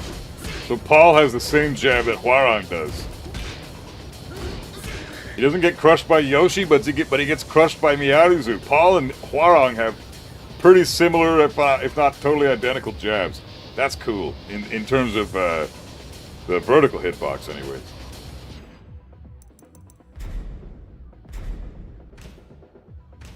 Raven next, so Paul is, no Miyarizu, loses to Miyarizu.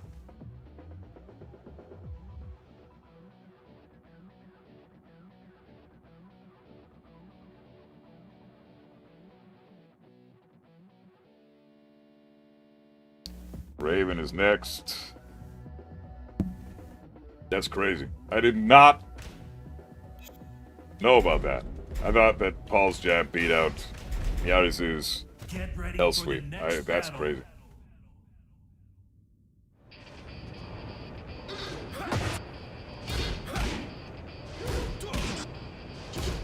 Raven beats out Yoshi. Doesn't beat Miarizu. Now we've got Ready two for the characters next that battle. lose to Miarizu but beat Yoshi, and the rest of them lose to Yoshi and beat Miarizu. That's so interesting. Holy fuck. Hey. Oh yeah. Yeah, he's beating her up. Yeah, so Raven beats Miarizu and Yoshi, so that's a resounding yes. I know that Reina also Get ready beats for the next battle. both.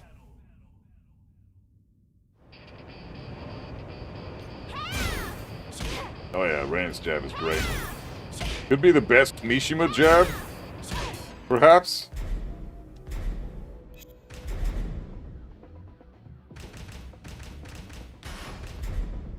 Get ready for the next battle.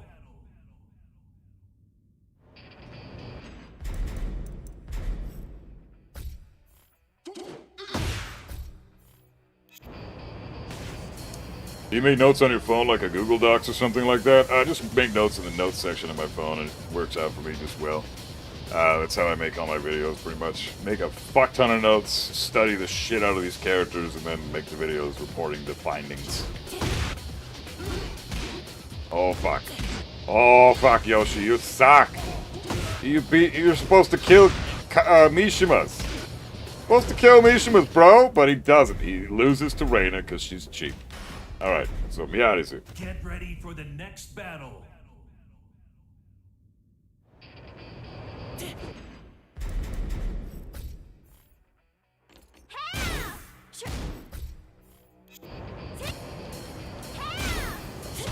Oh, hell yeah.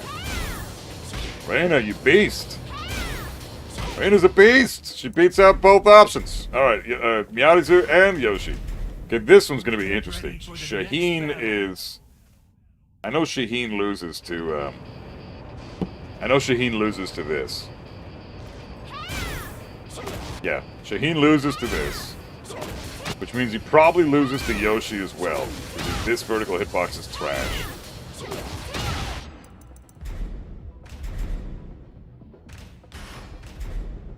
Get ready for the next battle.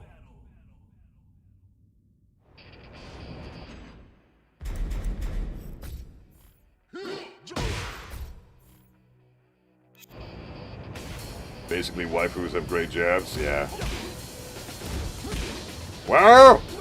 Beats me, loses to Miarizu, but beats Yoshi. So again, like Paul and Hwarang. Like Paul and Hwarang, he loses to the opposite of everybody else. So no Miarizu.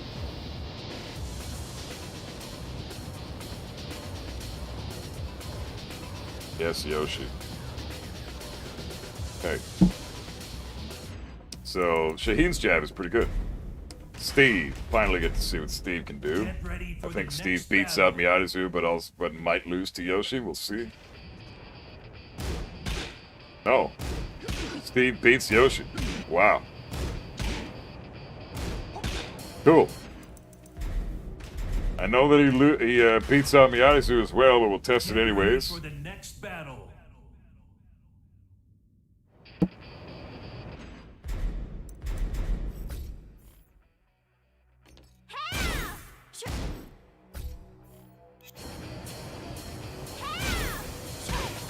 Nice. Steve's got a good jab. This is a great jab. Victor's fucking cheap. Get ready for the next battle. Steve is a yes to both. Victor is next. Beats out Miari. Dude, because I guess that's her first name. So you gotta say both words. So beats out Miarizu. Does it lose to Yoshi? Get ready for the next battle.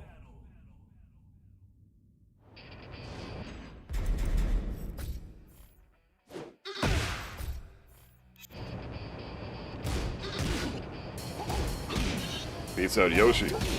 Damn. Victor's got a good jab. Victor's jab is great. Alright, next we got Xiaoyu.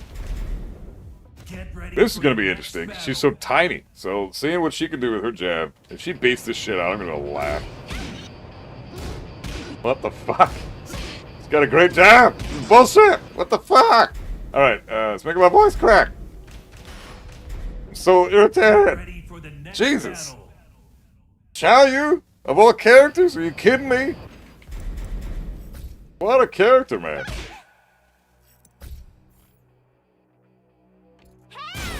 This is nuts, dude. What the fuck, dude? The vertical hitbox of Xiaoyu's jab is better than most of the male characters, man. This is fucked up. Alright, Yoshimitsu's next. Get ready for the next battle.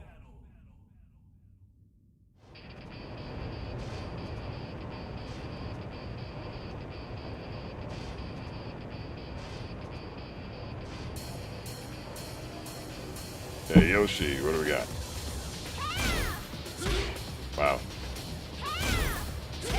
Cool. So Yoshi beats out Miyarizu. Does he beat out himself, though?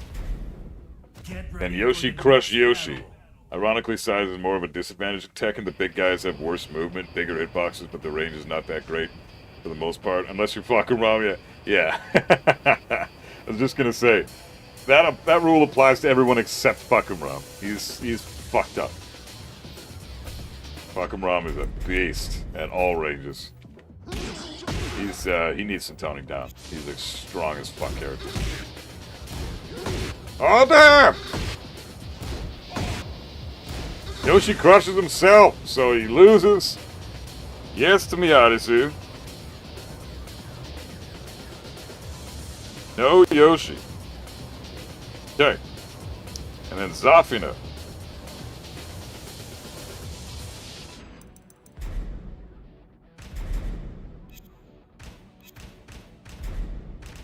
I think Zafina's got a pretty good jab, from what I remember. Get ready for the next battle.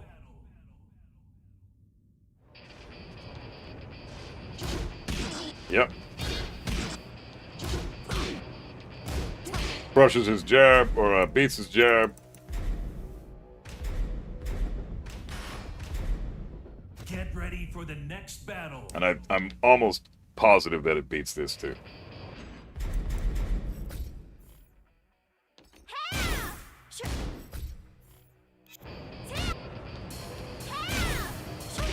Yeah, beats Miyarizu.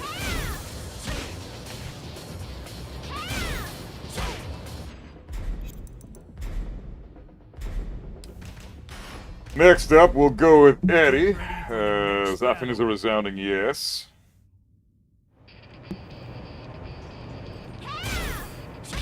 Cool.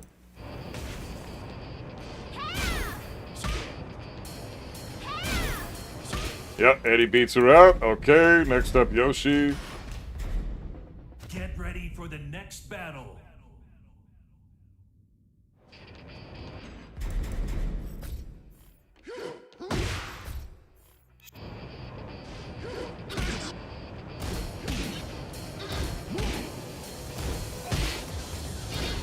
Yep, Eddie beats out both. Eddie beats both. Next up, we got Lydia. I know Lydia's jab is stupid good, so this will beat it out. Get ready for the next battle.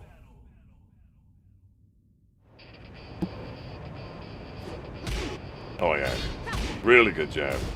Might even have a strong horizontal hitbox too. Let's see what it does against Miyari. I already know it beats her out there too, but we'll show it anyways because I like to have all the footage available so anybody can verify this shit.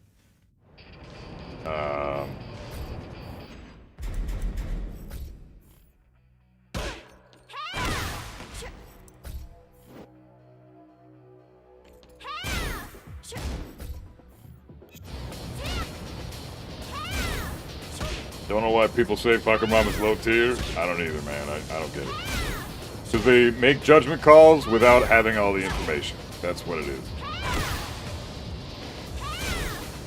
Yep, Lydia can absolutely beat this out. No questions asked. She's fucking killing it. Alright. Next, we got Heihachi, the best Mishima. Get ready for the next battle.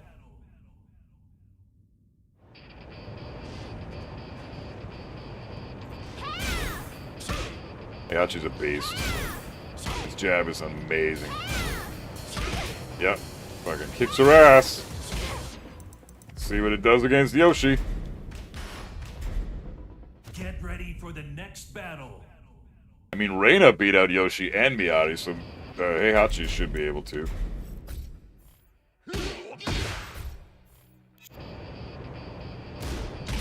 Yep. So Heihachi and Reina have the best jabs of the Mishimas, no questions. Next up, we got Clive, this bullshit Get character. ready for the next battle. Sure he can beat out everything. Yep. Of course he doesn't get crushed. They can't do that to Clive. Why would they do that to Clive? Fuck this guy. Alright, Miyagi.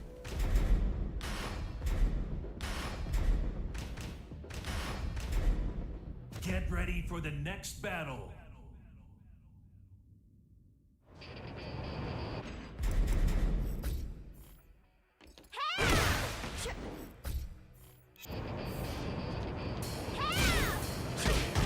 Oh yeah.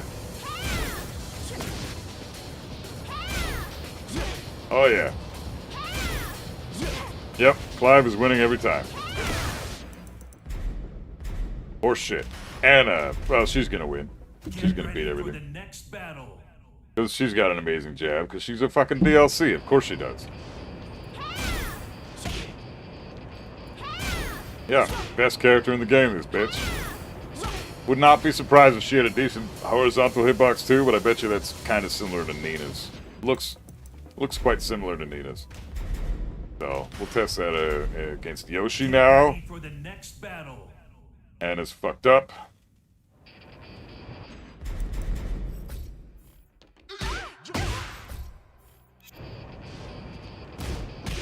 Oh yeah. Oh yeah. Beats his ass. Yep. Anna's jab is crazy. Really good vertical hitbox. Bakamuram. This one will be interesting. I know that this one is unique. It's got a very small vertical hitbox.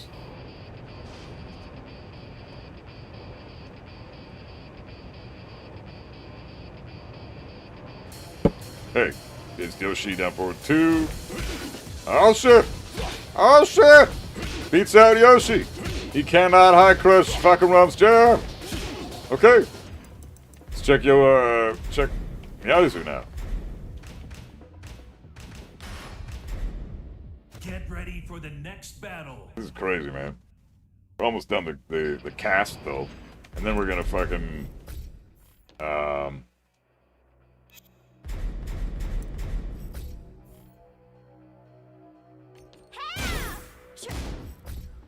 swap over to other characters.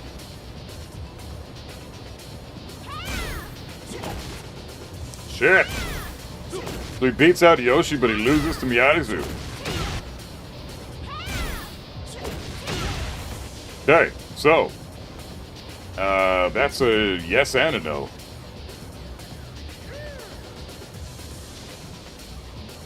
Loses to Miyagi. Interesting.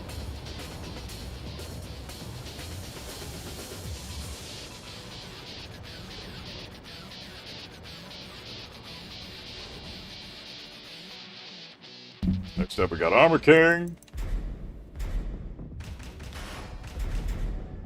Get ready for the next battle.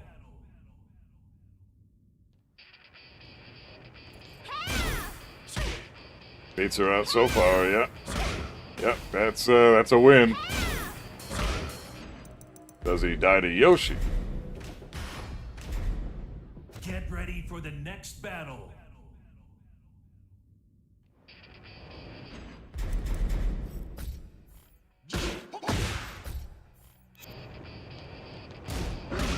Oh, damn. What? Oh. Yeah. So if you time it, yeah, it loses. So he beats out Miyagi, who loses to Yoshi. That's crazy.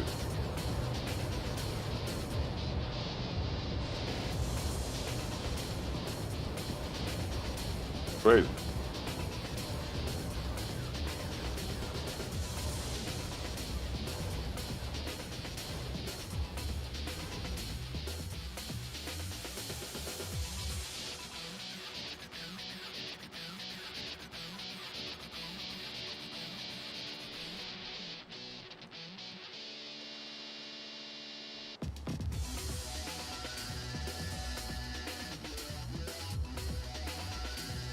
And finally, we got Miyazu herself.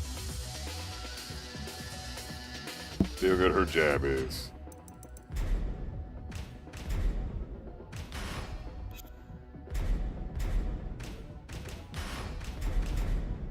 Get ready for the next battle.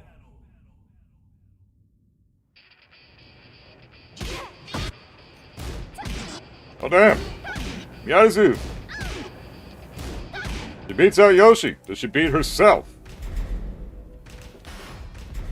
That's the Get question. ready for the next battle. Does she kick her own ass?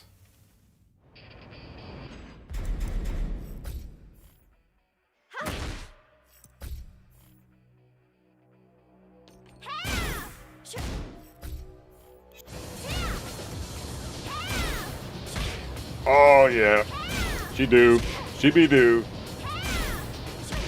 Yeah, Miata kicks the shit out of herself. Okay, so that's all the vertical hitboxes left. Okay, so the verdict is Miata goes forward a lot on her jab. Yeah, it must improve the vertical hitbox a little bit. So what we got here, we got a verdict.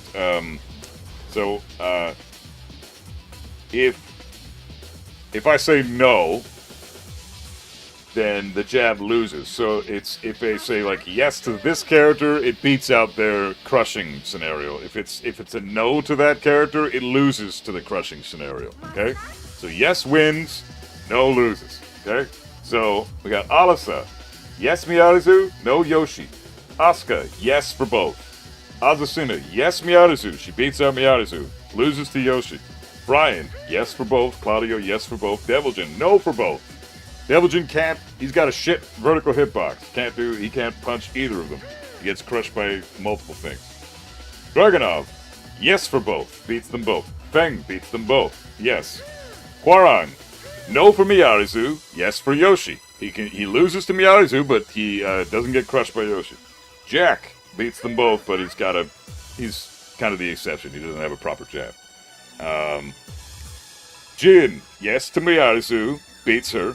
Loses to Yoshi, gets crushed by him. Jun, yes for both. Kazuya, no for both. So far, Deviljin and Kazuya are the only two characters that have a no for both. Deviljin and Kazuya have no vertical hitbox on their jab whatsoever, and those are the only two on the list that have that as a thing. King beats out Miyazu, loses to Yoshi.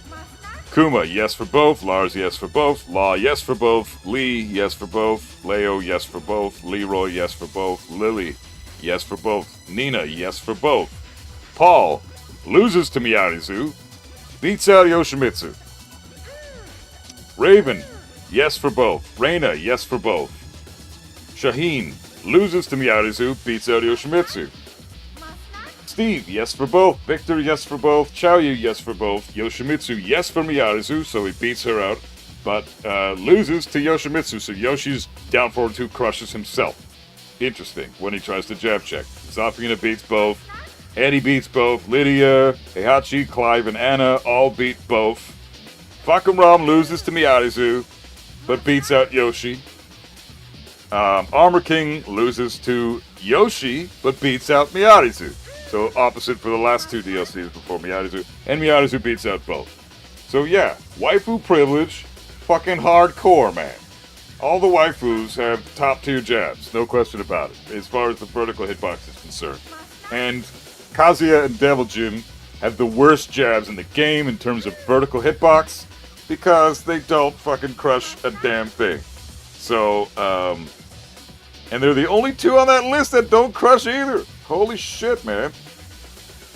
Okay, so let's try going over the same thing, but this time we're going to do it only against Paul. See what jabs his down forward 2 crushes. And I'm going to take a quick piss break, and I'll set this up first, So we'll go into Alyssa and versus Paul. Where's Paul at? This bitch over here.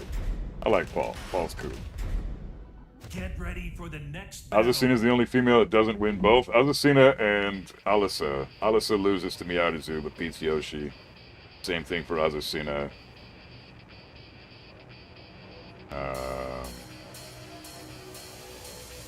Yeah, that's it.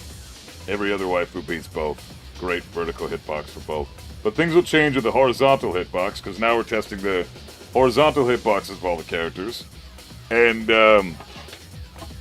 you have to do that versus Paul, because we'll explain that in a minute why that is. But let me just take a washroom break for a second. I'll be right back. We'll come back and we'll go into detail about this shit. So give me a sec, guys. Be right back. I do to you nothing that you've never before done to me. Now I end you. I've gotten from you everything I'll ever need. Another reason for the way I'm treating you is how you treat me. Another perfect day, another break from all the pain you gave me.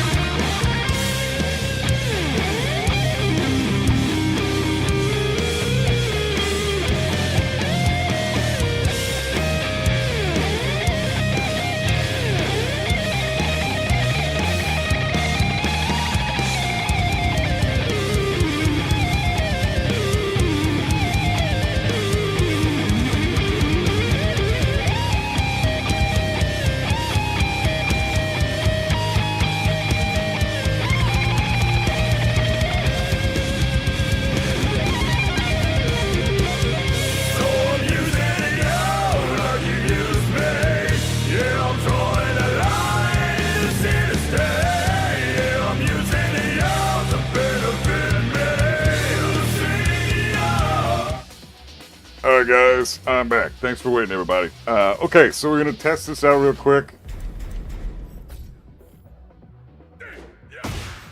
Okay, so Paul's going to do his jab into down forward 2. We're going to test this. I'm going to record this now.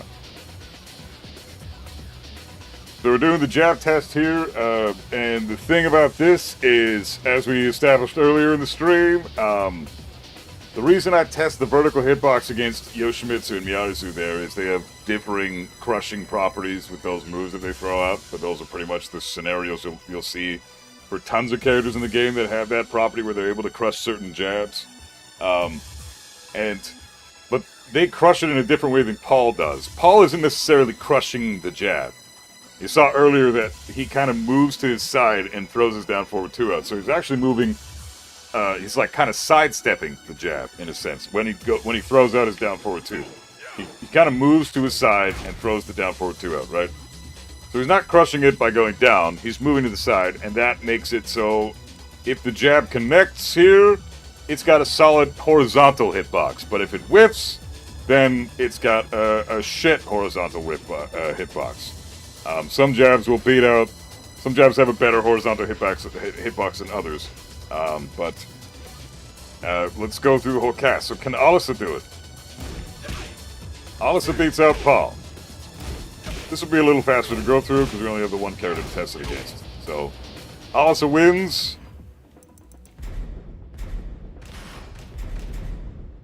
Get ready for the next battle.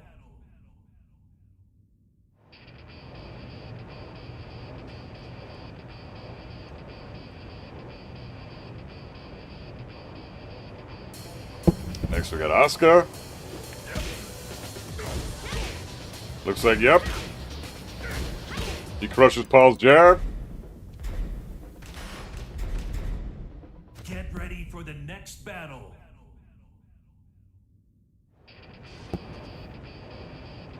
Bryan, Claudio, Devil Jin, Dragunov, Fang, Huarong.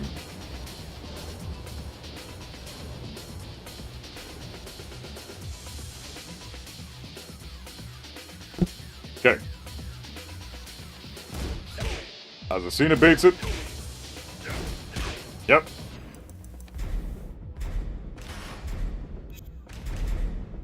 Get ready for the next battle. Bryan's gonna lose. I already know that. Bryan can't do it. We already tested this earlier. Bryan gets fucked up.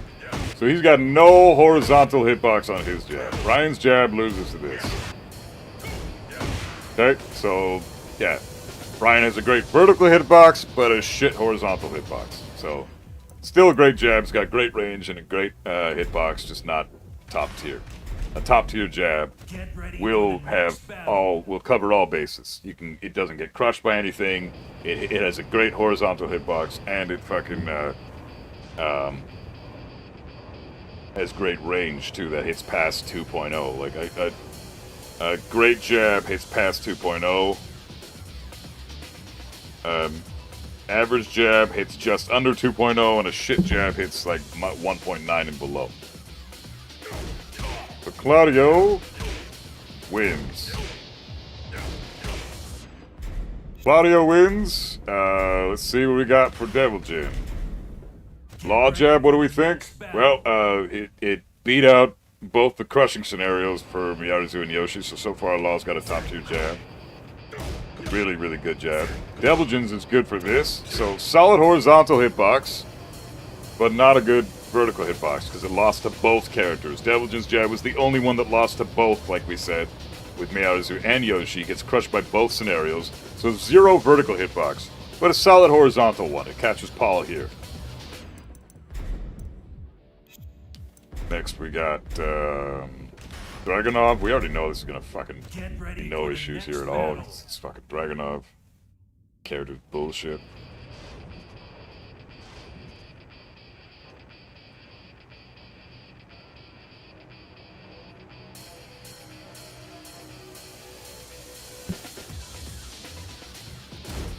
Yep. Dragunov kicks his ass. Of course, because he can't have anything bad. This character has to have everything top fucking tier, so Dragunov's good.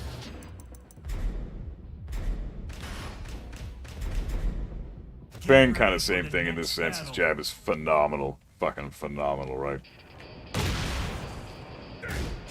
Really good jab. Amazing horizontal and vertical hitbox, and the second best range in the game. This jab's phenomenal too. Dragunov and Fangs are both fucking crazy.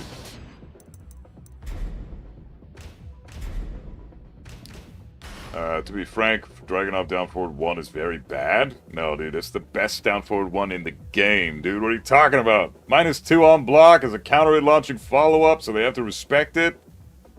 Tracks to both sides, especially to sidestep right, which is his weak side, which covers that problem for him. Come on, dude. 13 frames, tons of range, too? How the fuck can you say it's very bad?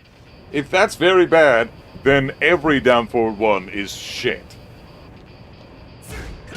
Yeah, Huarong beats it. Huarong beats the Paul. So he does not get crushed here. Alright, next up we got Jack. Well, Jack is different, like I said. Law is -1. I'm talking about the hitbox. It gets crushed a lot. What, down forward 1? How did down forward 1 get crushed?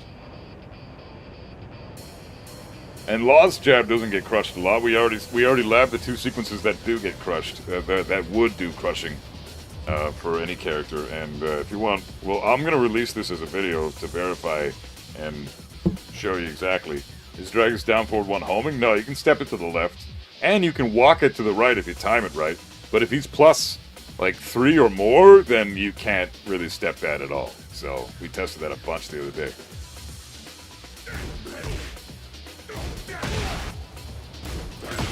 Oh, shit! My 2 jab loses. Damn! 2 has no horizontal hitbox. But forward 2 does. Which is your 10 frame, which is what we're trying to measure here. So, Jack's jab with 2 loses, but it's an 11 frame jab. That could have something to do with it, so we go with the forward 2, which is the 10 frame option, and it wins. So,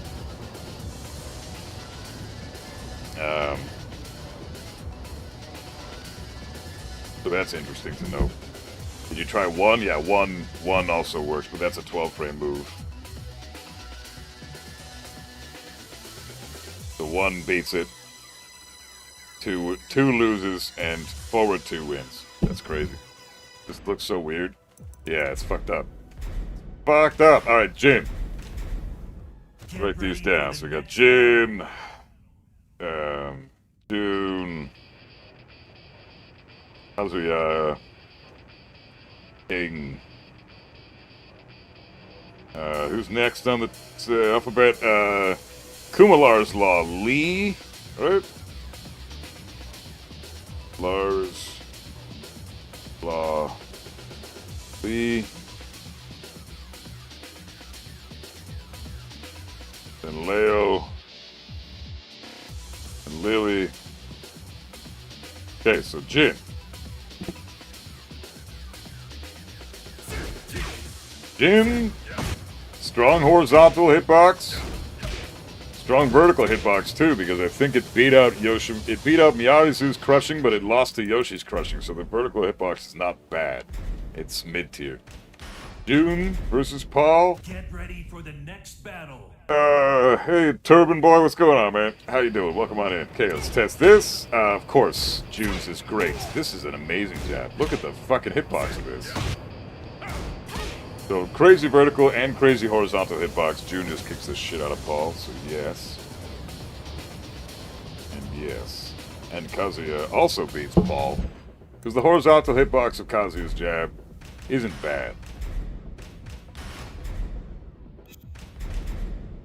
Get ready for the next Leroy battle. 2 before Lily? Yeah, you're right. I always forget about Leroy. Okay, so Kazuya, I know he beats him out.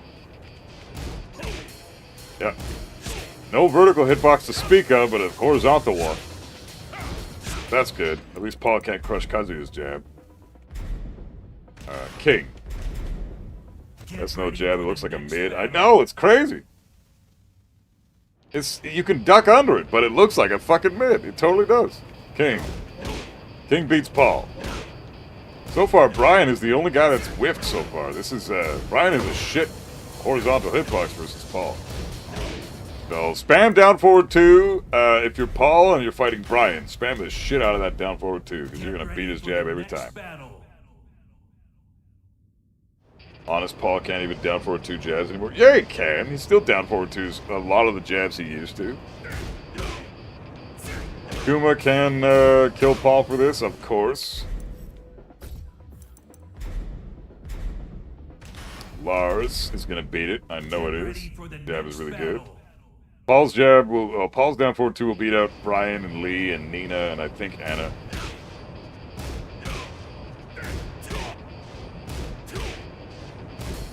Lars beats him.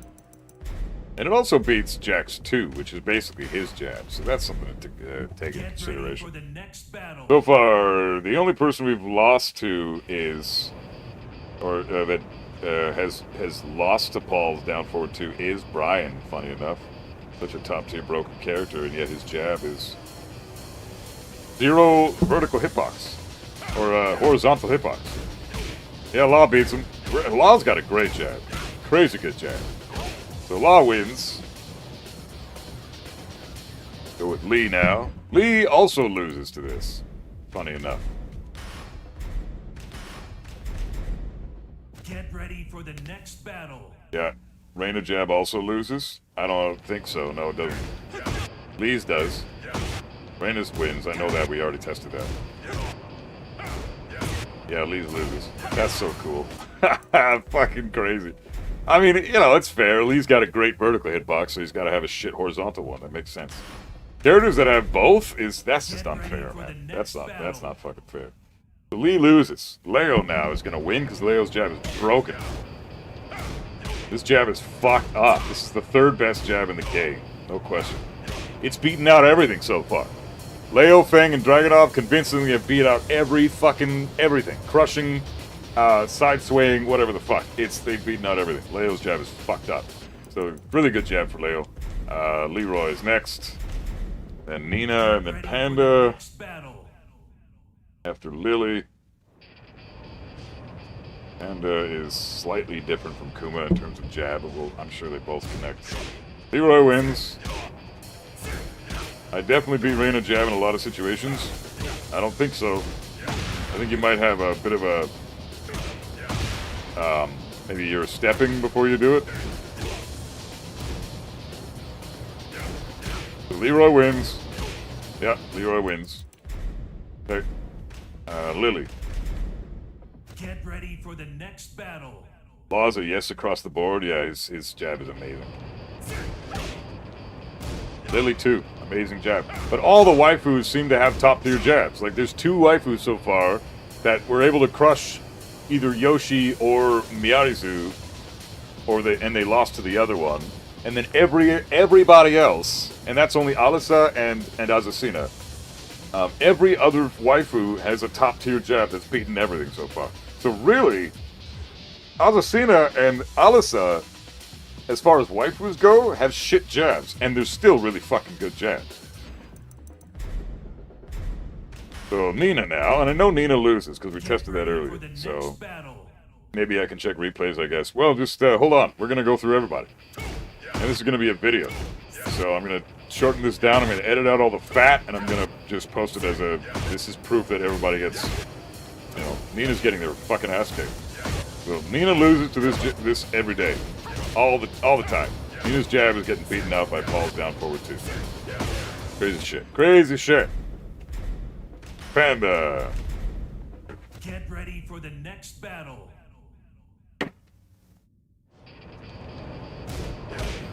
Yep. Panda beats Paul every day of the week. Of course. Paul versus Paul. What do we got? Get ready for the next battle. Only 2 jabs have lost so far. 3 jabs have lost so far. We got a no for Bryan, we got a no for Lee, and we have a no for Nina. Crazy.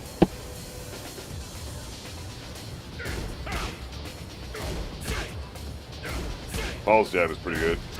Okay, Paul beats Paul.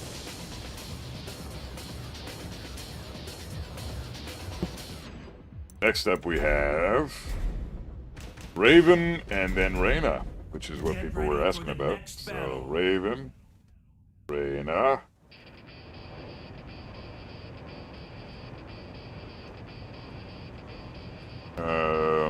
Shaheen, Steve, Victor, Choyu, Yoshi, Zafina.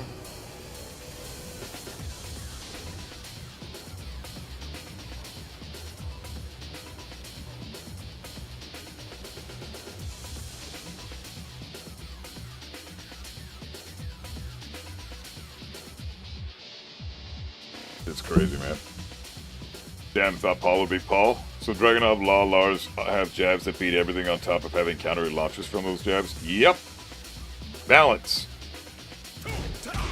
Raven beats out Paul. Yep. So Raven wins. Who else we got? We got Reina. Get ready for the next battle.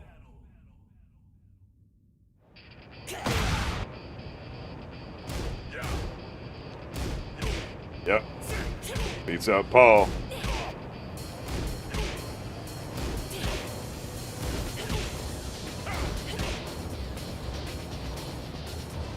I'm not sure about Lars' move. Does his jab string launch? No, neither jabs launch, but Law's does. And technically Hwarang's does too, because it's not a G-clef, but it's a jab launcher, counter hit launcher. Law's launches on counter hit.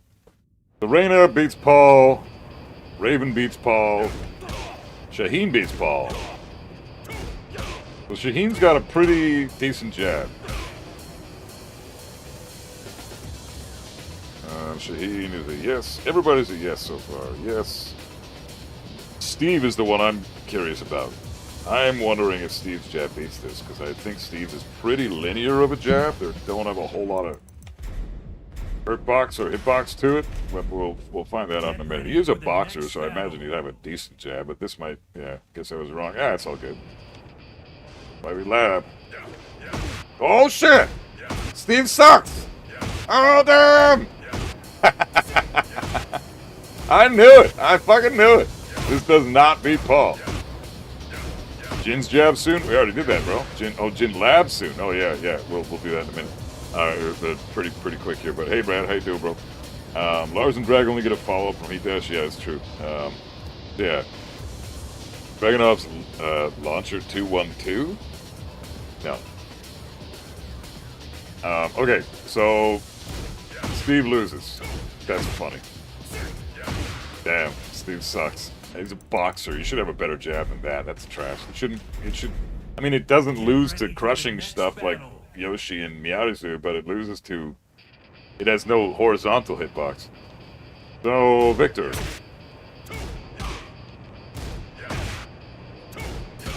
Oh, Victor beats his ass. I imagine it has something to do with the knife in his hand.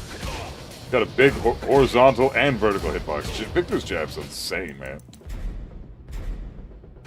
Good range, too. Charyu. So Steve loses, Victor wins.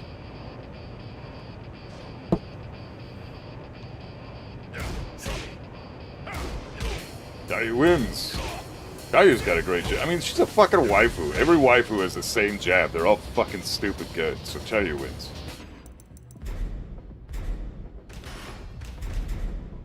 Get ready for the next battle.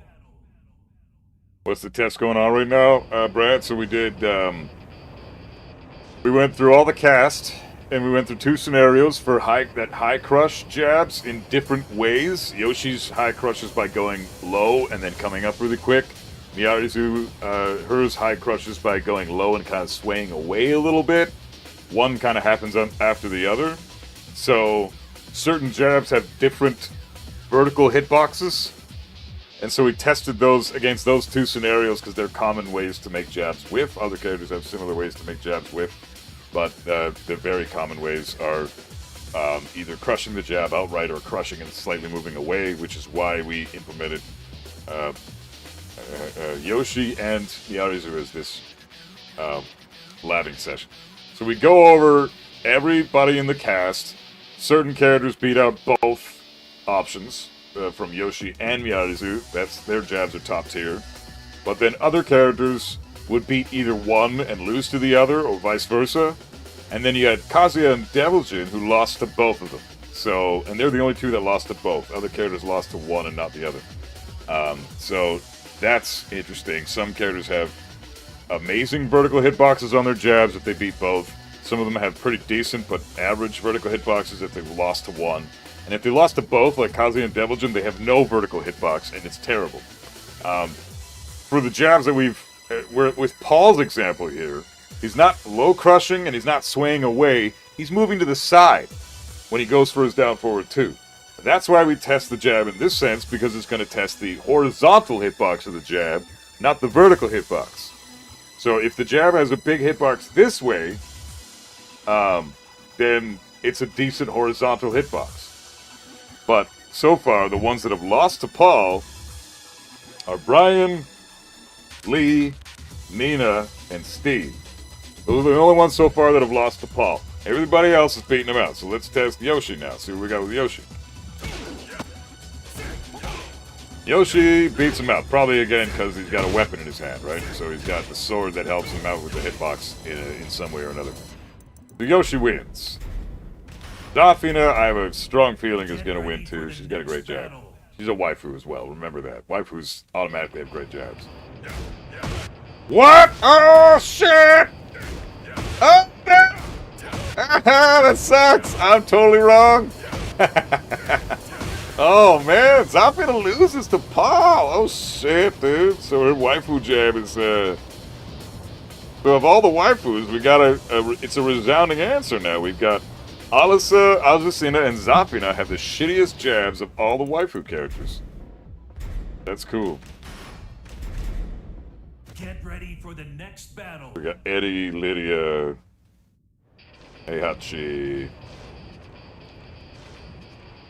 Live. Disgusting. Anna, Bakumram, Armor King, and Miyarizu.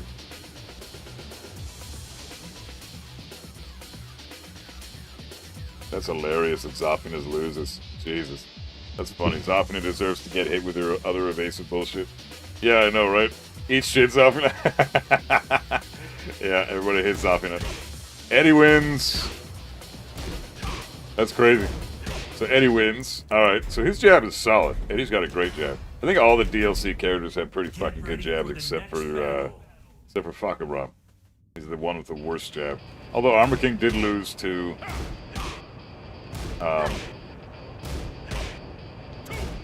Yoshimitsu. Crushed Miyarizu but beat Yoshimitsu. So Lydia, again waifu jab, beats the shit out of Paul. No questions asked. Moving on. Heihachi. Heihachi is the best Mishima in my opinion right now. You could argue Reina's up there too, but they're like neck and neck. And we know that Reina crushes everything, or beats everything, whereas Heihachi, let's see. Okay. So Heihachi has an amazing vertical and horizontal hitbox on his jab. Heihachi's top tier shit with his jab. Clive. Looks like a mid. Yeah, I know. Lydia and Jude both have a low hitting jab. It's crazy. Clive's jab beats Paul? I thought for sure this one was going to lose. Oh, it sucks. Alright, Clive's wins. Fuck Clive, man. What a stupid character. Anna's looking similar to Nina. I bet you she loses here. I bet you she does. Her jab is similar to Nina's.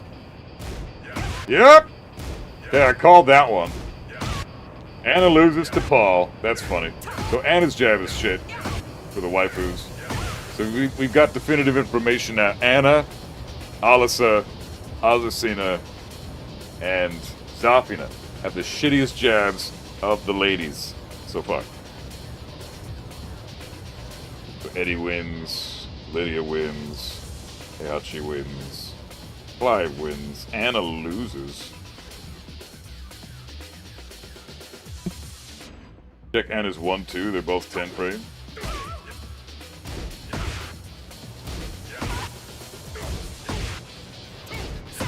Yeah, you're right. Anna's 2 beats it out, but her jab still loses. And that's the one we want to focus on. This is the better move. Why is this +8 and why is this +9? Hey Andy, what's up, bro? That's crazy. So Anna's 2. Okay, Anna's 2 wins. Yeah, it's 10 frames. Good call, good call, good call. So Anna's 2 does win. So that's an interesting fact. So you gotta include that. Makes sense. Back at the gym grind to look like me? Yeah, fun, man. That's awesome, brother. Keep it up. We are stuck with Clive for years to come. Yeah, it's gonna suck. It's gonna suck. Leaves 2 is also 10 frames? Yeah, you're right. I gotta check that too. I should probably go back. Best thing about Clive is that he'll never appear in future Tekken games, so thank fuck for that. Bakumrams wins! Honestly, decent DLC jab considering all things, so Bakumrams totally beats out Paul. Real quick, let's go back to, well, I don't want to jumble it up, so let's finish this list real quick, then we'll go back to Lee and see if that hits, because yeah, you're right. I also want to, yeah, Lee's is good enough, we don't need to test Jin's. Yeah, Armor King beats him out. Armor King wins. Last one is Miyarizu. Get ready for the next battle. Yeah, I agree. I kind of hope Tekken 8 dies too. This game's kind of trash. They really fucked it up. But yeah, Miyazu wins here. Every time. Great vertical and horizontal hitbox jab for this character. It's interesting. She's the brand new one, and she's pretty fucking strong that way. Let's go back to Lee, because I do want to test this too. I'm pretty sure this does beat Falls Down Forward too, but we'll find out. Yeah. Yep. So his 2 works. But his jab loses. And really, we're only testing the jabs here, so... Yes, there are exceptions. Some characters have 10 frame 2s, but I want to focus specifically on the jabs right now. So Fakaram wins, Armor King wins, and Miyazu wins. Okay. So now, the last thing we gotta test is the range, which is gonna take a while.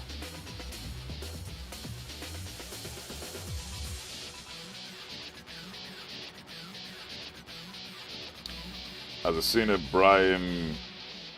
Fuck, you know what? Fuck this. Copy and paste.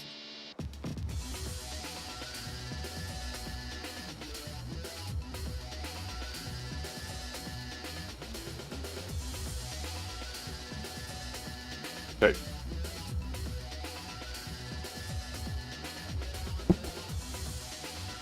Hey, Eli, what's up, brother? How you doing? So I already did a video on the jab ranges for the majority of the cast. I think I missed the DLC characters, and that's it. I'm gonna include that video in my what's it called? My fucking in the follow-up to this. I wanna include that. But I already did that research, so I don't want to include that right now. I have that video out there for anybody who wants to look at it right now. The fucking information is available for anybody who wants to check. But I'll do the DLC characters because I don't know what all their shit is. Get ready for the next battle. So I need to yeah, let's go over this again. Okay, so Eddie's gonna be a pain in the fucking ass to try to test this against. Pain in the fucking ass. The range 2, I'm assuming he doesn't... Okay. This is gonna suck. Road from Tekken King to Kishin, let's go. Got tilted so fast, I just stopped. Terrible rank session today, got tier execution, but losing to dumb shit. Oh, you'll be alright, man. Remember, if you achieve a rank once, you'll always be able to achieve it again. So if you lose it, that's okay, because you still got that rank, so you're still at that rank. You just need to get it back. And just know that losses are going to happen, demotions are going to happen. It's not a big deal, man. You always bounce back. It's so hard to quantify this.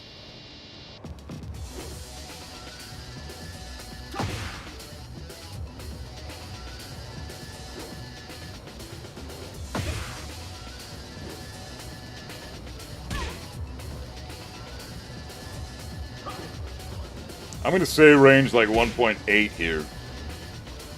So dumb. 2.10, 1.56, 2.1, 2.01.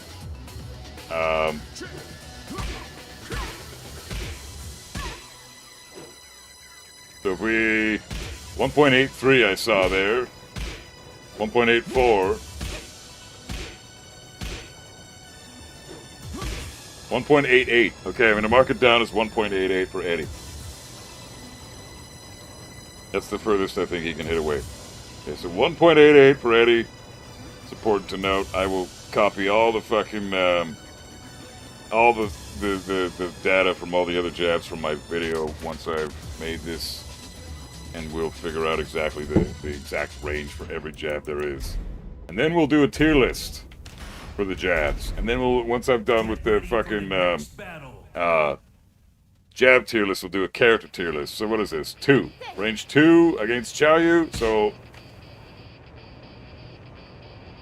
1.99, but 2 she whiffs. So 1.99 and 2.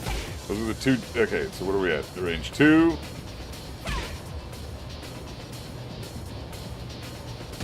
Range 2, it hits. Okay, what about range 2.15? Nope.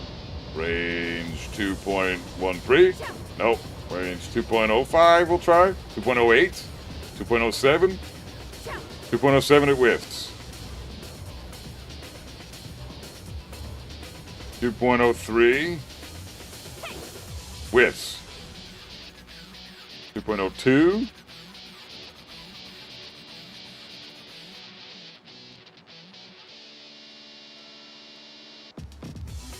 2.01.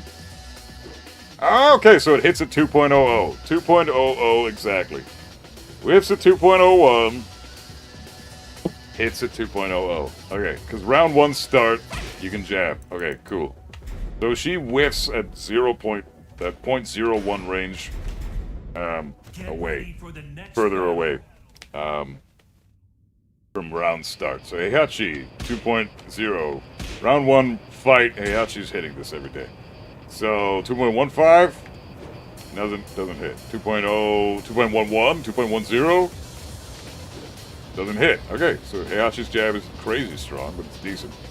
2.05 misses at 2.05. Damn. 2.03 it hits at 2.03.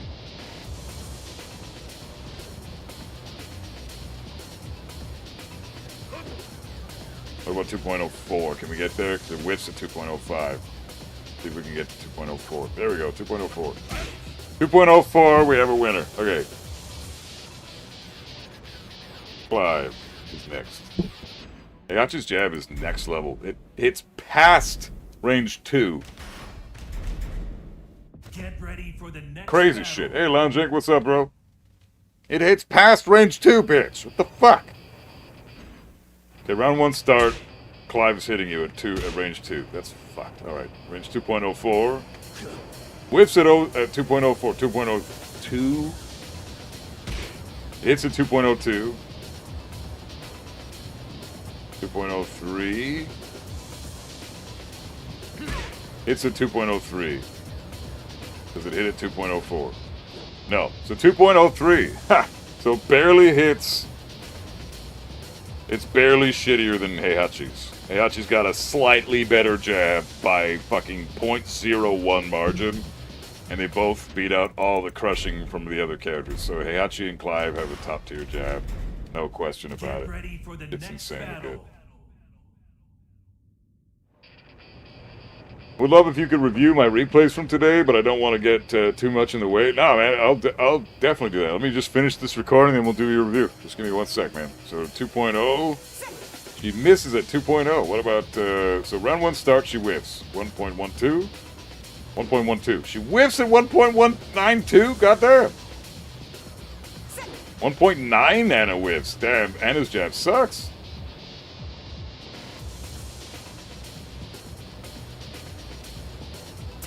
1.87 whiffs. Goddamn, Anna's jab is not very good. 1.86 it hits. 1.86. Hey, that's the shittiest one so far. Eddie, we had to kind of guess, but I think Eddie's hit's about the same distance away. Fucking Rum's is probably pretty good. Get ready for the Try the next 2 battle. jab. Again, I just want to go over the jabs. The 2 jab has more range. We know that for a fact. The round 1 start, he's hitting that jab every day. Range 2, it works. Yeah, range 2, he works. Okay, going up to range 2.13. Range 2.13 it hits. Holy fuck. Rum's jab is nuts. He expected though, he's a big guy. Going up to range 2.18. 2.18, dude? What the fuck, man? Guy's jab's insane. 2.21. 2.2 fucking 1? Jesus. 2.25? 2.25 it whiffs. So it... Let's talk about fucking Rom's jab in a minute here. 2.22. 2.22. My God, man.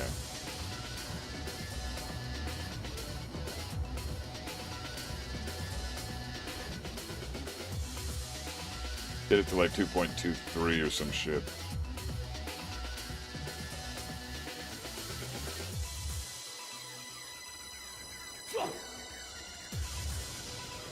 Big character, big reach. Yeah, it's crazy. This guy's got such an advantage in the neutral. 2.23. 2.23. I'm going to cap it there. That's 2.23. God damn, that's huge. That's like the furthest hitting jab in the game. Crazy. That jab's insane. And what else did it do? It also beat out Paul, and it beat out Yoshimitsu, but it lost to Miyarizu's crush. So it's got incredible range. It beats out Paul, Yoshi, and loses to Miyarizu. So it really doesn't have to worry about being crushed all that often. And it's got a great... So, okay, we'll say it like this. This is easier to clear up. Fucking Rom has insanely long range, maybe the longest range jab in the game. He's got... He's got a massive horizontal hitbox and a pretty decent vertical hitbox with the jab. So fucking Rom's jab is gonna be at the top of the tier list for sure. Fucking crazy jab, dude. This is so important to know because this jab is like the most important tool a character can have. So if you have a top tier jab, your character's already in running for like the best in the game. So round one start. Range 2 he hits. Wait, 2.9, 2.09? 2.09 Armor King hits. Wow.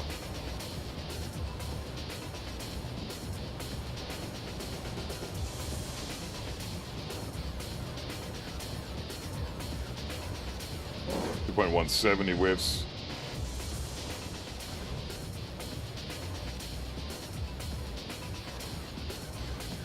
Come on, dude.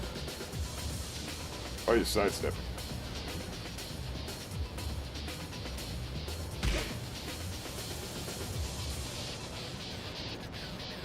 .15 he whiffs.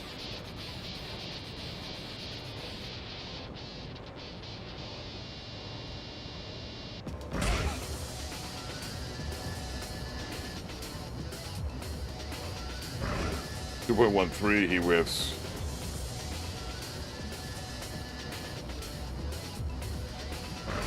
.10 he whiffs, so he connected at 2.07.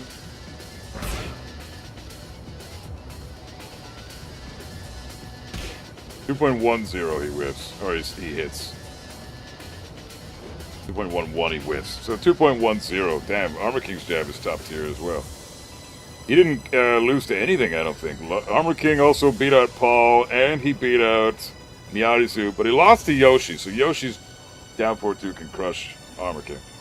So Miyarizu will test her now. And then I'll put this together with the video I already made from years ago, or last year. And we're in business. This shit. Character's so stupid. Hey, stop dancing around, bitch. 1.89, she hits at 1.89. 1.95. 1.96, she whiffs.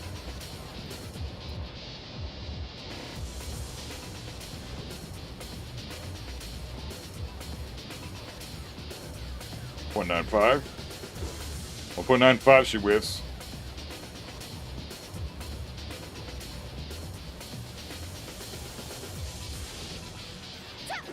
1.92, she whiffs.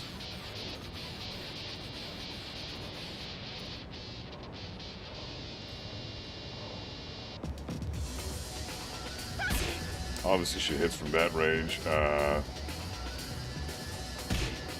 Okay, so 1.88, she looks like she hits.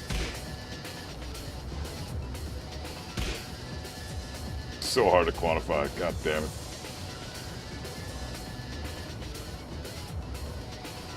1.84. So it's like between 1.84 and 1.90. Because 1.92 she whiffs, 1.84 she hits.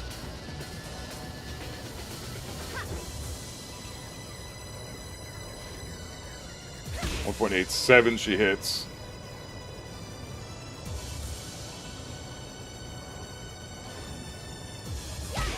So 1.89 I'm gonna say. 1.89 she hits. Okay. So we got jabs for all the cast. Is that a leather wrist strap? No, man, this is from my carpal tunnel. Because it's fucking my hand up. Playing this game with Kazuya is a bullshit. Okay, so we got all the footage I need. Should be good to go. I'll go over that later and we'll make this video. What does it mean when a character has a bad jab? So a bad jab is... there are 3 prerequisites. You need a good vertical hitbox, which is up and down. You need a decent horizontal hitbox, which is left and right. And you need a decent range, right? So like the perfect jab would be Dragunov's or Fang. They both have insanely long range jabs, like Dragunov hits at like range 2.25, and Fang's hits at like 2.2. And in this scenario, I can show you that right now.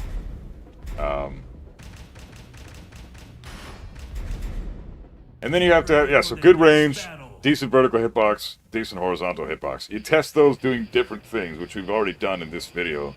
I'm just trying to seal the deal and tap it here. So what do we got? 2.2, 0.25. Go back to your other position, please.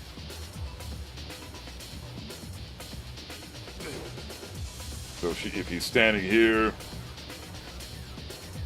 now he's doing 2.2, 2.3-ish. Back in the 2 position. 2.19 he whiffs. But again, he's kind of off to the side a little bit here, so 2.1, yeah, so 2.2, let's get him up there. 2.22 he loses. Okay, so it's less than I thought.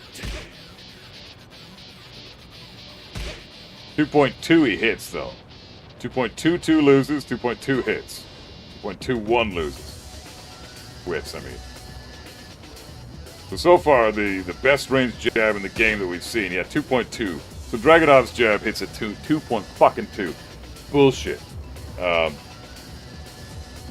So yeah, it's people say he's a bad jab all the time. Well, we've just debunked that horse shit. Don't listen to the trash that is said online, man. Nobody actually goes in and verifies this shit. They just say things and don't actually know what the fuck they're talking about. So my advice would be, instead of just listening to the dumb fucks online that want to spew their horse shit, fucking go and do the fucking research yourself, right? So we learned that Dragunov's jab hits at range 2.20, okay? And I'm not yelling at you, dude. I'm yelling at the dumb fucks that are online saying this dumb shit, and they have no clue what the fuck they're talking about, and they're spreading misinformation, right?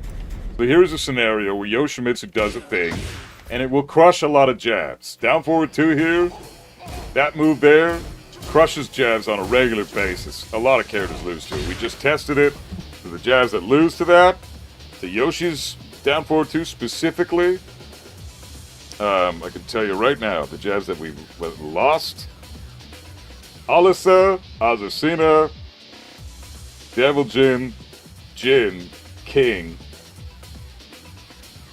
Yoshimitsu himself, Kazuya, and Armor King. Yeah, so Alisa, Azusina, Devil Jin, Kazuya, King, Yoshimitsu, and Armor King. So, Dragunov beat, like, that's the jabs that lose to Yoshimitsu's down forward 2. You've also got Miyaruzu's Bow Stance Hell Sweep that she does. That also crushes a lot of jabs, but it crushes different jabs. It crushes Fakumram's, Kazuya, Devil Jin, Paul's, Hwarang's, and Shaheen's jabs. All those jabs lose to Azusina's scenario. And then Paul has a different scenario, again, where if you do his down forward 2, he doesn't crush by going low, he crushes by swaying to the side with his down forward 2. So jabs that have a shitty horizontal hitbox, which is this way, will lose to Paul's down forward 2. But if they have a good horizontal hitbox, they beat Paul's down forward 2. The ones that lost to Paul when you're doing down forward 2 are Bryan, Lee, Nina, Steve, and Anna. Those 5 characters only lose to Paul's down forward 2. So their jabs have no horizontal hitbox. And then as we just saw, there's the range factor as well. So, right off the bat, what have you not heard? We know that Dragunov catches this shit. He doesn't get crushed by this. We saw that he has a jab that hits range 2.2. Okay? So his jab is already amazing for the range, and already amazing for the fact that it has no problem dealing with scenarios that should otherwise crush a lot of jabs. Like 7 other characters in the game get beaten up by Yoshi's down forward 2. 5 characters in the game get beaten up by Paul's down forward 2. And Dragunov doesn't have to worry about any of that. Dragunov is always smart to throw this out, because this jab is fucking phenomenal. It is the best jab in the game. 2.2 this shit hits at. No problems with a horizontal hitbox, no problems with a vertical hitbox. This thing is top fucking tier, period. This is actually good info. I've never heard of this before. Yeah, I mean, this is how you lab shit, and nobody fucking knows how to do this, and then they fucking report the info online like they've labbed it, or they even know how to lab it, and then you're fucking... You get people regurgitating that shit as if it's fact, right? It drives me fucking crazy. I hate this stupid garbage. People need to stop with the misinformation. You know, if you don't actually know what you're talking about, don't say anything. Because it's okay to report something that you found and you might have just learned it wrong. You know, you might have used a different method to try to test this shit, and you might have not come to the same conclusion that other people are coming to. But that just might have been the method you were using, right? You might have just used the wrong character for the scenario, whatever it is you're trying to test, right? But, so it's okay to be wrong, but when you're reporting information as if it's the fucking case, or you're giving answers to things that you don't actually have the answer for, that's not cool. It's not acceptable. You got a bunch of other people out there that are gonna see that fucking thing that you said, even though it's blatantly fucking false, and they're gonna go back and report the same shit because they read it online somewhere, or some fucking idiot online told them about it, when they have no fucking clue what they're talking about. No fucking clue. But they speak like they do. And that's, unfortunately, the majority of the goddamn planet. So, it's one of my biggest pet peeves, is acting like you have an answer when you don't have a fucking clue what you're talking about. I hate that shit.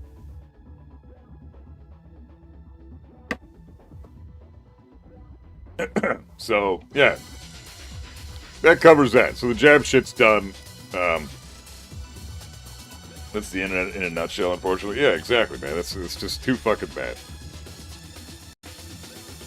So, damn up guys going deep under the hood. Jab, frame traps. Jab is the foundation of Tekken. You goddamn right it is, man. Jabs are this is the most important move your character can possibly have. Alright? This is the number 1 move that your character can have. My god, do I feel like a god right now just pressing the 1 button with Dragunov. This is amazing. I feel so good. My jab's never whiffing. Like, this is so sick, dude. God, I should play Dragunov, man. This character's busted.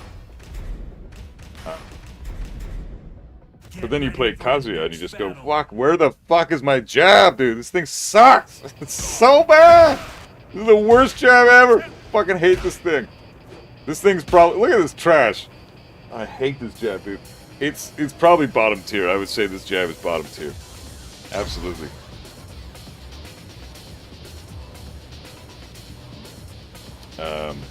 Every time I share information, I always say, correct me if I'm wrong before saying what I want to say. Well, that's totally fair. You're totally allowed to do that, right? That's the way it should be for people.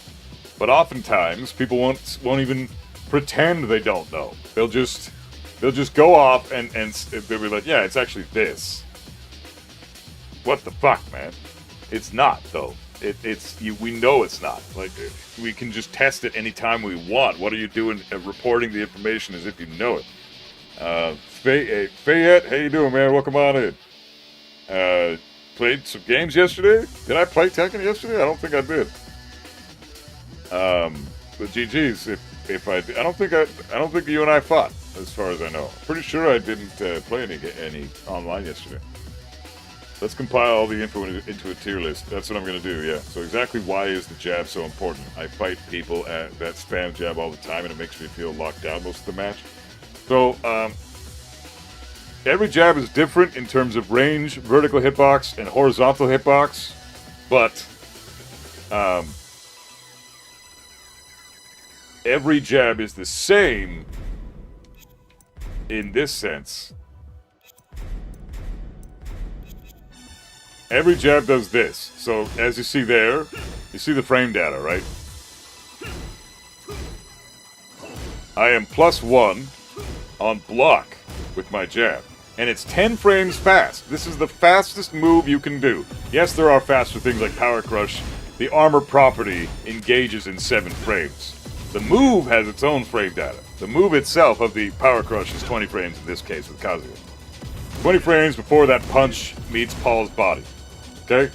20 frames pass. That's 1/3 of a second, essentially. Exactly 1/3 of a second, because this game runs at 60 frames per second. So 20 frames for this move to connect takes 1/3 of a second to impact the character. This jab is 1/6 of a second. So it's a fucking great move. A jab is amazing, but on top of that, because it's the fastest move in the game that you could possibly throw out, and it's +1 on block, means if this comes out and your opponent blocks it, it's still your turn. And I can demonstrate how I know that. Well, I mean, +1 is... do you know much about frame data? Because if not, I understand. We'll explain that. But say I want to... I'm gonna make Paul do one thing after he blocks a jab. I'm just gonna make Paul jab me, okay? That's all I'm gonna do. So say I get Paul to jab. Yeah, so he's gonna jab as soon as he blocks my jab. That's gonna be his response to my jab right away. The moment that he blocks my jab, he's gonna retaliate with his own jab immediately. So I'm gonna throw out a 2, which is 12 frames fast, right? My 2 is 12 frames. But I'm gonna jab, he's gonna block my jab, and he's gonna respond with a jab immediately. And my next thing, as soon as he blocks my jab, I'm gonna throw out a 2 immediately, which is 12 frames, like I said, right? So I'm gonna do jab into 2. His jab beats my 2 out by 1 frame. See that? I'm losing. My 2 is too slow. 2 is 12 frames fast. So it's a good move to throw out, but it's slow because it's 12 frames. What if I do jab into jab? What happens then? Look at that. What do we got here? Holy fuck, what a concept. My jab is beating him out. He's throwing out a 10-frame move. I'm throwing out a 10-frame move. But I have the frame advantage because he already blocked my first jab. So that's why you're feeling locked out, because jabs are plus on block. So anytime you block a jab, it's technically not your turn. If you block this jab, they get to do another jab check. If they do anything slower, then they'll lose to your jab.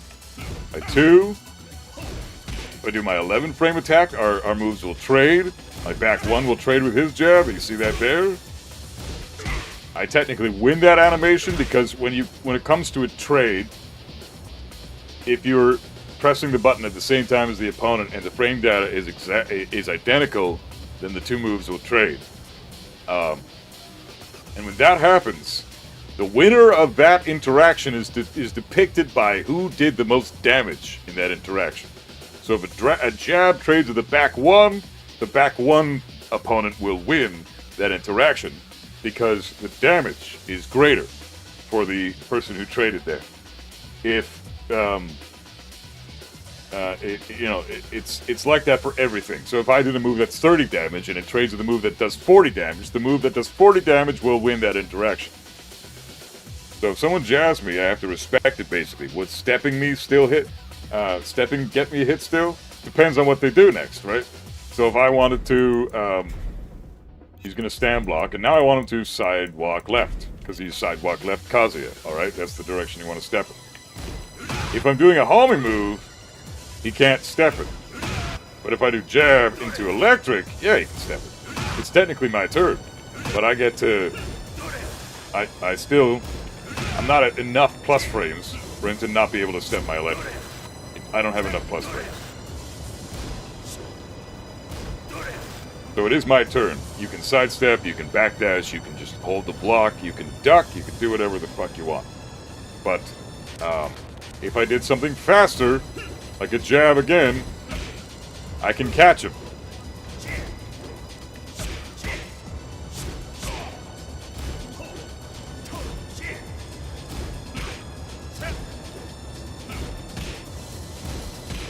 Because jab's so fast that even that +1 of frame data often makes it so it's hard to step it. Especially if I try to realign by pressing forward and jab. If I just do jab, jab, it realigns every time. But if I press jab, forward jab, it's got less realignment. See that? I'm pressing forward and jab at the same time. I can't connect, but if I do jab into jab, oftentimes it'll realign. Come on, bitch. Do the thing that I was just showing people that you could do. What the fuck, man? Be consistent, damn it, Tekken.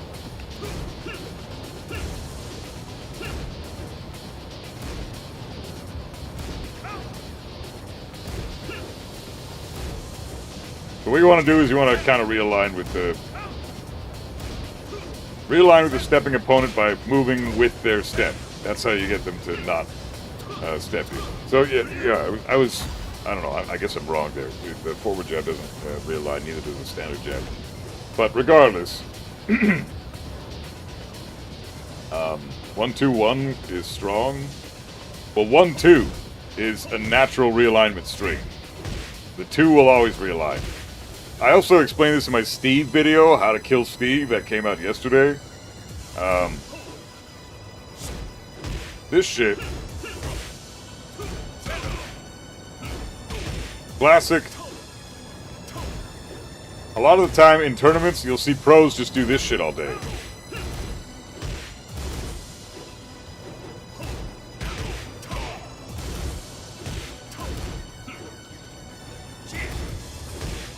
Right?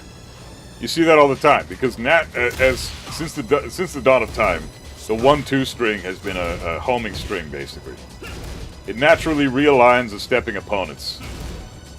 And then if you connect with the second 2, you're at +8, and they're at your mercy. So that's why you struggle against characters like Steve, because he's got a 1-2-1 string. So he actually has a follow-up, a perfect follow-up, after the 2 realigns, because then he gets to do another 1 after that. So if the opponent tries to step you or walk you, and you realign with the 1-2, then the 1-2-1 is guaranteed, and we'll show that right now. Get ready for the next battle. Is this a Hwarang appreciation stream? No. Fuck no. Never will be.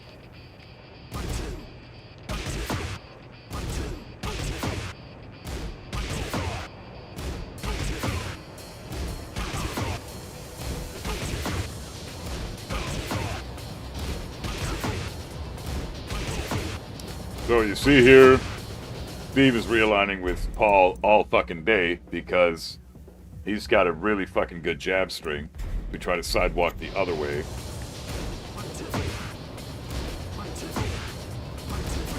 Do that.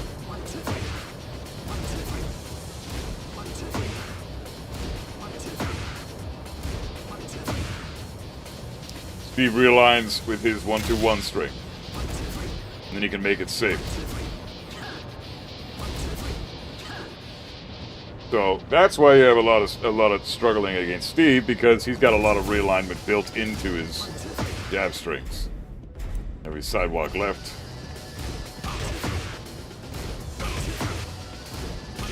You can't even step the jab in this sense, because Steve's jab is really fucking good.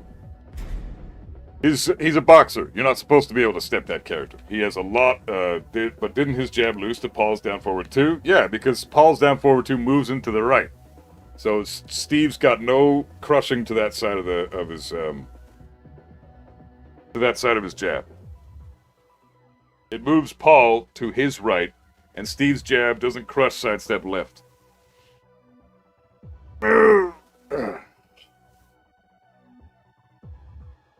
Or Steve's jab loses, beats sidestep left, but loses to sidestep right. So yeah, that's what I meant to say there. So Steve's got constant realignment with his jab strings. Other characters do as well, but they usually have to do a 1-2, and the 2 realigns. That's a classic Tekken formula. That's why a lot of pros will spam 1-2 in the neutral, because they don't want people stepping them, and it's a really, really safe way to counteract their sidestepping. So 1-2 is phenomenal. Plus, it's a jailing string, so if you do block the jab, you cannot block or duck the second hit. Every 1-2 string jails. So 1 down forward, 1 is also good with Steve. Yep, you need a PhD in this game? Yeah, you really do. There's a lot of information about this shit. Because Paul's down forward 2 moved him to his right, Steve's jab loses to that, to sidestep right, but as you saw, it beats sidestep left. We'll go over that one more time. So again, Paul's jab, or Paul's down forward 2. We'll switch to this real quick.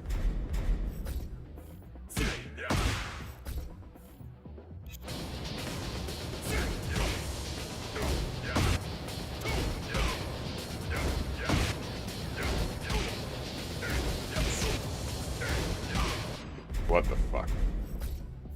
Must have fucked that up.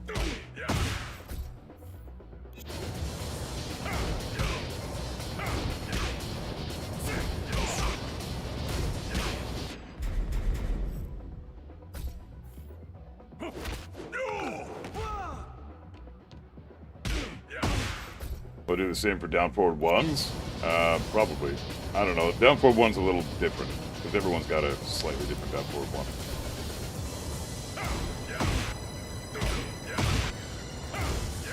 Yeah, okay. Yeah, I timed it wrong. I input Paul's down forward 2 too late in the other one, so now it's hitting properly. So now it's beating out Steve every time, right? You see that? So if we go into photo mode, like I showed earlier, oh, that would have been perfect actually. Fuck.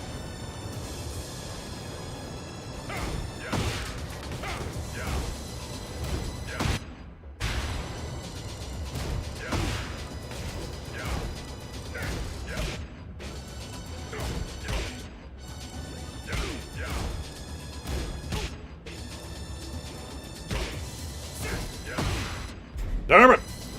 So hard! So there you go. Okay, photo mode. So, what do we got here? How do I fucking, this shit here. Look at this shit. See? All I'm doing here is a jab. You see that shit? Steve is just jabbing here, but Paul is moving slightly to the right in this sequence. Right? His down forward 2 moves him slightly over this way. So he's able to catch Steve's jab in that sense, because I don't have much of a vertical or a horizontal hitbox with my jab as Steve in this sequence. Okay? And other characters that suffer with the same problem are like Nina, Anna, Lee, and Bryan. They all have the same type of jab. Garbage horizontal hitbox, but a really decent vertical hitbox. Okay? So this is fucking huge information that people need to know about. Quit photo mode. Now we're going to watch the down forward 2 connect. See? It punished my jab. I tried to jab check. He sidestepped it because I have no horizontal hitbox, and he punished me with his down forward 2. So that's still a good jab, though, because it will still beat out other ways of crushing that we already labbed, but we'll go over it again just for funsies. Get ready for the next battle. Forward 1 plus 4. Forward 1 plus 4 is a sidestep, like a complete sidestep, so jabs will always lose to that. Down 1 plus 2 is a low crush scenario. I think that beats out every jab, but I might be wrong about that. So now we got Yoshimitsu, and we'll show an example of his crushing abilities. So we got same scenario. His down forward 2 crushes in a different way, though. You saw how Paul's crushes by going to the side of the jab. Yoshi's crushes by going under the jab. So he's not actually evading it with a sidestep. He's going under the jab. He's ducking. But Steve, his jab has a very good vertical hitbox. So it beats out Yoshi every time. Now, if I switch to a guy with a shitty vertical hitbox, like my boy Kazuya, Get ready for Yoshi the will next beat this battle. shit every time because Kazuya's got no vertical hitbox. Beats it every time. No vertical hitbox. This is a very good reason as to why Yoshi's a hard counter for Kazuya. His best move, in my opinion, down forward 2, was easily top 5 best moves for Yoshi. Up there with spin and flash, and forward 1+2, and fucking the unblockable low and shit. This is beating my jab every single fucking time. Because if you want to check this, hold on. So, fuck. Photo mode. So this is the shit that you see. He's not stepping anywhere. This fucking game is so dumb. My hand is through his fucking head right now. But I have no fucking vertical hitbox with my jab with Kazuya. This is trash. This is fucking garbage. I want this. This has to be my thumbnail, dude. This has got to be my thumbnail.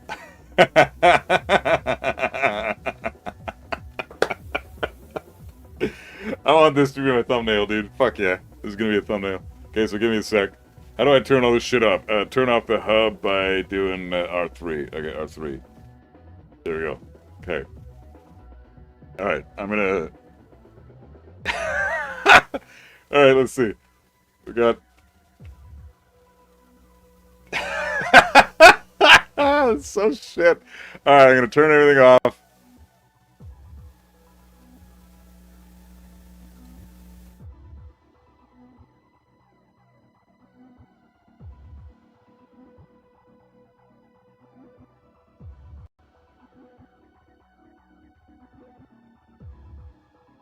Okay.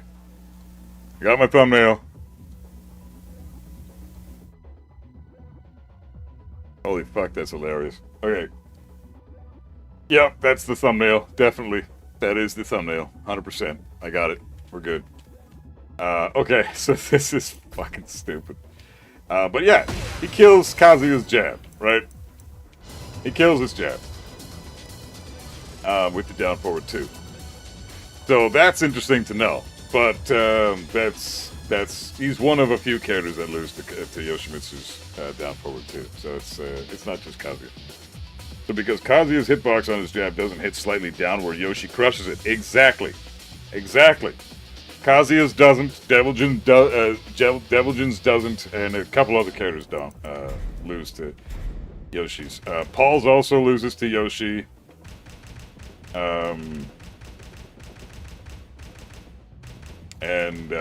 Well, I wrote it all down. Let's just see. The ones that lose to Yoshi are Alisa, Azasina, Deviljin, Kazuya, King,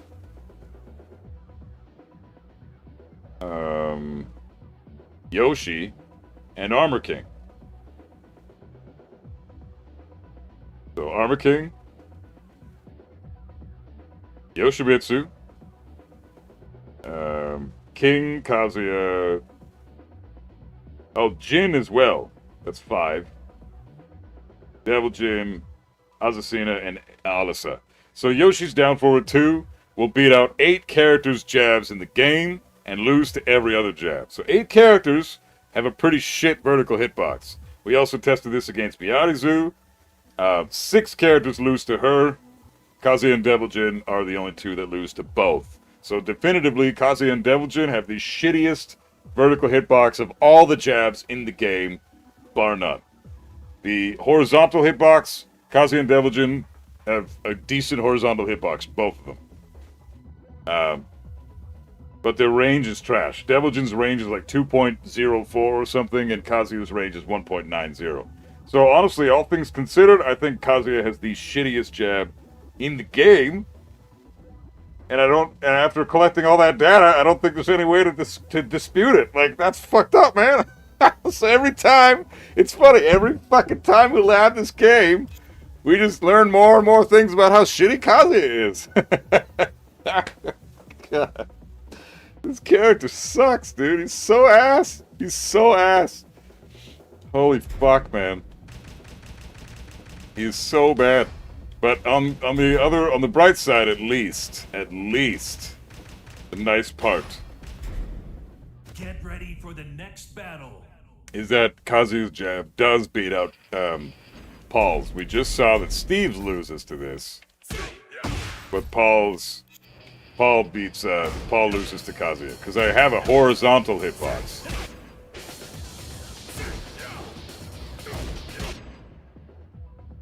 It's hard to really. Damn it! Before I connect with him, I want to get that crushing visual down.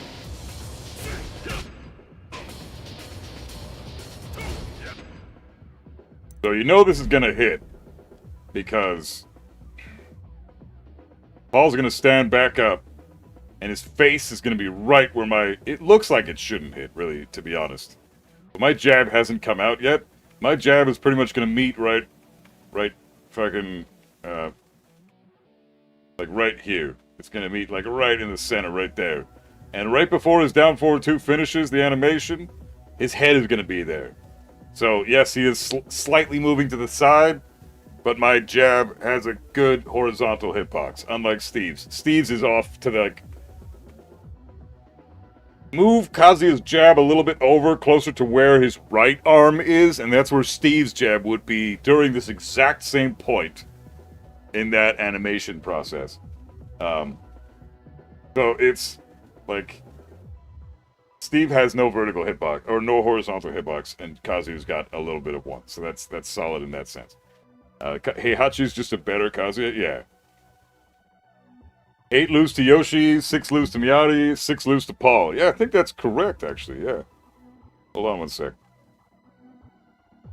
So the ones that lose to Miyarizu are, with her downward crushing ability, is, those are the ones, those are Devil Jin, Hwarang, Kazuya, Paul, Shaheen, and Bakumram. So 6, yep. And the ones that lose to Paul are Bryan, Lee, Nina, Steve, and Anna. 5 lose to Paul. 5 of them. But yeah, it's true. Like, Heihachi is a phenomenal. Heihachi has no worries with crushing. Nothing's gonna beat his jab, and it hits at range 2.04. So the same range that Devil Jin's hits, but Heihachi's got a much bigger horizontal and vertical hitbox.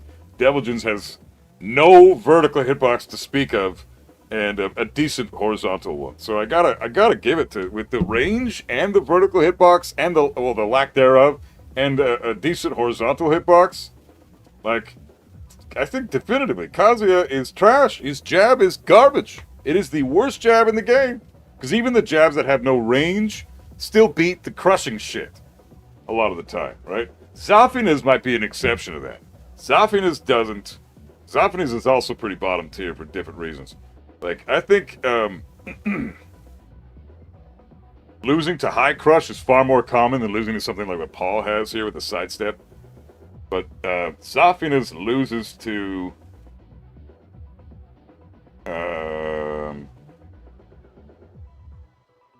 Zafina's loses to fucking... Didn't she lose to Paul?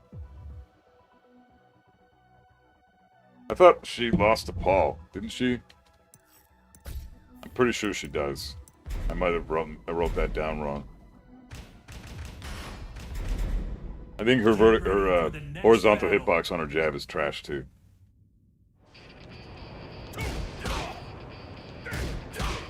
Huh. Didn't she lose to something that we tested? I think the Yoshi thing, right? Get ready for It almost seems battle. unintentional. I think it's intentional. It's just, Well, I mean, Kazuya has hitbox problems all over the place. His left arm in general is shit.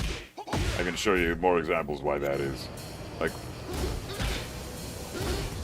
oh, she beats out everything. Okay, so one more thing with Miyarizu. How do you advance the frames in photo mode? Advance the frames? I don't know. I'm shitty at photo mode. I barely ever use that shit. Block.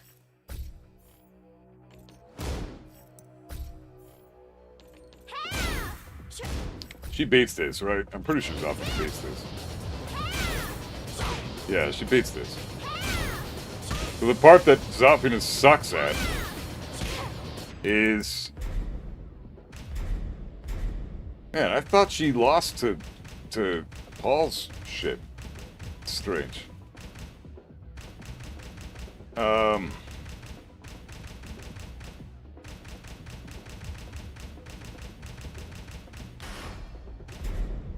Get ready for the next battle. Zafina lost to Paul when he first tested her. Yeah, that's what I thought, right? That's what I thought. I might have just programmed this wrong. Fucking Tekken.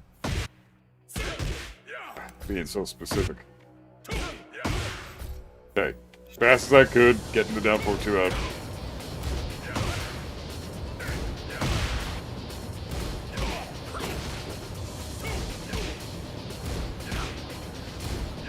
What the fuck? I thought she... What did I do wrong? Okay, let's try... Maybe it's, I don't know. This shouldn't have anything to do with it, but fuck it, we'll go... do it anyways. Get ready for the next battle.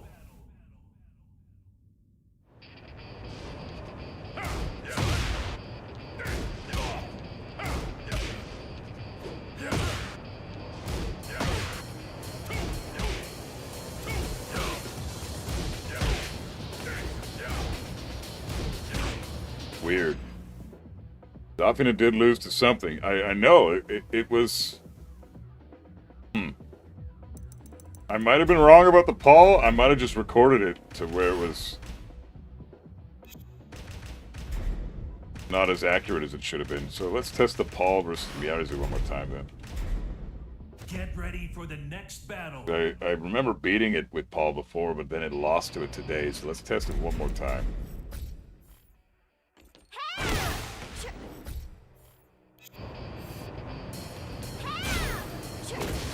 No, Paul loses to this. Oh yeah, I might have just recorded it wrong earlier. That's totally fine. Might have been Yoshi. No, we just tested Yoshi and she beats him out. So yeah, I think I just recorded it wrong with Zafina earlier. I might have just done that. That's fine. I will retest all these again later off stream and make sure I double down on my shit. But I also have it written down here that she beats everything. Like, I have Zafina written down as her beating Paul, and Yoshi, and Miyarizu. So, I don't fucking know. Maybe it was just a one-time thing that I accidentally ran into. I don't fucking know. But regardless, Zafina's jab isn't very good, even though it's got a decent vertical and horizontal hitbox. It's not very good because... its range is pretty shit, and I'll show the range in the video when I release this shit. Because I tested her range a year and a half ago, and nothing's changed since then. So I'm I'll just use that. Zafina getting away with murder. Yeah, she's got some pretty good shit. What about this shit? I wonder if oh, this definitely crushes everything, right?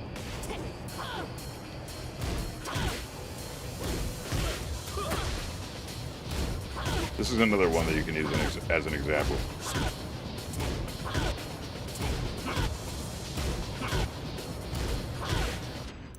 So Kazuya's jab just dies to this.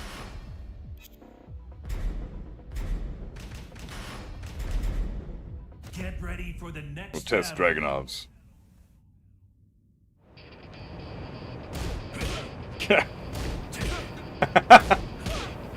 Fuck! You, Dragunov. Stupid bullshit character. Test Leo's, because I know Leo has a... I'm pretty sure this crushing is the exact same as Yoshi's, so it's not gonna change anything, I don't think, but... Oh, no way! Leo's jab goes over Zafina with this sequence? God damn. Okay, we gotta test this for Zafina too. Fuck! Another character we gotta test man, different crushing scenarios. Fuck. Does Lee's down forward 2 not crush anymore? Or not as good as it used to? No, it doesn't crush anymore. Test Reina's down forward 2.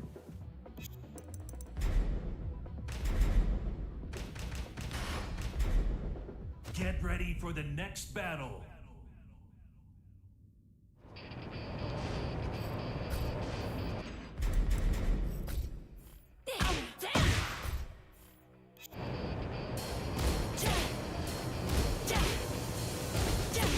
Leo beats it.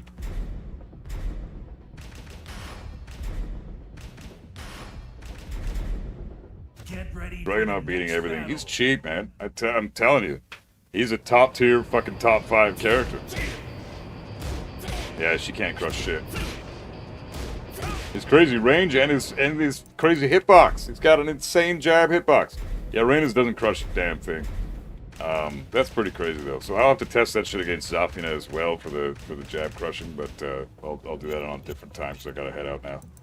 But yeah, that was a fucking crazy experience. So we're gonna have to. I'll put that shit together and we'll figure out how good certain jabs are, and we'll do a tier list later on over what type of crushing abilities they have. Certain jabs will beat out certain things. Dragunov's jab is officially the best, though. There's no... Like, it beats out Zafina's down forward 2. That's crazy. Zafina's down forward 2 beats out so many things. So many things. Like, fuck, we'll go over, I don't know, let's do Jin's. Jin's had a decent vertical hitbox and horizontal hitbox. What am I doing? What the fuck am I doing?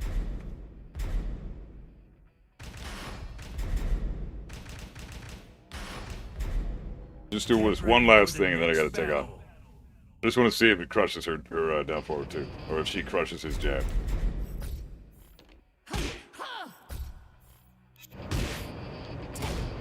Yep. She beats out Jin's jab. That's crazy. But Dragunov kills her. Try Fang's because he had the second best jab. Get ready for the next battle. Crushes Bryan's jab? Yeah, definitely, yeah. Oh, not Fang. Fucking Fang is insane, man. Second best jab in the game for sure. So far, Fang is only under Dragunov. Fang's jab is god tier. Dragunov's is slightly better in terms of range, and that's it. They have the exact same vertical, horizontal hitboxes. They are so fucking good. We'll do Bryan now. Get ready for the next battle. I mean, you gotta make Bryan suffer somehow. This character's too good right now. Yeah, he dies to this. So his vertical hitbox is not as good as, say, I mean, like, Fang's and Dragunov's crush everything in terms of Yoshi, Miyazu, and Zafina. Let's try Lee. He's got a similar jab to Zafina, or to Bryan. Yep, dies. So good. Okay, let's try a waifu. Lily's got a pretty high jab hitbox. Get ready for the next battle. Beta down forward 2 versus Bryan's jab. Dies. All the waifus are gonna kill this. That's so dumb.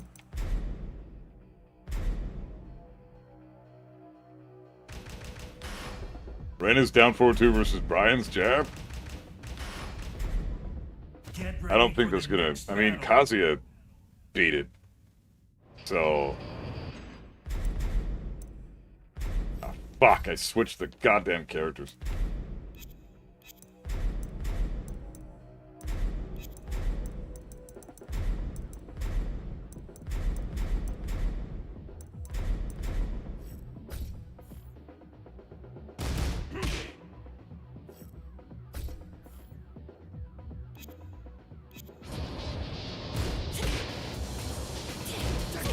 Nope.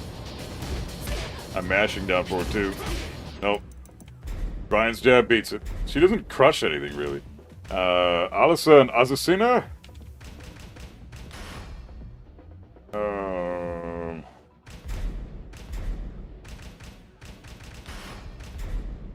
Get ready for the next battle. Yeah, they did lose to some crushing earlier, right?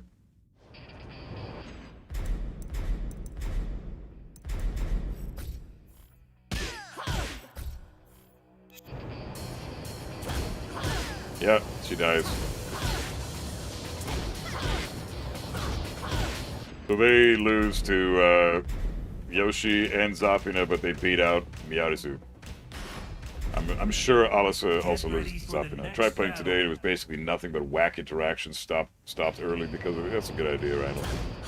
Yeah, Alyssa sucks.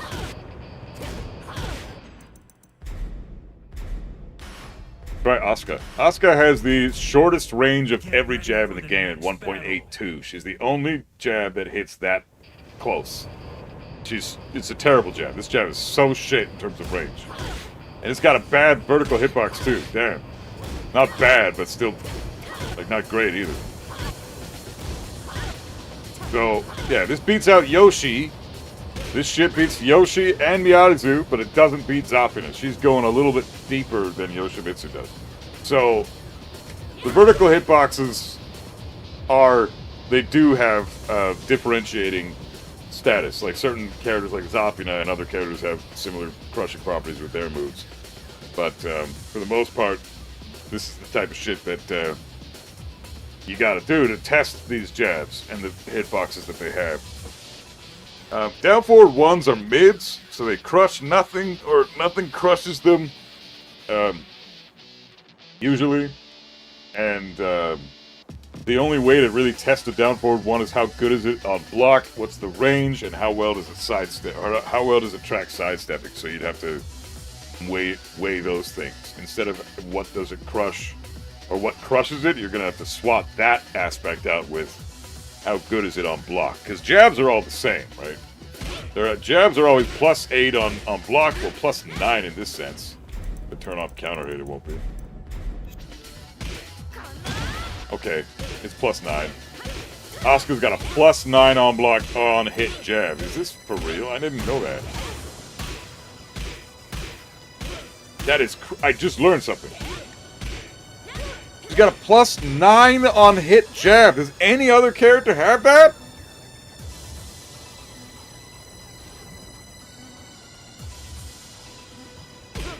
Does any other character have a +9 on hit jab? I don't think so. Get ready for the next battle.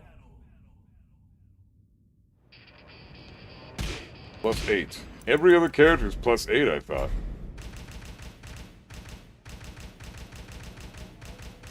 +9? No fucking way, man. Shit jab at +9. Yeah, which is significant. That extra frame is huge. Honestly, that makes up for her shitty range. It really does. That's a big deal. +9 on hit, and it's still -2 on block, right? Or +1 on block, right? Bears maybe? No, they're still +8. I know that for a fact. It's still +1 though. Sure it is, right? It's -2 on. It's -2 on block. Right. Yeah, that's the trade-off. +9 on hit, but -2 on block. So it's shittier. Didn't know Asuka had a +9 on block jab. Yeah, Hwarang maybe? Nah, Hwarang's is still +8 and +8 +1. Get ready for That's the right. I next forgot that battle. Asuka's unique that way. She's got a -2 on block jab. Everybody else's is +1. Yeah. +1 on block. Everybody else's jab is +1. Asuka's is -2. So she jabs, she gives up her turn. But it's got stubby ass range, hardly any range at all. But it's +9 on hit. That's pretty fucking good. And it's got a decent vertical and horizontal hitbox. So Asuka's jab isn't bad. It's just unique. I think it is. That is a factor, though. It is going to be in lower on the tier list than a lot of jabs like hers because of the fact that it's got no range and it is -2 on block. That's a big deal. So it's going to be lower on the tier list, but I still think Kazuya's is way worse because it doesn't beat out half the shit that Asuka's does. Who else has a shit jab? Lee's got a terrible jab, but I think it's still +1, +8. Does Asuka have any traps at -2? Oh, fuck yeah, she does. +1 for Lee. Asuka's got hella traps for fucking days, man. Days! Mid follow-up on the jab? Yeah, mid follow-up is the one exception. -8. +6 on hit.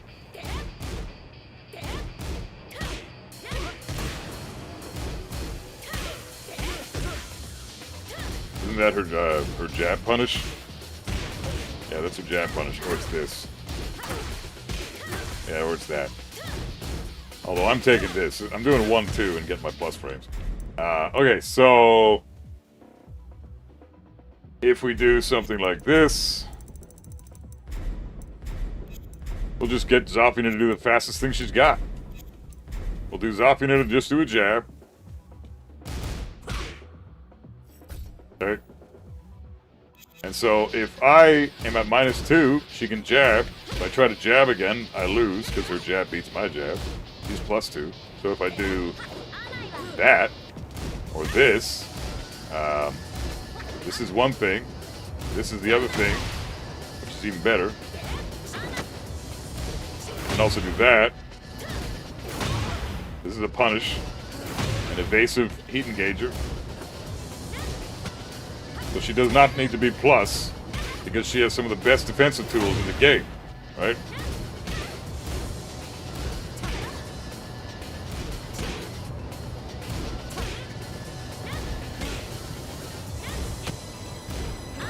This is probably the best thing she's got right here. This is crazy. What I could do is standing block. We'll do block all. I'll do down forward 1-2. Or 1-2, which is -8 on block. And I'll do 2 hits. Then she's going to go for a punish.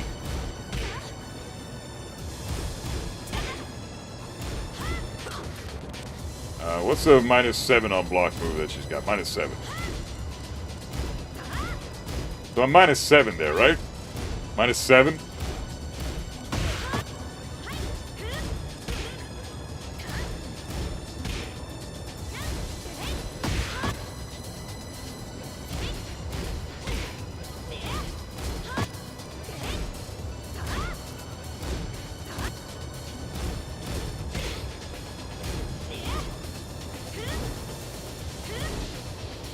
Back 3?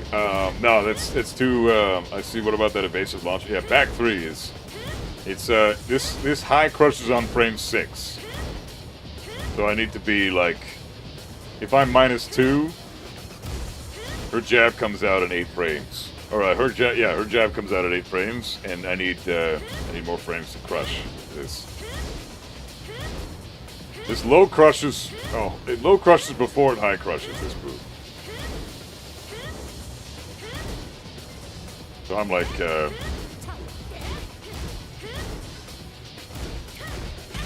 yeah, I can't crush her jab with my back 3 in time. Because it high crushes after it low crushes. It low crushes pretty much right away. So I could do something like this.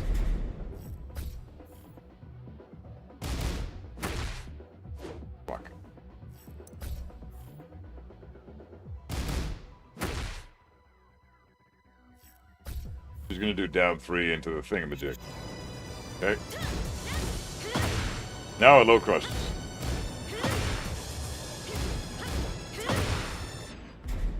So you need frames to get the crushing property to work.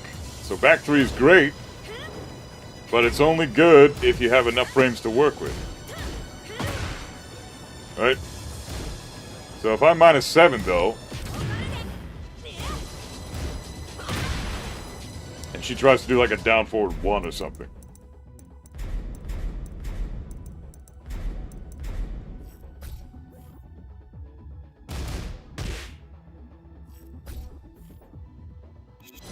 -7 here.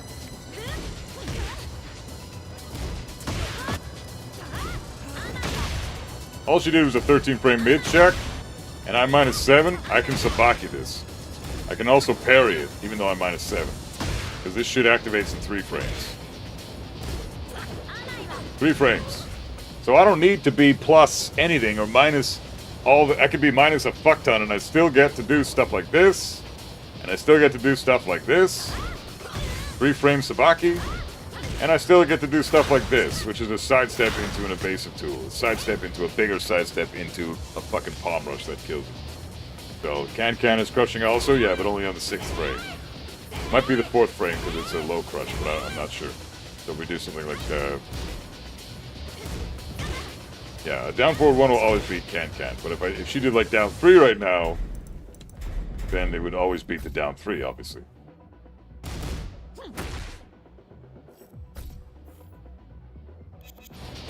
I can even do like back 4 into Can. Look at this shit. Because her down 3 is so slow. I'm even delaying it. I'm canning as she's about to do the move. It's about to land. I'm delaying it so much, but it fucking low crushes. So almost immediately. It's pretty fucked up. So anyways. Okay, guys, I'm going to call it a day there. Thanks for hanging out, everybody. We're going to do some more research tomorrow. It's going to be a lot of fun. I'm stoked. We'll figure out what character we're labbing. I'm thinking probably Zafina would be a good idea. So, because I got to head out. Got to get some work done. So, much love, everybody. Thanks for hanging out. Be safe. I'll see you tomorrow. I hope everybody learned something. Today was a fucking great, productive stream. So thanks to everybody for all the love, and I'll see you guys then.